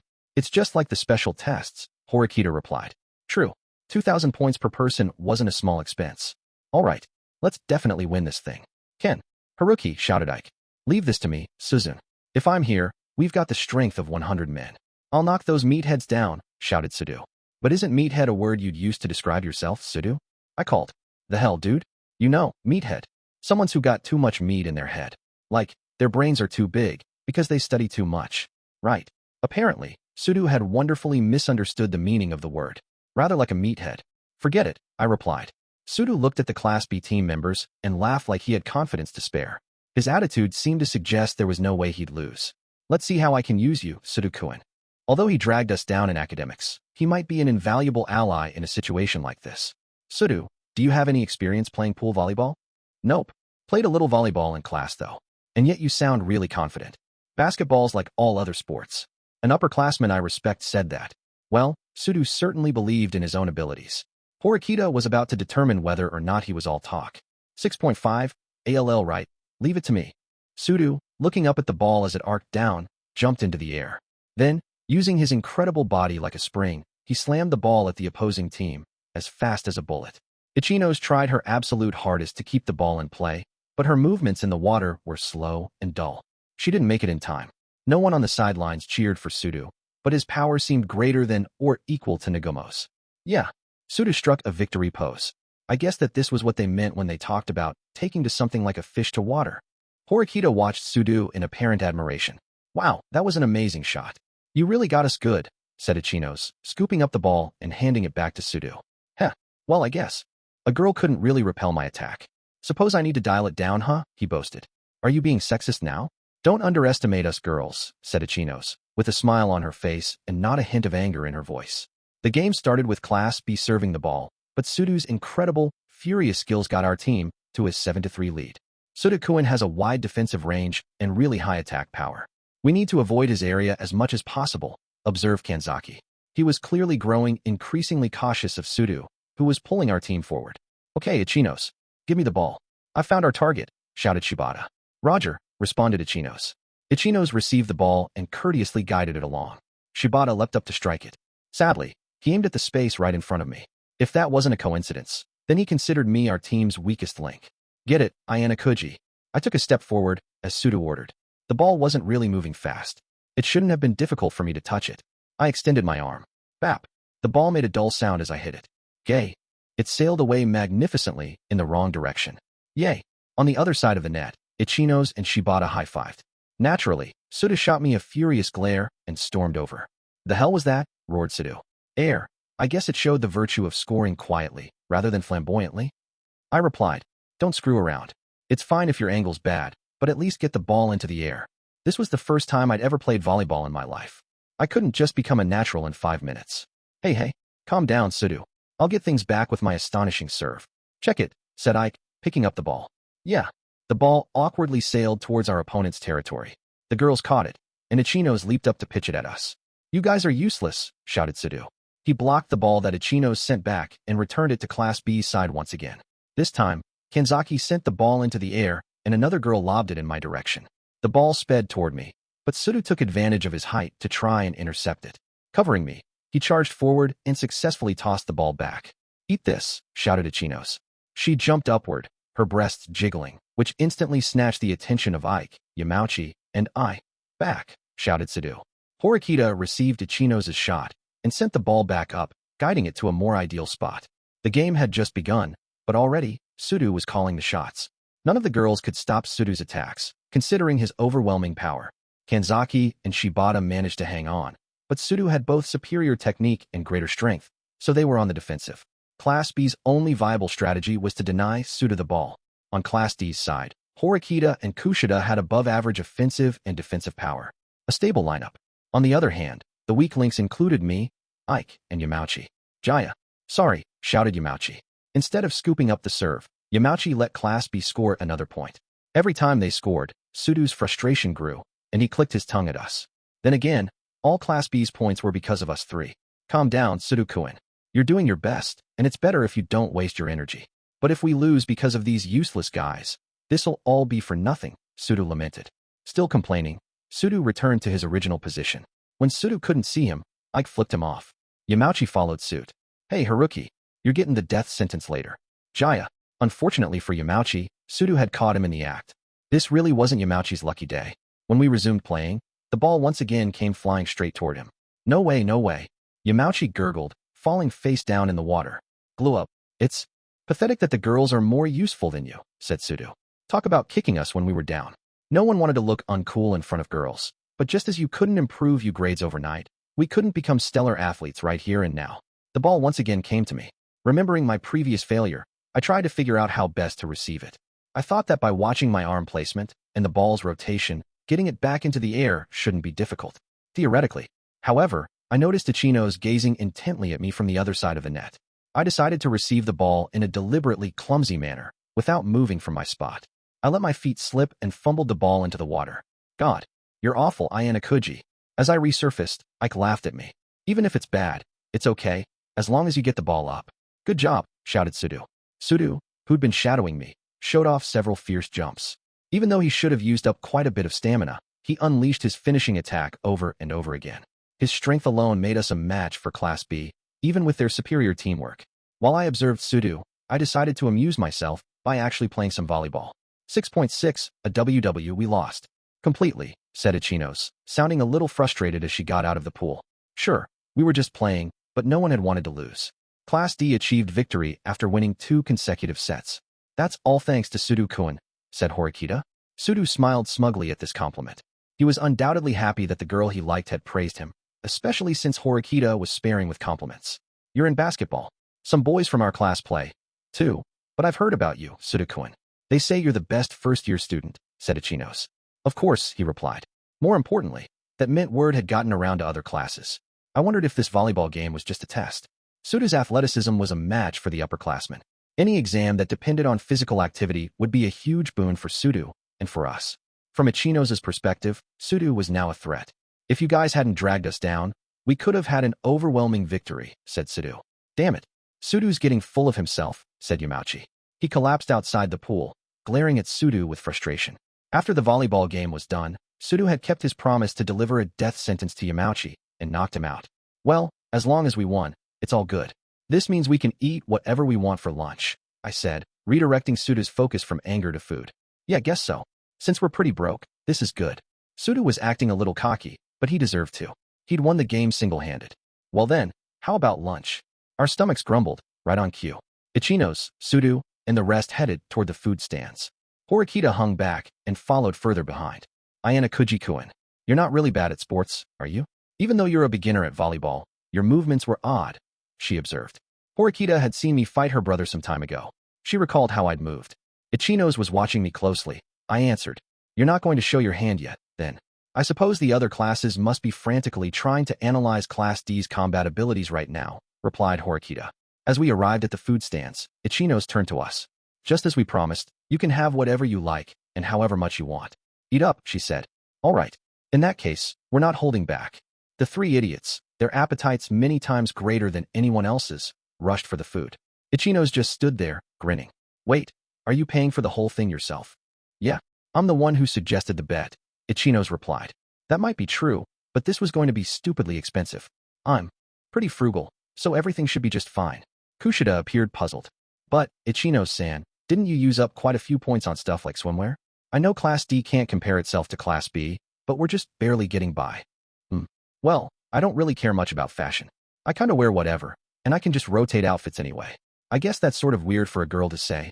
Ichino's chuckled. Not at all. It's good not to spend a lot, I think. In my own prejudiced view, girls cared about looking good. That was certainly true of Kushida. I would have thought that Horikita was indifferent, but even she seemed to pay attention to her hair and clothes. There might be something more important for me to use points on eventually, said Ichinos. All right then, I won't hold back, said Horikita. She'd always been a light eater, but having Class B treating us seemed to make her gluttonous. Sure, that's fine, but it'd be a waste to have leftovers, so eat everything, said Ichinos. I was personally pretty interested in the junk food and chose what I wanted. 6.7 hen. It was almost closing time. Ichinos proposed that we head back before the crowds got worse. We all agreed. While everyone got changed, I slipped away and waited for my visitor by the pool. I'm so drained, I muttered. Soon Karuizawa appeared, slapping my back as she walked up behind me. Good work. How'd it go? I asked. It's just like you said. Honestly repulsive, she replied. Come on, don't say that. It's just youth run amok, right? Karuizawa gestured as though she was going to vomit, then scanned her surroundings. How was it? Being at the pool, I asked. Whatever. I don't feel much of anything, but Karuizawa looked around once more, as if worried about prying eyes. Even though it's fake, I'm still supposed to be going out with Hirata-kun. If I'm seen alone with you, weird rumors might spring up. Really? Well, maybe they would if I were a pretty boy like Hirata. Sadly, I'm completely lacking in hotness. At best, people will think you're part of our group, I told her. This was an innocuous place to be alone with a girl. It would have been a different story at night, on a secluded park bench, but not here. Hirata, Karuizawa's fake boyfriend, was nowhere to be seen. He was probably busy with club activities. I didn't know much about the soccer club schedule, but he seemed like an active guy. We were allowed to wear rash guards today. You saw them, right? I asked. Well, yeah, but are you really okay with spending money on a rash guard? They're pretty expensive. It was a necessary expense. Karuizawa held out her hand, and I grabbed it. I felt something hard against my palm. What are you planning anyway? Asked Karuizawa. What do you mean? Why are you different from the others? You could just sit back and enjoy the show, she said. So we were discussing what I held in my hand. It could have ended up fracturing the class. I want to avoid that. That was why I'd called Karuizawa to meet me, although getting her to enjoy the pool had been another of my goals. Did you invite anyone else? I'm alone. I was with 2 others, but I told them to go off on their own and have fun. A wise decision. I started walking slowly along the side of the pool. Karuizawa trailed me. Are you aiming for Class A then? She asked. You're not interested? Am I to know? I do want points, and I'd be happy to get a job anywhere, but she kicked the air, hands in her pockets. I don't really feel like duking it out with those Class C students, I guess. Karuizawa was referring to a specific group of Class C girls. Even though I'd managed to contain things to a degree, Karuizawa couldn't face the girls directly without triggering the past trauma of them bullying her. Until that mental prison released her, Karuizawa could never demonstrate her true talents. I want to talk to you about something. Just you, I said. What is it? I don't know what our next test will be, but I was thinking about preparing a certain trick. A trick? As we walked, blending into all the hustle and bustle, we discussed extremely important things.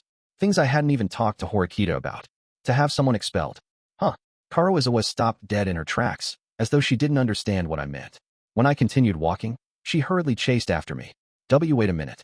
What do you mean? Exactly what I said. I'm going to have a first-year student expelled. The ideal candidates would be those 3 girls who know about your past. If we can't get to them, then perhaps someone else. If that doesn't work, then, I began. Then what? Probably some unnecessary human being from Class D. You do understand what you're saying, don't you? Getting someone expelled isn't that easy, Karuizawa replied. You don't think so? That's not really true. I actually have the option available right now. Fingers wrapped tight around the object Karuizawa had handed me. I drew her attention to my hand. Wait, don't tell me. Is that what it's for? She asked, incredulous. Depending on the situation, I could get someone expelled in a single stroke. Right. But wait. Why are you talking about this? You went all out trying to save Sudou-kun earlier, right? It was true that I'd rescued Sudou from the threat of expulsion. However, that was before I was forced to commit to reaching Class A. As Horikita once said, I had to prepare for the eventuality of cutting off people who dragged us down. Even though you saved Sudou-kun, you're going to kick him out? Karuizawa asked. Oh no, I have no intention of getting rid of Sudou. His physical skill will be quite valuable to Class D, I replied.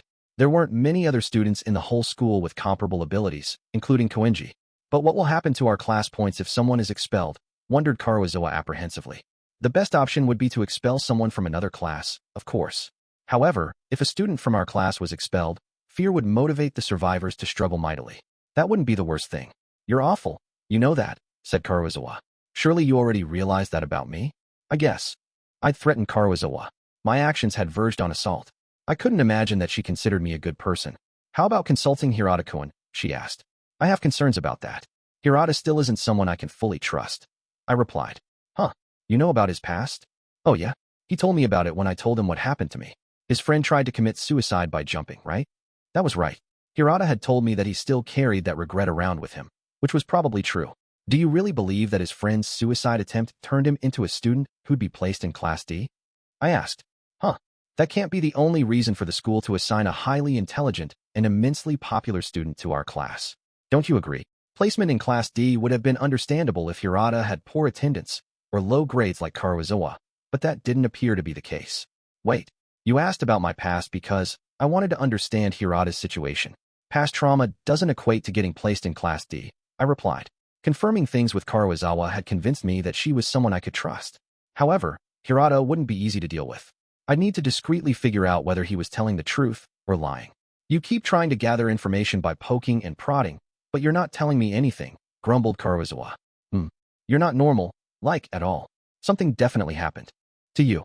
Nothing really happened to me, I replied. That's a lie. Nothing had happened. I wasn't bullied in the past like Karuizawa, and I hadn't had a beloved friend attempt suicide like Hirata, either. I can tell just from your eyes. You look like you could kill someone without hesitation. Nothing that dramatic took place in my past. There really was nothing. So little had happened to me that I had nothing to talk about.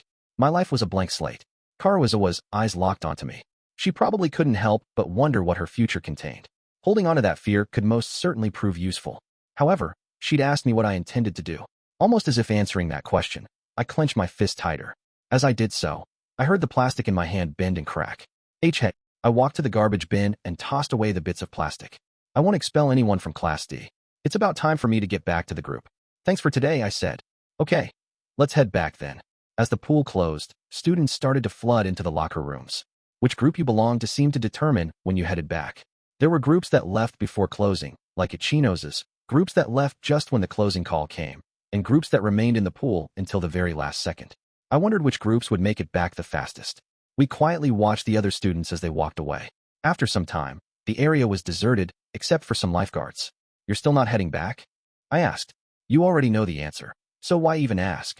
Karuizawa lightly patted the spot on her rash guard right above her scar. She looked desperate. Still, it wasn't like she could go home without changing. She had to wait until she was the last person in the locker room. It would be fine if you just wore a school-issued swimsuit, right? I asked. No one would notice her scar. Ugh, swim with one of those on. No way. They're too lame. I already hate having to wear one during lessons. Apparently, the world of girls was crueler than I thought. Even an unfashionable bathing suit could demote you on the social ladder. Do you like swimming? Huh? Well, I don't hate it, she said. How about taking a little swim now? There aren't any students around. The only people here are lifeguards, and they look busy cleaning up. Karuizawa pondered the idea. After all, it was better than the crowded locker rooms. I'm okay, she muttered. Come on. No, I won't come on. I told you I don't want to. Even if someone sees you, you'll be fine, as long as you're wearing the school swimsuit. That's not the problem. Why do I have to show you my swimsuit? She huffed. So, that was what held her back. In that case, I thought perhaps I should use a slightly more aggressive method. That's an order.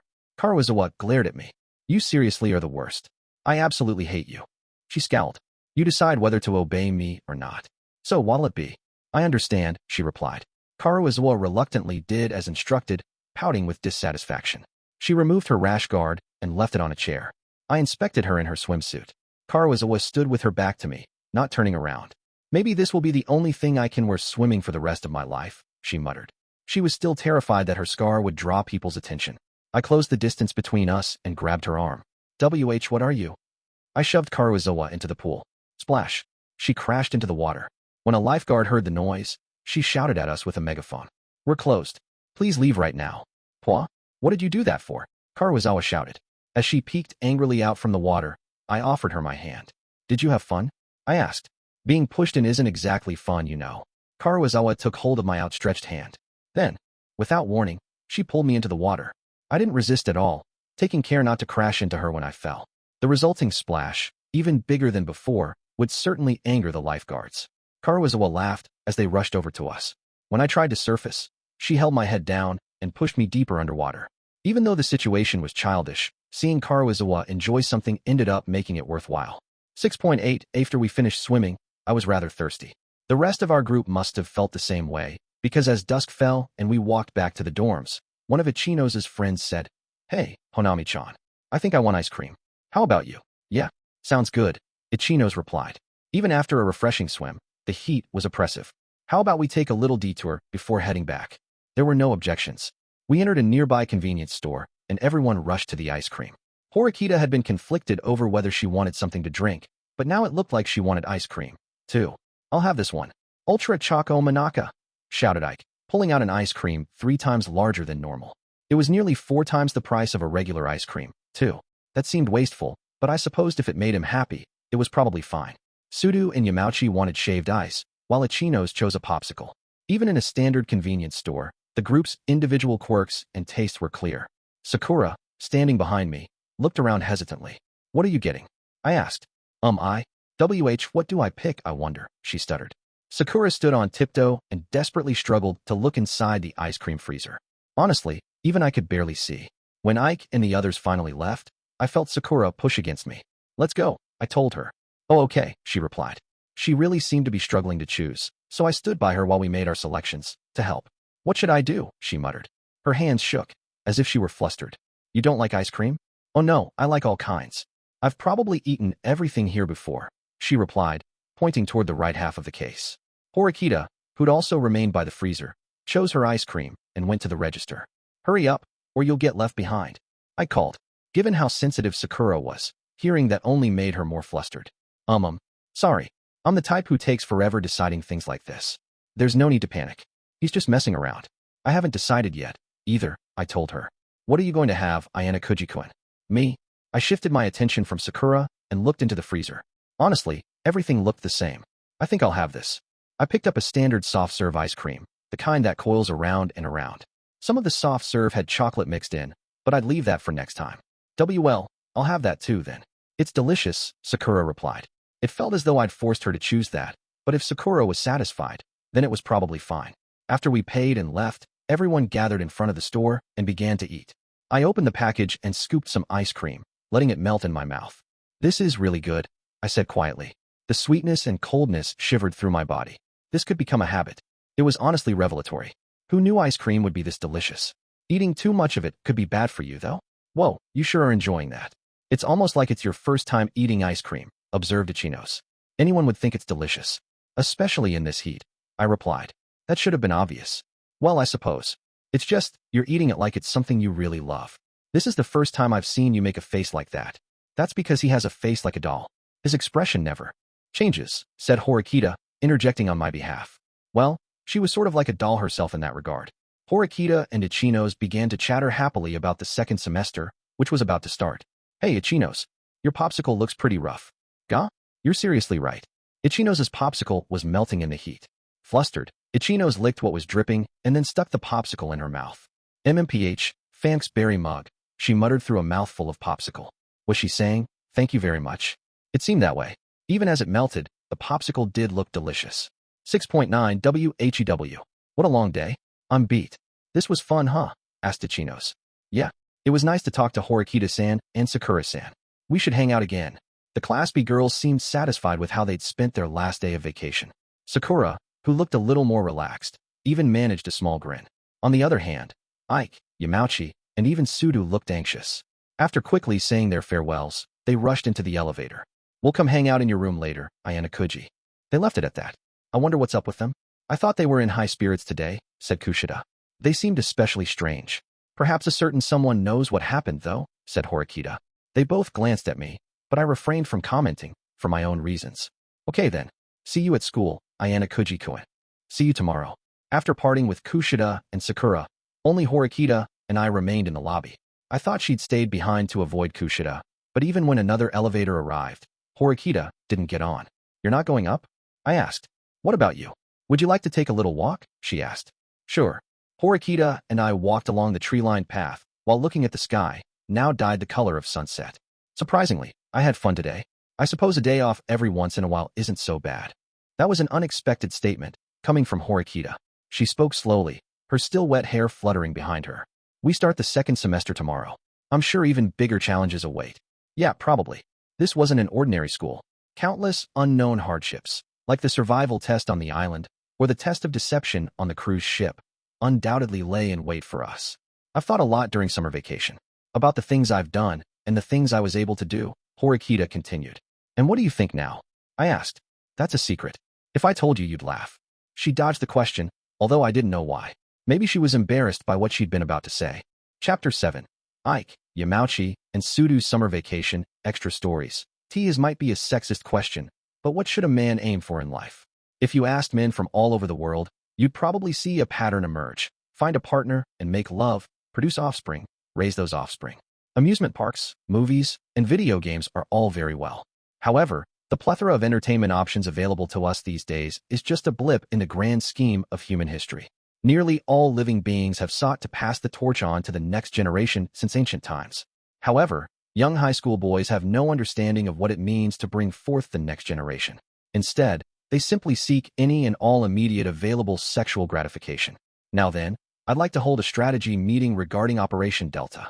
Ike, from Class D, knelt on the floor. He used his clenched fist to wipe the sweat that began to trickle down his forehead. I'd lay my life on the line for Operation Delta. Haruki, how about you? I feel the same as you, Kanji. If this operation is a success, I won't even mind dying. Yamauchi shouted. Sudou, who'd silently observed so far, chimed in. Honestly, I'm against it. I'll make a decision after I hear you out. So then, Ayanokouji, you're joining in too, right? Is it okay if I turn on the air conditioner? I asked. No good would come of the room reeking of sweat. Sure. It's hot. They denied my first request to switch it on. Something about setting the mood. But since we were meeting in my room, I'd had enough. Why is it always my room? Didn't I tell you before? It's because you have the neatest, cleanest place. Other people's rooms have tissues and shed hair and junk everywhere, and they're dirty. There ain't even enough room to put a foot down in Yamauchi's place. Sudou, your room's the same, right? I mean, you got clothes and underwear and stuff all over. I wish they'd think about tidying up, rather than comparing their levels of filthiness. You know, no matter how much time passes, this room still doesn't feel lived in. Nothing's changed since enrollment, you know? How about, when you get some points, you go out and buy something? The next thing you buy should be carpet, dude. Carpet. My ass hurts, said Sudou, sitting on the floor. He'd made similar statements in the past. I can't just go out and spend precious points. For some reason, Sudou kept hounding me. We got points for the island test, thanks to Suzune. Someone as useless as you shouldn't hoard points, he shot back. That's definitely true. Actually, with Horikita on our side, it's just a matter of time until we get up to Class C's point total, right? Things had changed since our hopeless situation back in May. Now, with a fresh new surge of points, we were closing the gap between us and the upper-level classes. Come on, guys. Let's think about the tough stuff when we're in second semester. Right now, it's Operation Delta. That was why the three idiots were gathered in my room. To discuss Operation Delta, a plan that originated over chat the night before. Are you guys seriously doing this? Very seriously. I mean, this is the prime of our youth, right? Or are you saying you don't like Operation Delta? Call it whatever you want, but it's basically just peeping, right? The strategic operation with the serious name was indeed all about peeping. It was a stupid plan, born out of the guy's desire to see women naked. However, only Ike had the details. To peep at girls' naked bodies. What's wrong with that? That's youth, Ike shouted. Actually, it was a crime, and a horrible one at that. It was the kind of thing that would land Ike on the news if he were ever caught in the act. What do you do if the girls find out? They'll be worse than angry, you know. I tried to discourage the three. Sudou seemed to sense my doubts, because he voiced the same concerns. It's dangerous, like Ayanokouji says. This isn't the same as changing into our gym clothes in the classroom, back in elementary school, or peeping at the bath in some old-fashioned inn during a junior high field trip. Don't worry. The supercomputer known as Ike Kanji-sama devised this plan, said Ike. He got up and confidently, arrogantly, began to explain it. When will we be peeping, and from where? Those are your questions, right? Don't worry. I've thought everything out. Please calm down, and just listen to what I'm about to say. First, we will carefully select our target. It would be a complete waste of energy if we ended up half-assing the operation and peeping on some uggo. Also, we'll choose from the girls in Class D. You can only achieve maximum arousal by seeing the naked body of a cute girl you know in everyday life, said Ike. I agree, but none of us have really taken things to the next level with any of the girls, right? It's okay. We'll just get ourselves to the next level. You must achieve these kinds of milestones yourself, replied Ike. He tapped his phone and turned the screen toward us. Did you forget? The pool's been open since yesterday. Oh, really? Okay then, yeah. If that's true, we can peep, right? I've never been there before. The pool, Haruki yammered. Looking at Ike's phone, I saw a notification saying that the pool was open for public use for the last 3 days of summer vacation. Operating hours were from 9 a.m. to 5 p.m. I get that inviting the girls to the pool means they'll have to change into swimsuits. But I don't see how that's going to give you an opportunity to peep, I said. I'd never gone to the special swimming facilities before, but there would likely be surveillance cameras. Not inside the locker rooms, of course, but in the hallways. If a suspicious man approached the women's locker rooms, staff would confront him. Ike remained calm, arms crossed. His expression didn't change. Damn, dude. That makes me sad. Do you really think I'm so stupid that I wouldn't think of something like that? I've been making preparations for a long while now, dreaming of this day. A long while? Okay, then, tell me this crucial peeping method, snapped Yamauchi, unable to stomach more of Ike's boasting. Oh, you want me to show my hand? All right. Feast your eyes on this, said Ike. He'd actually drawn up a map of the facility. Seeing the depths of his resolve, Sudou and Yamauchi gasped in apparent wonder. Whoa, you even prepared something like this? I was surprised too. The map was even pretty detailed. But something was odd. The handwriting on the map was different from Ike's. Check it out. The special pool is at least twice as big as the one we use for our classes. As you would guess, there are surveillance cameras. The pool was a large-scale facility with locker rooms for men and women. Naturally, the locker rooms were on opposite ends of the hallway. The surveillance cameras' locations were marked on the map. I'm looking at this. There's definitely no way for us to peep. Diverging paths separated the locker rooms, similar to men's and women's baths. Even if we took a single step toward the girls' locker room, we'd be noticed. On top of that, since it'd be the last day of summer vacation, there'd probably be a lot of people around. Our chances of success were slim to none. I mean, I don't think we're going to be able to just stroll over and peep. Here's the crucial point. The ventilation route that runs along the floor. That vent connects the men's and women's locker rooms. What's more, they divide the lockers by year, from first year to third year students. The men's and women's lockers rooms are connected by their respective year, which means the first year men's room is connected to the first year women's. It's a miracle. I understood. If things went according to plan, we'd be able to see the girls change through the vent. However, could the vent fit a person? The vent's 15 centimeters high and 40 centimeters wide. No one could pass through that. In the worst-case scenario, you'd get stuck and be unable to get back out. Haha, I took everything into account. We also have this. I pulled out a small toy car out of his bag. An antenna stuck out the top. RC, a radio-controlled car that you could move freely via remote control. A camera was installed on the car's roof. It was linked to a small display on the remote control. After I put in some batteries and started it up, the camera feed appeared on the remote. It wasn't high resolution, but it was enough. I really had been preparing for a while. This should fit into the vent. After that, all we need to do is move the car while watching what's on the camera. We can even save the images on the memory card. Ike had concocted this lust-filled plan in the depths of deepest darkness. I wondered just what terrifying things he imagined on a regular basis. This was a criminal act. Thank you very much. Not even Yamauchi could be okay with this. Oh, awesome. Dude, this is perfect. Right, Ken? So, Yamauchi agreed. He was happily, gleefully going along with it. Guess so. Kind of feels over the top, doesn't it? Asked Sudou. What do you mean? This is perfect. It was certainly true that we could probably get away with this without being noticed. Really, Ike had taken meticulous care in his preparations. I hazarded a guess. Did the professor have a hand in this peeping operation, by any chance? I asked. I could hardly imagine that I came up with this all by himself. An RC car wasn't cheap. How did you? None of this was Ike's forte. Besides, only someone who knew the locations of the surveillance cameras and ventilation routes could dream this up. Damn it. Guess there's no hiding it. You found me out. You're right. I asked the professor. Shit, dude. And after all the trouble I took to make you think I planned the whole thing. Ike groaned. So what's the plan? Booted back to square one, Ike started explaining again. First, we'll invite the girls we want to peep onto the pool tomorrow. Then, we'll enter the locker rooms at almost the exact same time they do. Got it. Inside, we immediately go to the vent in the back. If someone is using that spot, Sudou will threaten them and make them move. After that, we pull out towels, act like we're going to change, and form a human wall around the vent so that no one else can see. Then I'll remove the hatch and insert the RC car. I'll operate it, so I need you guys to hide me. I'll stop the car right in front of the girls' locker room and start recording. Once we've determined that they're done changing, we'll get the car back out, explained Ike. The steps were relatively simple and easy to understand. However, some parts felt a little iffy. I couldn't just ignore them. So, I threatened people who get in our way and make them move. I also need to make sure people don't get close to us, right? That role was appropriate for Sudou. Given his reputation, other students probably wouldn't approach us casually. You guys see just how incredible Operation Delta is? Asked Ike. But, Kanji, this is a crime, dude. Like, the sin is gonna weigh heavier on me than the actual peeping. You're certainly right. It's a crime. Strictly speaking, that is. However, think about your past. You've committed crimes before, right? Ike gloated. Huh? The hell does that mean? What crime did I ever commit? Sudou snapped. Let me ask you this, Ken. If you're aggressive and hurt someone, that's a crime, right? If an adult punched someone, the news would report it, wouldn't they? And you've used violence before, haven't you? Fighting and violence are two different things, answered Sudou. Well, I've never been violent in my life, said Yamauchi. But, Haruki, back in elementary school, didn't you once lick that girl's recorder? The girl you had a crush on? And you sniffed her gym clothes, too. Or did you not do those things? Pressed Ike. Ugh. Yamauchi seemed to be recalling an unpleasant memory. If an adult did those same things? Crime, shouted Ike. That's true.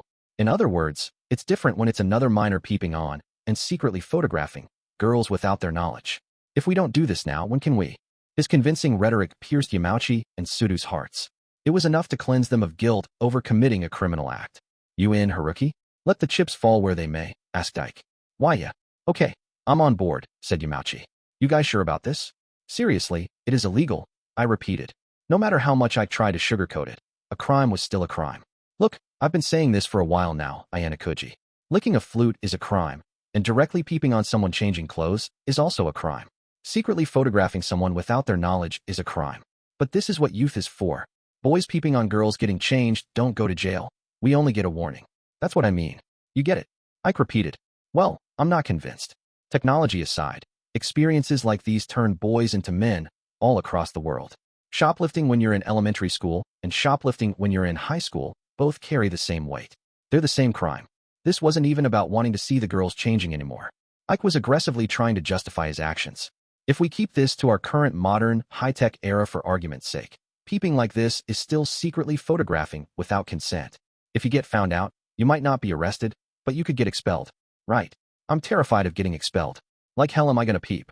Sudou and Yamauchi threw their arms up in the air as if in terror. All that's left is you, Ayanokouji. You'll be cooperating, of course. Right. I'm not interested, I replied. Still, you're cooperating. If you three-form a wall, we definitely won't be spotted, said Ike. He was really going to do this, even if I backed out. All right, I'll cooperate. But promise me one thing, Ike. This plan is risky. If we're caught, we're going to get more than just a slap on the wrist. So, success or failure, promise me that Operation Delta is the only time you'll try this. If you don't, I won't cooperate, and I might report it to the school too. If I just flat out objected, Ike and the others would carry out the crime regardless. By placing a condition on my offer to cooperate, I could ensure that this was a one-time event. If we were discovered, Class D might actually come apart at the seams. We needed to understand that. All right already. I get it. I don't think it's good to try doing something like this multiple times. Anyway, Ike whined. That's fortunate, because you'll be staking your future high school career on this, I replied. Then I added, let me suggest one thing. If the pool opens up at 9 a.m., then it'd be best to arrive right on time. If we get there first, nabbing the spot in the back of the locker room will be simple. I see. Let's go with that. Ike agreed. A red-blooded young man's just gotta peep. Let's do this, fellas. And that was the story behind Operation Delta. 7.10 in the day we went to the pool, we were the first people to enter the locker room. We went all the way to the back and spread out our towels. The boys who entered afterward were lost in their own conversations and paid us no attention. Hurry up, Ike, urged Sudou. Sudou spread his towel and pretended to change while I crouched in front of the vent. Ike took out the RC car and screwdriver set that he'd wrapped in the towel and removed floor vent's metal fittings. He immediately put the RC car inside the vent and started operating it. The RC car came equipped with a pen light. It rolled forward, transmitting footage of the path ahead, which the monitor displayed faintly. Damn it. Just like I thought, it's dark. With only the pen light for illumination, the visibility on the monitor was getting worse. Even so, the RC car moved forward, little by little, toward the light that lay ahead. Even if we went too far, there were metal bars in place that would stop the car, so we weren't worried about it falling. All right, just a little farther. The monitor now displayed the locker room. Although the image quality was terrible, we could see Horikita and the others clearly. Well, Ike's, or rather, the professor's, plan had succeeded brilliantly. Class D students, as well as Ichino's, were visible. If we watched, we'd be able to see them changing in real time. Hey, show me too, Kanji. I can't see it at all, dude. You idiot. Show me too. Sudou and Yamauchi kept up their demands. At this rate, there was no way we'd avoid drawing suspicion. You can record this, right? Isn't it better not to push your luck? People are gonna get suspicious, I warned. Damn, you're right. I guess, right now, it's better for us to just get changed, muttered Yamauchi. He clicked his tongue and grimaced in frustration. Even if we didn't peep through the monitor, the memory card was recording and storing everything. Ike manfully endured the temptation. He put the remote control in his locker and focused on changing. How many minutes should I wait, I wonder? He asked. I'd like to keep it there for 20 minutes, at the very least. If we pulled the car too quickly, we wouldn't see the girls changing. On the other hand, if we took too long changing, that might arouse suspicion. This would undoubtedly be the longest 20 minutes of these guys' entire lives. I'll go on ahead, I told them. Wait a minute, Ayanokouji. Are you betraying us? If you ask us to show you afterward, we're not going to, snapped Ike. That's not it at all. If 20 minutes pass without a single guy coming out of the locker room, the girls will get suspicious. Ugh. Yeah, I guess you're probably right. Okay, do a good job out there. Got it.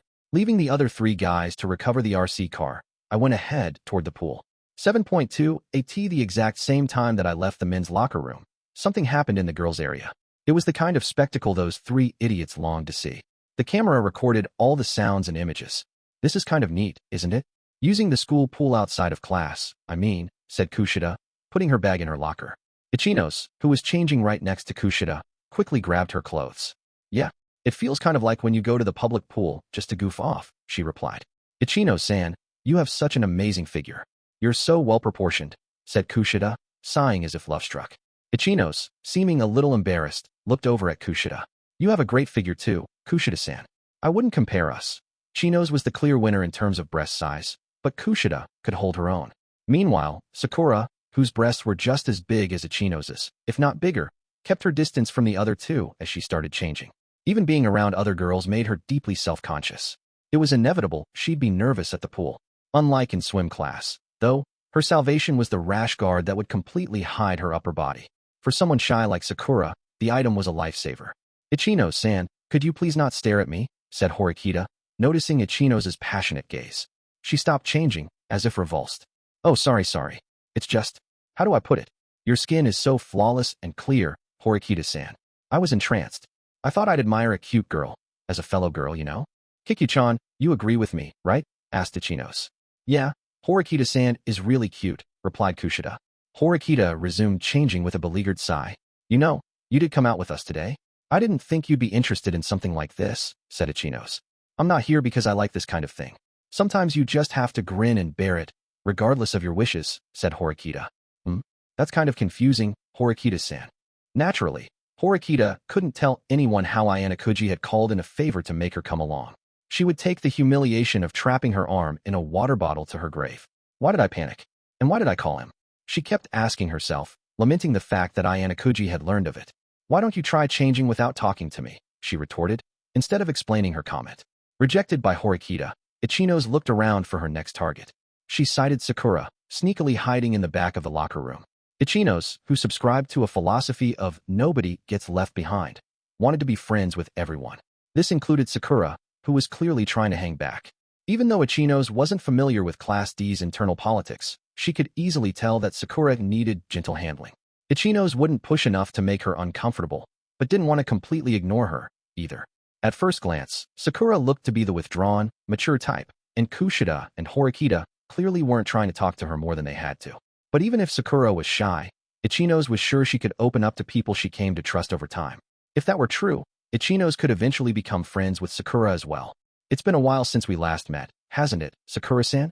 I suppose, since we're from different classes, we don't run into each other all that often, said Ichinos. Why yeah, I suppose so, replied Sakura. Honami-chan, you already know Sakura-san? That's surprising, said Kushida, feeling doubtful of the relationship between Sakura and Ichinos. We know each other from a while back, right? Said Ichinos. Why yes, said Sakura, looking more rigid than expected. She avoided eye contact while she spoke. Her shy mannerisms threw Ichinos for a loop, but she persisted. But even so, Ichinos gave Sakura's body a quick glance, without staring too openly. Sakura's facial features really were cute. She was slender, but still had some meat on her bones, and her breasts looked like something you'd see on a magazine model. Ichinos looked her up and down with a man's attentive gaze. With looks like these, Sakura, who was the type of girl most people found themselves wanting to protect, could probably have become the most popular girl in the school if she'd just been more outgoing. That reminds me, Honami-chan. You were with Kenzaki-kun today, too. Could I ask you a little about that? Said Kushida. Huh? What about Kenzaki-kun? Replied Ichinos. Sakura, recognizing that this was her chance to escape, shifted away from Ichinos. Well, a girl in our class is interested in Kenzaki-kun. I wanted to ask you a few things, said Kushida. Wow, Kenzaki-kun is surprisingly popular. Girls in our class seem to like him, too. But I don't think he's dating anyone right now, said Ichinos. I see. In that case, I think I'll tell her to call him. Yeah. Kanzaki-kun will like that, I think. Probably. Why probably? Kushida laughed at getting such a vague answer. He's a man of few words, you know? Which is fine, I suppose, but he completely lacks assertiveness. I don't understand him well, added Ichinos. I see. I guess he is hard to interpret, isn't he? At that point, Ichinos seemed to notice that everyone else was almost done changing. Whoa, we need to catch up. She started pulling her clothes off quickly, without grace, as if she were a boy. Her breasts jiggled. Even Horikita, who was trying not to show any interest, shifted her attention for a moment. Ichinos' proportions were devastating enough to one-hit KO most men. It was hard to believe she was a first-year high school student. When did you get those breasts? Huh? You mean, when did they get big? I guess in my third year of junior high. They just kept growing bigger and bigger. Why? Asked Ichinos. Oh, I understand. That must be why you don't know what to do with them. If Ichinos had developed rapidly, in under a year, it was no wonder that she still hadn't adjusted to her body's changes. Ichinos finished putting on her swimsuit and grabbed her locker key. All right. All done changing, she shouted at the other girls lagging behind. I'm going on ahead. Ichinos left at a run, her excitement to get to the pool clearly bubbling over. She's like a human typhoon, isn't she? Said Horikita. She was neither praising nor criticizing Ichinos, just making an observation. Horikita wasn't speaking to anyone in particular, but Kushida responded. When Ichinos-san is around, everyone seems to smile. Horikita glanced briefly at Kushida, but didn't answer. Meanwhile, Kushida, always sensitive to her surroundings, shifted her attention to the other girls who just entered the locker room. Oh, Karuizawa-san. Good morning. You came here to hang out? Asked Ichinos. What a coincidence. We're here to swim too. Kushida couldn't hide her surprise. Karuizawa almost never swam during class. Heh. With that brief response, Karuizawa and the two girls who entered with her headed toward the lockers all the way in the back of the room. She touched the grating across the vent, and it came off without much effort. That wasn't due to her superhuman strength. Someone had entered the locker room yesterday and carefully unfastened all the screws with a Phillips screwdriver. Ugh, they're seriously doing it. These guys are the lowest of the low, complete perverts, Karuizawa muttered. She found the RC car up against the vent opening. Its camera's gleaming lens captured the girls' locker room at an excellent angle. The light next to the monitor glowed a faint red, which meant the camera was in the middle of recording. Doing as Ayanokouji had instructed her ahead of time, Karuizawa removed the memory card. She replaced it with a new memory card with no data and put the car back in the vent. That takes care of that. Soon, the RC car would return to its owner. He's the only one who really, as exasperated as Karuizawa was by the guy's grossness, her thoughts turned to the only person who acted to stop them from carrying the plan out, Ayanokouji. If Ayanokouji hadn't done something, her classmates, and even girls from other classes, would have had their naked bodies seen without their knowledge. Even worse, those images would have been saved forever. Kei-chan, is everything okay? Sonata, Karuizawa's classmate, spoke behind her. Ishikura, the third girl, also looked at Karuizawa with an uneasy expression. Ah yeah, thanks. I'm good now. Karuizawa had used her friends to shield herself from view as she bent down to the vent, just like the guys had done in the other locker room. She'd even procured the keys to all the nearby lockers beforehand, so people would see them marked as full and not use them. Now, Karuizawa calmly and carefully returned those keys one by one, taking care not to look too nervous. She didn't explain what she was doing to her friends. They were people who obediently followed instructions without requiring explanations. They were not strong-willed, and they feared being ostracized. Karuizawa kept such people around on purpose. After she finished changing and confirmed that no other Class D students were around, Karuizawa thanked the girls she was with. I have a little business to take care of later. Will you two be here? Ah yeah? We were thinking of swimming. Right. The two girls nodded to each other. Karuizawa said nothing in response. 7.3 After swimming to the point of exhaustion, I left the pool and went back to my room. When I arrived, 3 excited guys were waiting in front of my door. You're late, Ayanokouji. Hurry up and let us in. Sudou, his patience gone, kicked my door. That would only annoy my neighbors and draw the dorm manager's attention. Hurry up, Ayanokouji. I opened the door. A bunch of guys unable to contain their arousal pushed it from behind. I held the memory card he'd recovered from the RC car.